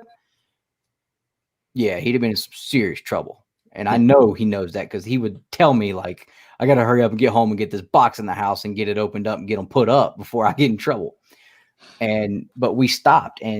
But I think doing that, like, back to Justin's point on reducing the quantity and improving the quality, I think is what he was getting at. Like, I've got a box full of Uncanny X-Men books here, and 90s X-Men books and all kind of X-Men stuff, Gambit stuff that I was just buying like crazy. And I'm ready to let all of it go. All my X-Men stuff, for the most part, I'm ready to just let it go. And now's the time to buy those and hold. Absolutely. Absolutely. And I was selling Uncanny X-Men. I'm holding mine hard. I was selling all my Uncanny X-Men. I've still got some in here. I was selling them all for $3 a piece. Like, if you need run fillers, I got some run fillers. I'll sell you $3 a piece. They're all pretty decent. Look, the Daredevil doesn't need a belly club. He has a Green Lantern ring now. Can we please concentrate for 5 minutes? Oh, man. Yeah, like, and then I think about like some of the current stuff I'm reading. Oh my gosh, that scared me to death. I just bumped this action figure. I didn't realize I touched it, and it started falling on my hand. I thought something got me. Real quick, sorry, this is a side tangent. Nick, did you see that Todd McFarlane has teased Medieval Spawn Kickstarter? Justin, do you want to buy a Spawn toys for like $1,700? No, I have no regrets about that either. Can you imagine $170 and now they're going for like astronomical amounts? I mean, if I were you, I'd sell. It's hard. You have to. I need to find somebody to trade for a Hulk 181. You have to. I mean, I think you're stupid if you even open it at this point. Bro, for the content. Like, if you're gonna open it, just go. You're not gonna make the money. I'm not in it for the money. Well, I'm just saying, like, I think you should sell. Justin said the same thing. That doesn't mean you should, that you have to, but I'm saying if there is any inkling in your mind that you want to sell, you're not going to get anywhere near top dollar if you cut that tape, and you know that. Let me see. Let me see how much they're going for currently. All right. Well, while you do that, we're going to keep going. But I started looking at like things that I'm collecting now, like runs, like the Thor run, the current Thor run. Of course, the bottom has kind of fallen out a little bit on it because Black Winter didn't really pan out. But there are people that are still thinking that character can come back, and I absolutely think the character will come back. If somebody wanted to buy my Thor run, my Donny Cates Thor run right now, I would sell the hell out of it, and I'll sell it cheap. So it looks like the high went for Batman run. The high was for 1,500 on 910, and then it slowly starts going down to 1149, 997, 1250, and the most recent one was 749. Okay, so I mean, you're still making a substantial profit. Oh, for sure. I'm gonna put mine up for $2,000. See if anybody buys it. So I guarantee you that those numbers will spike once they get released and people have it in their hands. Yeah. Like even my Marvel Comics 1000, the 98, that's the DC one. Not the DC, sorry, the Disney D23 one. Mm-hmm. I mean, like that book is going significantly more than what I paid for it. But it's like, why sell I've it? got books like that too, like I was just talking to my wife about that Thor number 5, a 9.8, which I'm pretty certain mine would have hit, sold for almost $400, man. That's outrageous. That's stupid money. Do you know a book that I've discovered that I have that is selling for stupid money? What? Miss Marvel number 1. Oh, yes. So that Star book, the Star book, the one with Star first, appearance or whatever. No, it's the first. I can't pronounce it. Is it Kamala? Oh, the Kamala Khan. Yeah, it's Kamala Khan's first in costume appearance. Yeah. What are you talking about, Austin? Are you talking about the Thor? I'll sell the whole Thor run, man. $60. I'll sell every single one of them. I got all the extra printings. I got number 5 in there, first print. I'll sell them all. I don't give a dang. But then, I look at my Batman run. There are, of course, new first appearances in there. There's a Batman 89 in there. I only got the variant, but I didn't care about the A cover. But I've got A cover and B covers for, the majority of the run from Batman 75 on. And even if somebody wanted to buy those, oh, okay, I hear you. I'm enjoying that series, and I like that series enough right now that I wouldn't want to get rid of that run. But I've got the House and Powers of X stuff out. I traded my number 1s for a TMNT number 4 that's probably going to hit at least a 9.6. I mean, come on, that was a crazy good deal because me and Nick both knew at the time. Yeah, those books were going for big money, the connecting covers, but we both knew the bottom was going to fall out on them. So I made out great. And the guy, I still have 2 that I would like to get rid of. Yeah, and they're not even going for 60 anymore, man. But, I knew the guy. We were good friends. He was dying for those books. I was dying for that number 4. We made a good trade. 8 months later, I'm definitely coming out the winner because we know what's going on with TMNT right now. Yeah. I mean, I'm going to piggyback off of that. Is it really about coming out ahead or being the winner of something like that? I mean, if you're talking about monetarily or just yeah. Well, in this situation, yes, because he was wanting those from a spec standpoint. Well, no. I think what I'm saying is, would you have regretted making that trade if you found out that those books continued to go up in value versus getting a book that you wanted for your own personal collection that you knew that you weren't ever going to get rid of?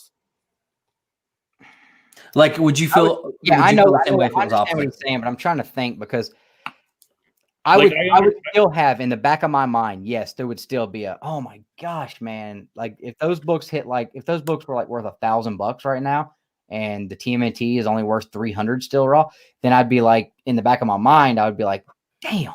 But I would still be cool with it because I got the book I wanted anyway, and I don't really care. Right. I think that's the point I was trying to make. Absolutely. But you know, We've outlasted 2 Marvel movies, by the way. right on. Yeah, well, we're having good discussion right now, though. We're not Arguing.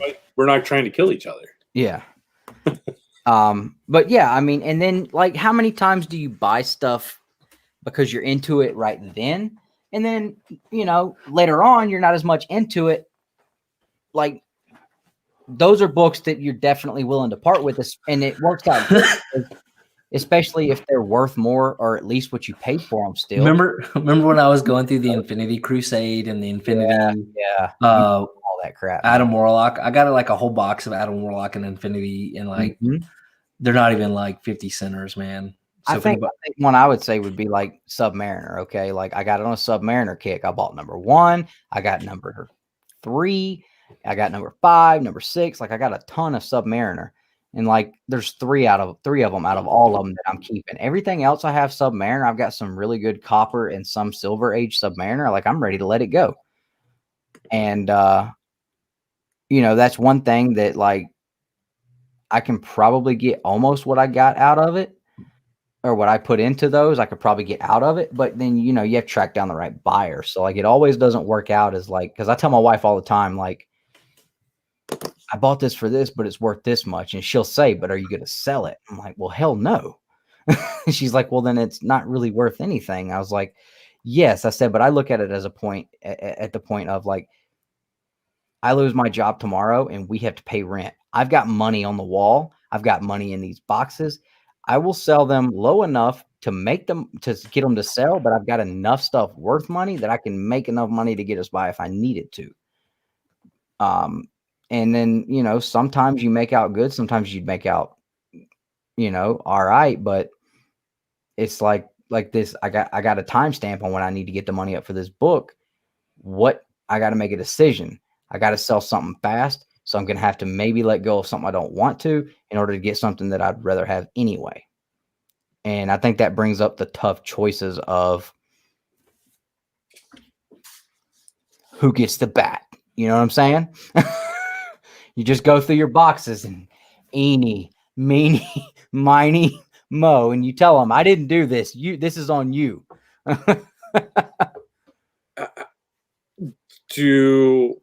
Does having a completionist type mindset, do you think that stops you or hurts you from selling stuff off? Absolutely. I honestly, that is one thing I don't think I've ever struggled with, as being a completionist. I can't think of anything. Certain things.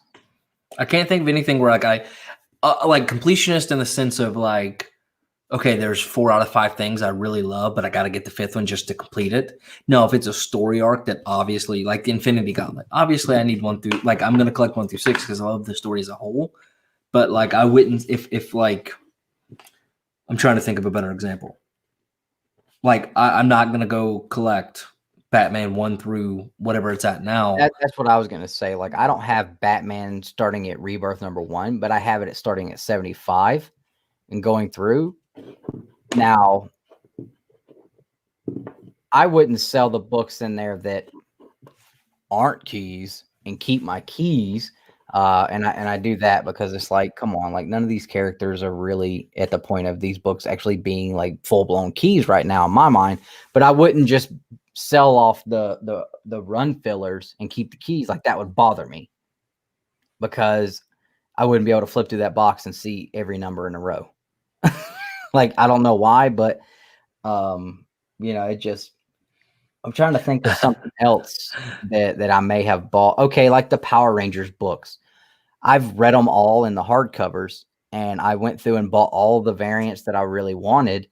And now I'm kind of, as I can, picking up out of the dollar bin or whatever. If I can get them for $1 or cover price, trying to pick up and put together the full run. Am I going to go through and read them issue by issue when I get done? No. But being a completionist in that way, like, I want them. So if somebody say, okay, issue 24 of Power Rangers went through the roof, man, it was selling for like $80. There's another one I have that was selling for like $1.75. Do I care about those books that much? No. Should I probably sell them? Absolutely. But there's holes in my collection now, so that's going to hurt me. So yeah, I definitely agree with that, Justin. Yeah, and I think that's the part. I struggle mainly with two things. I struggle with the fear of missing out, and with the idea of being a completionist. Like, so yeah, that's that's a lot of what stops me from purging and getting rid of stuff in my collection. Yeah. I almost, and my wife says it's like a hoarder's mindset, but like I also look at things as like, these are mine. I bought these. They live at my house. And like, I don't like getting rid of my stuff. I mean, I bought a brand new cell phone.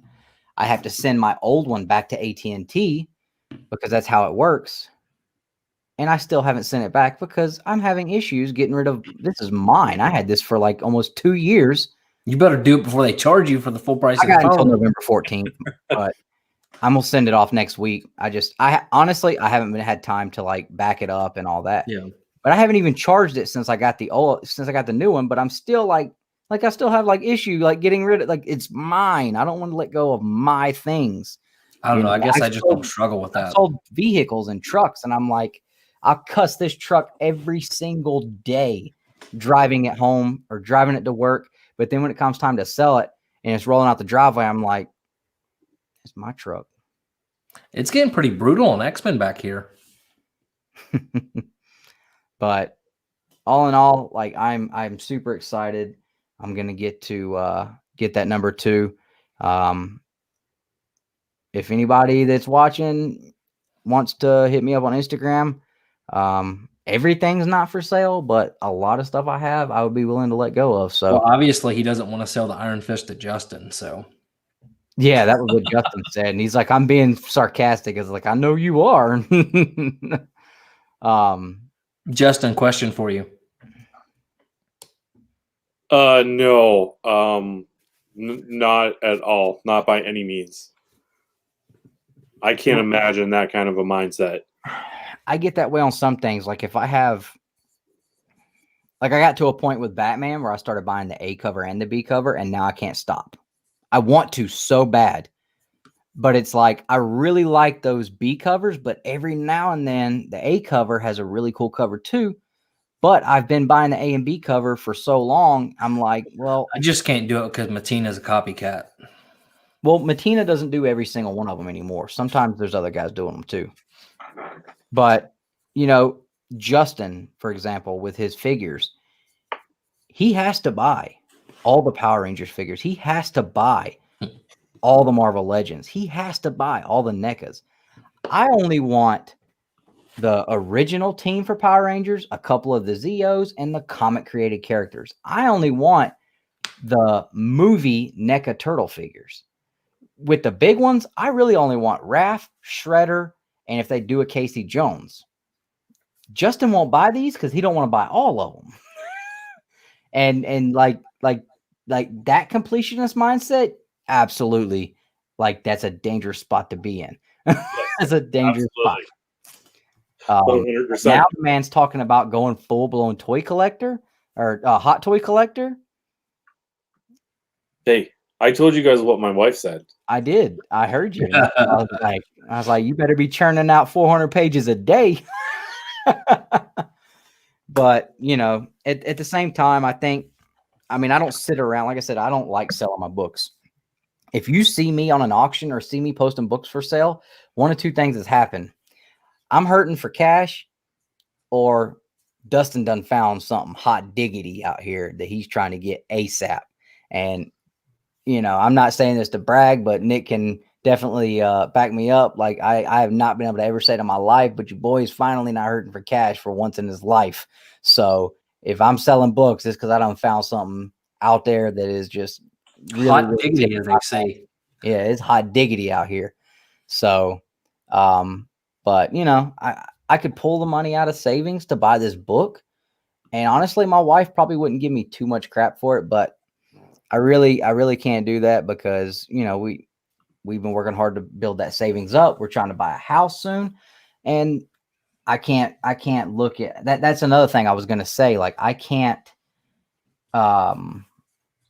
rationalize in my head taking money from my family to go buy a comic book when I've got all this stuff sitting here that a lot of it I don't ever look at. It's not going to really bother me to let it go. I'm going to try to move some of this stuff first.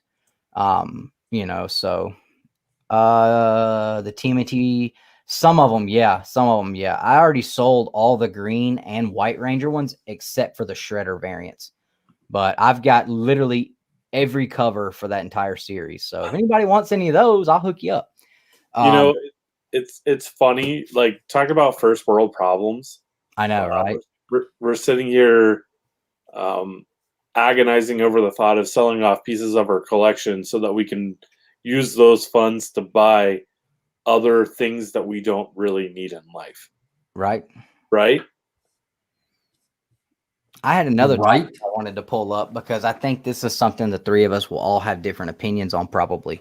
And I was talking to my wife about this earlier because I've actually had this conversation with people and they look at me and be like, well, you don't really love the comic books. Like, you're not really all about this hobby like you say you are, or put off like you are. And like, I kind of like get set back. What's up, Bueller? I kind of get set back like, dude, who are you to tell me? No. But is there like, all right, Justin and Nick, you get a bonus at work. All right. $10,000 bonus at work. Okay. And you are presented with the absolute book of your dreams. Now, I'm not talking about like action number one. I'm talking about a book that is like FMV right around that 10 grand mark, or even like 8 grand. Would you be able to rationalize spending that amount of money on a comic book? I couldn't spend $1,000 on a comic book unless I sold one book for another. Like, say, I have a couple books at CGC that I bet I could, if they still stay hot, I could probably get about $1,000 for. I probably would sell them and still could turn around and spend it. Certainly not use a bonus. Right. What about you, Justin? I mean, I know 1,000, a couple thousand. Like, I know you bought an X-Men #1. So, but we're talking like way more money than that. I would feel sick. It's something that I would definitely talk over with my wife. I don't know. At least you're honest about it. It's tough. Like, I can't. I mean, that's like if someone just handed me $10,000 and was like, "Do whatever you want with it." Like, I don't know. I don't know if I could drop it all on one single book. See, and I kind of went at it like, okay, 10 grand. I could buy a TMNT #1 first print. Now I could not get nowhere near the grade now that I could have got last year for that, but I could buy a #1. That is an absolute 100% holy grail of a book. Totally worth the money. There's no way. There is no way. And my reasoning comes from probably a different place from you guys specifically, but I would say most people, and I can't really say I know for sure with Justin or not, but I know with Nick, me and him would be, my reasoning is different because, I've spent a great deal of my adult life scraping by. So to be presented with that kind of money, I would never be able to justify not putting that absolutely in the bank, in the savings for a rainy day. If I need it, whatever, some way to improve on my family situation, like there's no way. But even like Nick said, like $1,000 on a book, like if somebody gave me $1,000 and said, here, go buy a book. Well, guess what? That happened. I mean, I got that check, that COVID check or whatever. I'm telling you, my wife looked at me like I joked about it, jokingly. I said, hey, I'm going to go to Dave's and I'm going to blow that on some awesome comic books, or at least one awesome comic book. All 1,200. Was it 1,200 or 1,500 we got? I don't remember. And she was like, all right, like whatever, like, you spend that, I'll spend mine, and we'll split what we get for Hagen. I'm like, well, hell yeah. Well, I spent probably less than 400 of that. I got my Submariner #1, Submariner #5, Submariner #6, a couple of Captain America Silver Age books. I got a TMNT #2. I got a couple packs of top loaders. Like I got a bunch of stuff, but like, even though my wife was totally cool with it and would have never ever batted an eye, stimulus check, thank you. I couldn't think of what it was called. The MAGA money. Batted an eye at it or anything. I could not stomach putting. Ooh, Got to get that taxes, bro. 40 something, close to like 42% most times. Yeah. but I couldn't stomach the thought of spending that much money on comic books. Does that mean I don't love comic books and I don't love this hobby and then collecting this stuff? No, it doesn't at all. It just means I basically think you don't love it, but that's fine. It's not the most important thing in my life. I mean, it probably doesn't hit the top 5, but at the end of the day, it is still a hobby. It is not something I can put in front of my family's financial situation. So, I take that into account a lot. Not to say that people that go spend this amount of money on their comic books don't. I'm not saying that at all. We all make different kinds of money. We all got different amounts of it. And wife took the rest. Dang, Travis. But real quick, before it gets buried, Beans, why don't you, if you plan on selling that X-Men number 8, why don't you just send me a message and let me know what you're thinking price-wise. Yeah. Got him. I mean, there's an opportunity there. I need the book. I'm sorry. I would like to have the book as it is one of the 20 remaining that I need to finish the run. And Sean did contact me this week. He actually called me earlier while we were carving pumpkins, and then I never had a spare second between carving pumpkins and getting on the show to call him back. But he did let me know that I still needed to come and get that X-Men book for you. It's no rush on my end. You're fine. That's what I told him. I was like, yeah, but yeah. I mean, I don't think putting a cap on what you would be willing to spend on the book is a good thing to do. Having a realistic idea of like what is okay and what is not okay for you personally to spend. I think you got to keep yourself in check some sort of way. I mean, because it's real easy when you're collecting and doing this stuff to get way out of hand real quick. And then guess what? You ain't got no money. You ain't got no job. You ain't got no house. You can't live in them books. You can't eat them books. And there's a couple of other things you can't do with them books neither. And you end up losing everything else. Them books better keep you warm at night because you ain't gonna have nothing else to do it. And that's, like that's a situation that I've talked to people and they've ended up in. And I'm like, you let comic books, like you ain't got no wife now, you ain't got no house, like you lost everything, dude.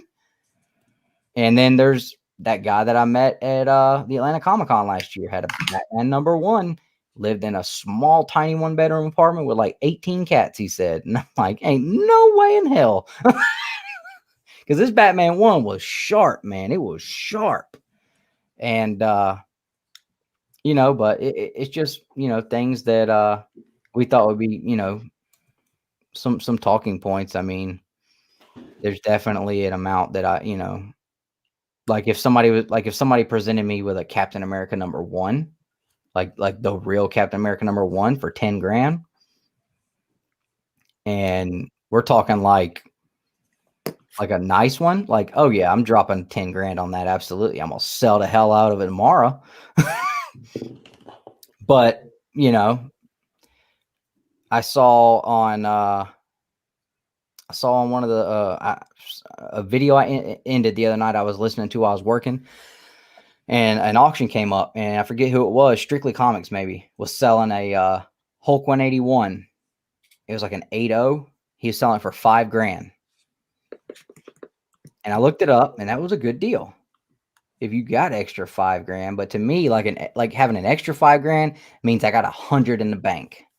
Like that's how real it's got to be out here for me to be able to say, all right, I'm gonna drop $5 grand on this book. Like I got to be able, like, because $5 grand, it wasn't that long ago. That's more money than I ever had at one point in my entire life at the same time. So, like, to me, that's crazy amount of money. But, there's people out there that look at that like $5 grand. Psh, man, let me get 2 of them now. Dustin, go ahead.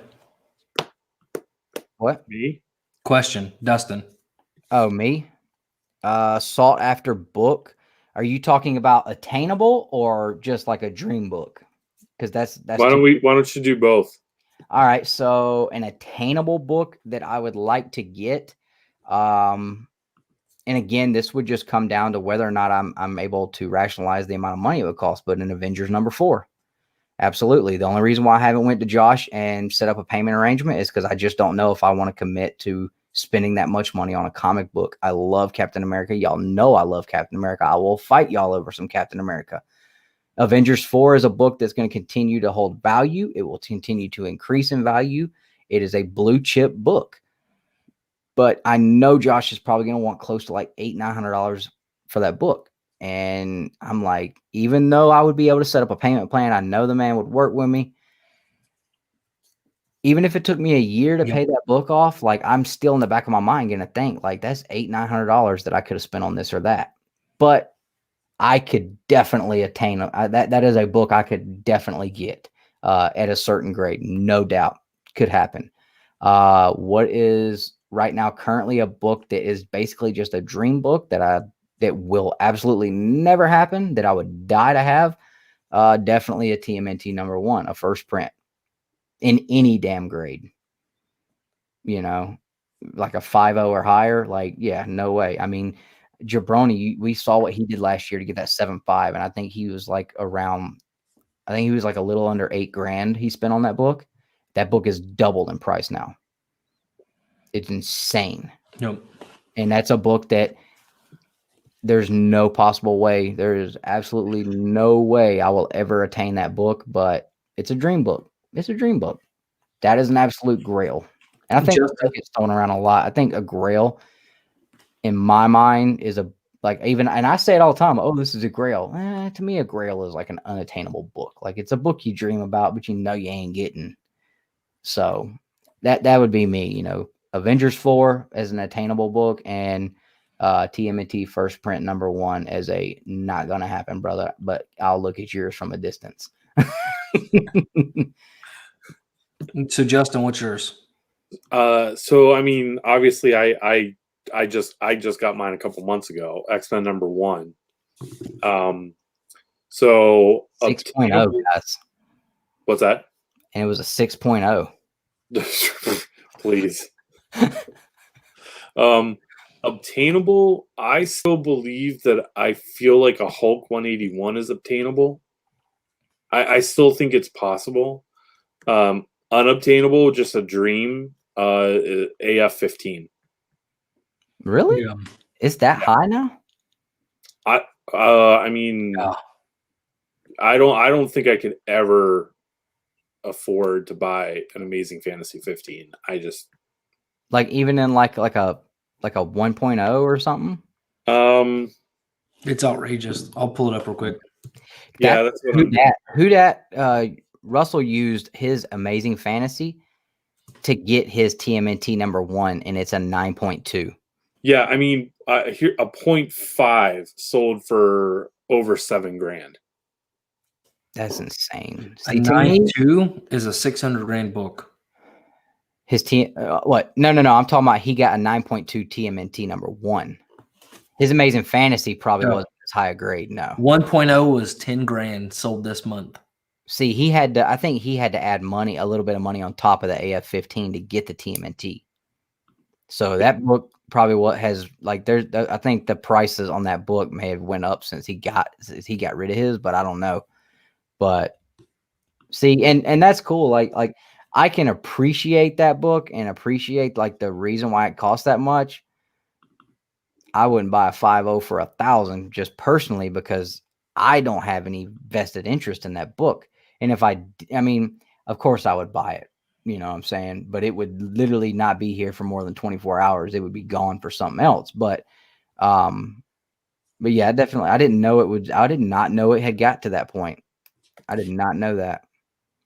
But yeah, I absolutely think you could get a Hulk 181, man. Absolutely. Yeah. You could probably get one a little higher grade than your X-Men for a little less than the price. Yeah, that absolutely. My shop's got one right now. Well, I think they got one right now. I don't remember. They might have sold it already. They've sold like 2 or 3 Hulk 181s recently. One of them was raw, missing them. Now, would you be able to settle with a cutout Marvel stamp? If I bought and I'm willing to spend that kind of money, on something like a Hulk 181, it needs to be graded.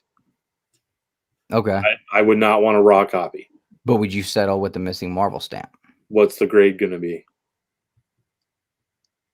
4.0. Yeah. Okay. What about you, Nick?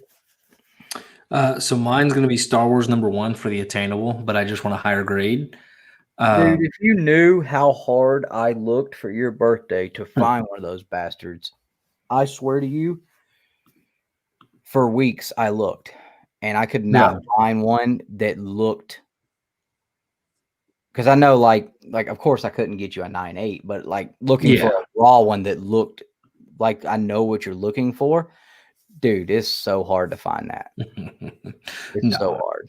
And and like I said, I mean, if I really wanted it, oh yeah, I know. Like you fork out the money and get it, but if you wait, you can find it at a decent enough price at a raw.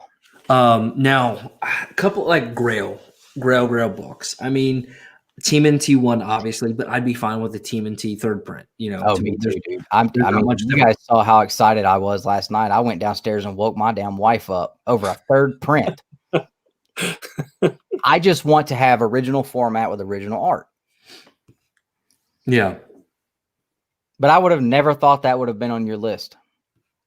Well, I mean, it's just it as a comic collector, I think even if you don't like TMNT or it's not your favorite, that's got to be. I mean, that's got to be one of those up there, right? Absolutely. But I don't know. I mean, there's not really a single comic book. I can think of one. What? Bone #1 first print. Yeah, and I would absolutely love to have it, but I mean, I know you've got a second print signed. Yeah. But I'm saying like as far as like something you're not gonna get would die to have. Yeah. Not die to have, but you know what I'm saying? Like I could definitely see that being one for you. Like that was immediately what I thought. I can't think of anything else that is really like out of your reach. Yeah. Like I don't have like, and like if I want a Hulk 181, I'm sure I could make enough sales with stuff to go get one. You know what I mean? Yeah, absolutely. Even if it wasn't like a perfect, but or even if I wanted, you could do the payment. Like I don't know. I mean, you can pretty much like obtain whatever you want, but I'm thinking like even Bone 1 is like out of your reach. Yeah, I would, and even if it wasn't, I would. Right? Yeah, exactly. Never. By the way, we can hate on him a little more. Whodad also has one of those. That guy's a total dick. How did he get? Oh, didn't he? Oh, you know who found a Bone #1? I think Gary found one. Yeah, he did found one in a collection. Yeah, blew my mind. I forget what Whodad's grade on his is, but it's pretty high. But yeah, I mean, dude, and like this goes along with the Grail talks. You want to talk about a guy who has just had Grails pass through his hands like crazy? That dude's had the FF1, the AF15. He's got the TMNT #1. He's got the Bone #1. Like that dude has had some serious nutso books in his hands, and some of them he still has. Like, yeah, that dude is a freaking hell of a collector for sure. And he moves books to get his stuff, and he's let stuff go. I've heard him talk about letting stuff go out of his collection that he really had a hard time with, but. He went out. It's the same thing, Jabroni talked about a lot when he got his TMNT #1. He sold a lot of books that he really had a hard time getting rid of, but he had an opportunity presented to him to be able to grab something that was absolutely, the single most important book that's ever been written for him, and he made it happen. And that was awesome. I'll tell you another impressive is Gary. He mentioned he has like less than 75 comics in his personal collection or something like that? Yeah. Like that's impressive. I think Big Will said at one time he's only got like 45. I thought it was even less than that, but yeah. Maybe. He just bought a collection like 2,600 books or something. I can't imagine having but they're all big books. Like one short box. Yeah, big books. I don't know how big. I don't know what Big Will's are, but I know Gary's is like stupid. He's got detolfs around his room with him. But I remember at one point, like when me and Nick built this box, I got it home and told my wife, like, I will never fill this box up. I told the same thing to my wife when I built mine. I've got 1, 2, 3, 4, 5, 6, 7, 8, 9, 10, 11 short boxes, slap full, plus this thing, slap full, and it's almost as long as a long box. And like, I ain't been collecting all that long. I got books on the wall. Like, yeah. I mean, it would you guys hard to narrow down to, like, even if I had to narrow my collection down to one short box. Like, here's a short box. You can take it and put as many books as will fit in here, and you can squeeze them as tight as you can. We're burning the hell out of the rest of them. I could do that. It would be hard for me to do that. It'd be hard for me to do that because I have stupid things too, like my Jurassic Park books. My Mortal Kombat books would almost fill a short box, but those are going in the box. Like, there's key books that are worth big money that I would leave out to put my Mortal Kombat books in there. And that's dead ass serious. And I'm telling y'all think I'm crazy. I'm watching these books. Some of these books are going up right now. I'm telling you, the Mortal Kombat books are, I'm not saying they're hot. I'm not saying they're, keys. I'm just saying I bought all the ones I have, really good deal on them. And some of the ones I've got now are just going, that foil #1 that I have, first book I got graded and a 9.8. When I bought that book, you could buy it all day long raw for like $60. You can't touch them for that now. And there wasn't any 9.8s when I got mine back. And now there's a few on there, and I'm watching them on eBay. I've seen them sell for 200 plus. And I'm sitting here thinking how crazy that is in a year's time. And I'm like, I started this because I don't think I've seen anybody or heard anybody else talk about Mortal Kombat books or show that book on YouTube or anywhere except me. I started the Mortal Kombat movement, damn it. But again, those are books that would go in that short box because that is just something I love, man. I would let a lot of my TMNT books go. Not the big ones, but I'd let a lot of the rest of them go. The majority of the rest of them go to keep my Mortal Kombats, I can't think of a ton. I'd probably keep, there's probably like less than 5 Power Rangers books that would go in the box. I keep a lot of my Sons of Anarchy books because I really like those. They got some great cover art. It was a decent story. But yeah, I mean, I don't know. I know Justin is me and Justin are probably closer to the same mindset than Nick is. I'm not going to say I'll sell anything. Other than to me, the right price does not include like $2,000, $3,000 over GPA. Like, that doesn't count as the right price. Like, you would sell if somebody brought you $1,500 for that expo, would you sell it? Probably, because I could go turn around and buy a 9.8 for 1,000, keep 500. Now, okay, well, but yes, absolutely. What about $1,250 for a $250 profit? Yeah. So as long as you're making a profit, you'll sell it. You wouldn't sell it for outright $1,000 or whatever the last highest sell is. If somebody offered you $50 more than that, would you sell it? Not for 50. Okay. No, but I mean, and honestly, if somebody honestly walked up $1,000 cash and was like, "Hey," I would still have a hard time refusing $1,000, and not to belittle it, but again, it's a comic book, right? Absolutely. Something that I might have $200, $300 in max. And they're going to hand me $1,000. Literally, like, there's still a chance that book could literally, like, people just lose interest, or they freak the F out because it's the first Disney and it just keeps going. Right, but it's also one of those because it's hard to get a 9.8 in them. Yeah, but there's always that chance, like, everybody that's been out there looking for them got them and then got offered a great price and sold them. In 10 years, how many people is going to be looking for it? I don't know. But I'll tell you guys this much. As soon as that ring's done, I got a Batman Beyond Batarang. I'm printing. Right on. Y'all want to see?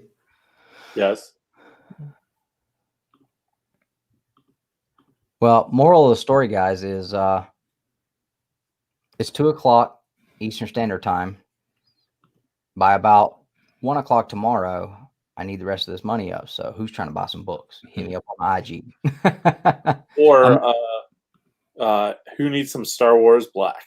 Right? What's up, Chaos? What's up, Nick Con? What's up, I got some Uncanny X-Men's. some 90s X-Men's.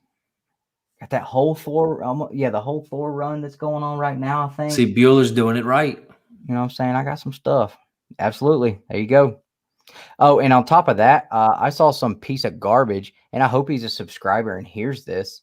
And if you do, and you're listening and you're watching this on the replay, you're a total piece of garbage and you're the scum of the earth, and I hope you get what you deserve, is on eBay and selling off X-Men, giant size X-Men #1, and putting off as if it is a actual first print, claiming, and yes, I understand, like even in the reprint, like in the comic, like he's saying, you know, first appearance of this character and this character and this character, this is near mint, never mentions one time anywhere that it's a facsimile, that it's a reprint, nothing.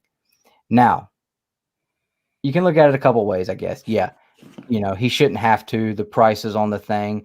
Yeah, true. But you know what? What if these are brand new collectors that don't really know anything about this, and they don't know anything about reprints? Because I know I almost got by that before. And you don't put it in there, like that's false advertising, dude, and you're douche. I'm telling you. And he sold this thing. It sold for like 12 grand. Now, what I'm assuming happened, because there are Facebook groups that I'm a part of, and they actually look for stuff like this, and they'll just go on there and just bid it up crazy and then never pay. I've done it before. I got a couple burner eBay accounts that I've done it before. I tried to do it on that one, but it wouldn't even let me burn it. It wouldn't even let me buy it. Yeah. So Ryan actually told me about it. $14,999. Now, also, I dug a little bit deeper into this guy's account. He's been selling Hulk 181 facsimiles, X-Men #1 facsimiles, Fantastic Four #1 facsimiles. He's been selling all those. And if you look at the buyers, they're all the same buyers. I guarantee you this guy has created other accounts to go in and make the purchases on them and then leave positive feedback so that it looks like he's a credible buyer, so people don't really blink an eye and just take his word for it. So I sent him a fantastically worded direct message, and then I reported his ass, and I used literally the maximum amount of characters that you can use to write in the report and let them know what was going on. And I hope they freaking cancel that eBay account. I'm sure he'll start. Yes, because he's totally going to care about your message. I don't care. Made me feel better. So what's up, Marshall Lewis? How you doing, my friend? So this is the second person that has mentioned Killer Finds today. Yep. Glad to have you, man. Michael's a good dude. Mm-hmm. But I think you're missing the point, and I mean, I understand what you're saying, but like, again, like who? It's not about me sending him a message. That just made me feel better, and I wanted him to know that people see what he's doing and that he's a total. I get the point, though. But it's the fact that people like this happens a lot, and people are like, they know that there are people out there that don't know enough about this to not pay crazy amounts of money for these facsimiles because they think they're getting a good deal. Well, guys, you know what time it is. So magic time. If you do that, if you're that guy, come on. Tomorrow I'm gonna have a Batman Beyond battering and a mini Red Hood helmet because I'm testing it to see if I like the way it looks. Did it finish the ring? Let me go look, but I don't think so. I'll be right back. I mean, what do you guys think? I mean, is that, would you consider that to be false advertising because they're selling a facsimile and not letting people know it, not adding in the description it's a facsimile, but putting everything else that you would put for the actual first print? I think it's misleading, and they're doing it on purpose. Oh yeah, I mean, so I look at it like this: like I don't really I wouldn't consider a facsimile a print. You know, the first appearances. It's a reprint of the book that contains the first appearances. Or do you think that that's being a little too pushy on that? Say it one more time. Sorry. So a facsimile. Would you say that, like, yes, this book is the first appearance of these characters? And I wouldn't say that. I would say the only way you could word that to be truthful is to say this is a reprint of the book. Oh, yeah. First appearances. You can't say this facsimile is the first appearances of characters who have been around for 80 years. Correct. Okay. Because it's not their first appearance. It's a reprint of the material that contains the first copy. appearance. It's a copy. Yeah, exactly. So the fact that they're putting on there, this is the first appearances of these characters. So then, yeah. So okay. But yeah, and like I said, you know I've been noticing it since I started collecting that people do this, and I don't see how you can think I don't know. I'm one of those people, like, I don't care how big or small it is. I absolutely cannot stand and absolutely hate a thief.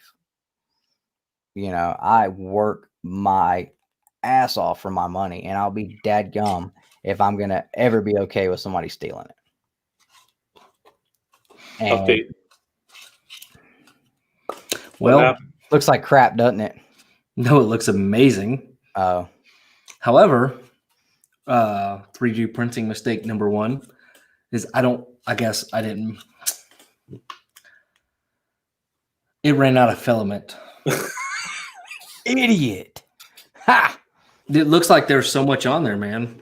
But I mean, this thing looks, honestly, for what it did. I'm just saying, my wife freaking. You see how big this thing is?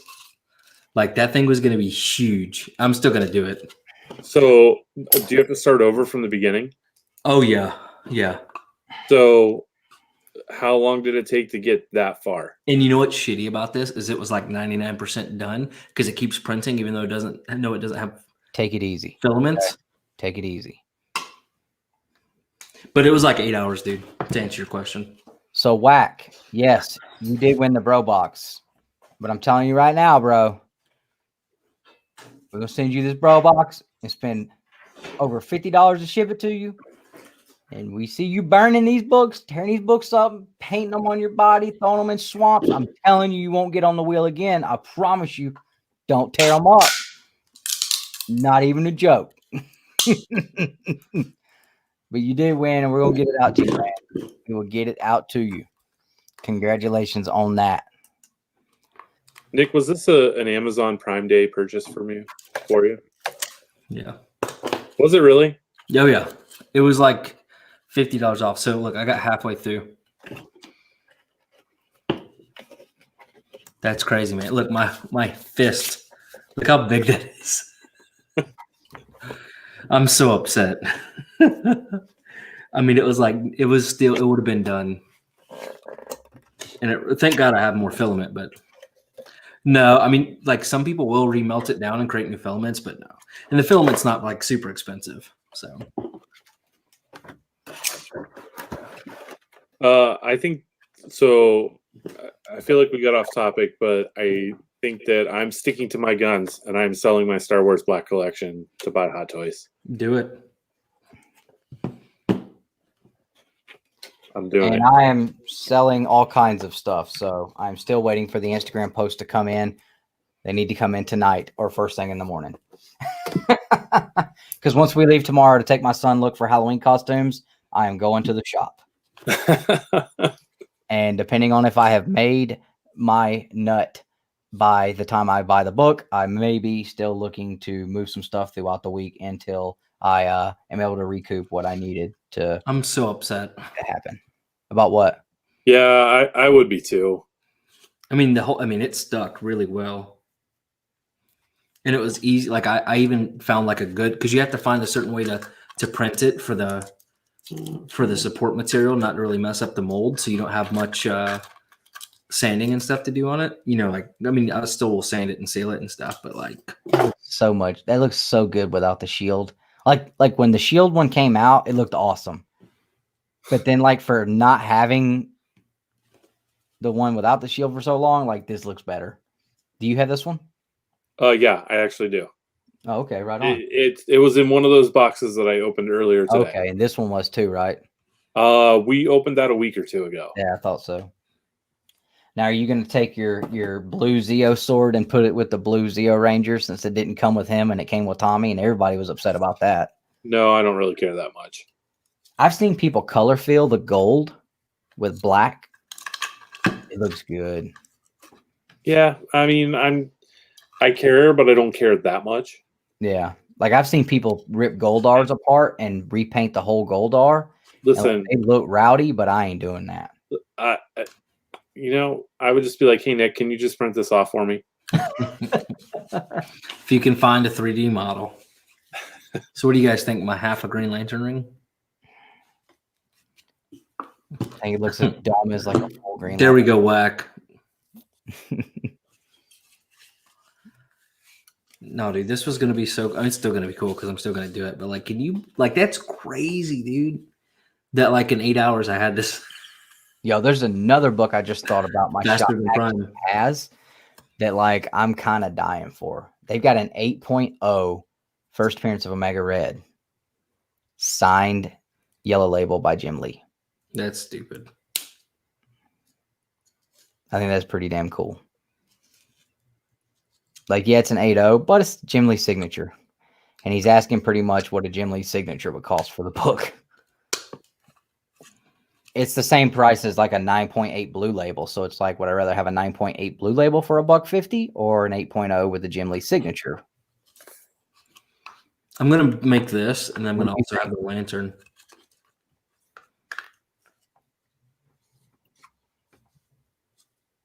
What would you do, Justin? Would you go with the 9.8 blue label or go with the signature series? I'd rather have the 9.8. See, I'm almost at that point too. I don't find much value in the signatures unless 9.8 yellow label Jim Lee signature about $600, but this ain't a 9.8. But however, this was the kicker, and I almost forgot. This was the kicker on that 8.0.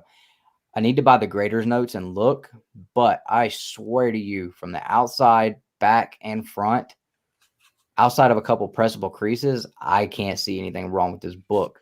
So I thought about buying the grader's notes and seeing if there's anything in those grader's notes that would stop it from bumping if I was to send it back to CGC, have their guy crack it and repress it and regrade it, and taking a chance of it hitting like a high 9 after that. Like, that might be worth the $150. I don't know.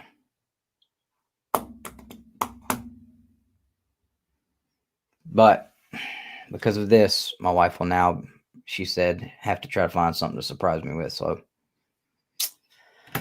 hopefully Nick doesn't crap on me, because I know she's going to go to him. All right. It's time to go. Hey, what's up, Remy? I listened to your entire show on the replay this week. I'm doing our stream. Are you guys still streaming too? Who is this? Comic Burrito. Somebody kick him out of the chat right now. Chat.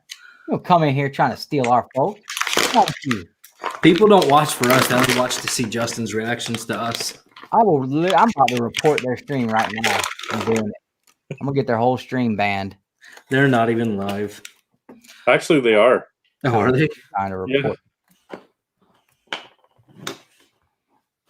Hold So on. I'm gonna go over. No, I'm just kidding. I'm about to go to sleep. Oh, they got one person watching. That's why they say, "Hey, watch this. I got it. Watch." I bet you they're talking. Look, hold on.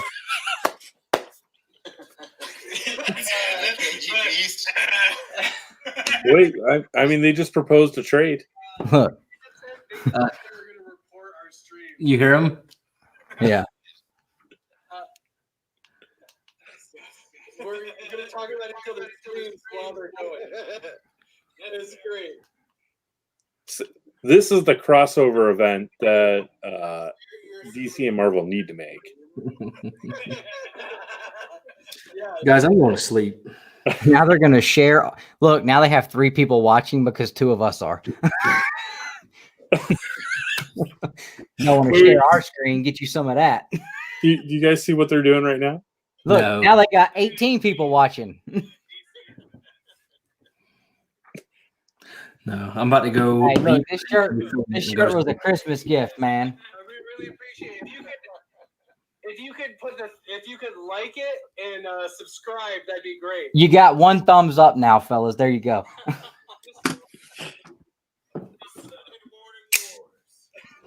There you go. I got you 1. Guys, I cannot believe I got halfway through this and it freaking ran out of filament. And 9 more hours, man. But this is 3D print filament. Can Nick do some magic for our stream? Absolutely. Hell no, Nick cannot do no magic for the stream. What is wrong with y'all? We don't even like Nick's magic on our stream. Magic our Nick, I'd be very happy. Oh my gosh. Oh my gosh. Here we go. All right, now you ready? Yes! That was your card. God, yes, oh, there we go, yes. Yes. Yes, I'm ready. The cross. Okay, here we go. I know. I'm amazing. No, suck at 3D printing. All right, guys. It's time to go to bed.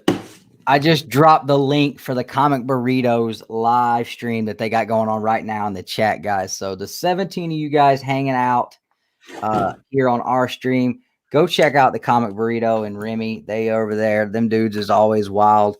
And if you guys are still wanting to hang out and watch some cool YouTube stuff, you guys go hang out over there. Subscribe to their channel, though. You know what I'm saying? Show them some love. And Thumbs up. Two Brothers Comics. Tell them Two Brothers Comics sent y'all over there. And, you know, tell them they know who their daddies are. What? You're so weird. But we had a great stream. It's been a great night. We have not went for this long in a long time. But Justin, I told you guys we had a full night, had a lot of stuff to talk about. So we appreciate everybody hanging out. I'm just kidding. Oh, okay. I was just going to say, you know, thanks again to our local comic shops. We appreciate you guys. BCW, make sure you guys check them out. Protect, store, and display your way. Make sure you grab this 20% off Brothers 20 code for TKO. Thank you to all our members. We appreciate you guys. Congratulations to Whack Comics for being able to be the guy who grabbed the Bro Box this month. You guys have a great one. Thanks for being the best part of Two Brothers Comics. And as always, collect your way.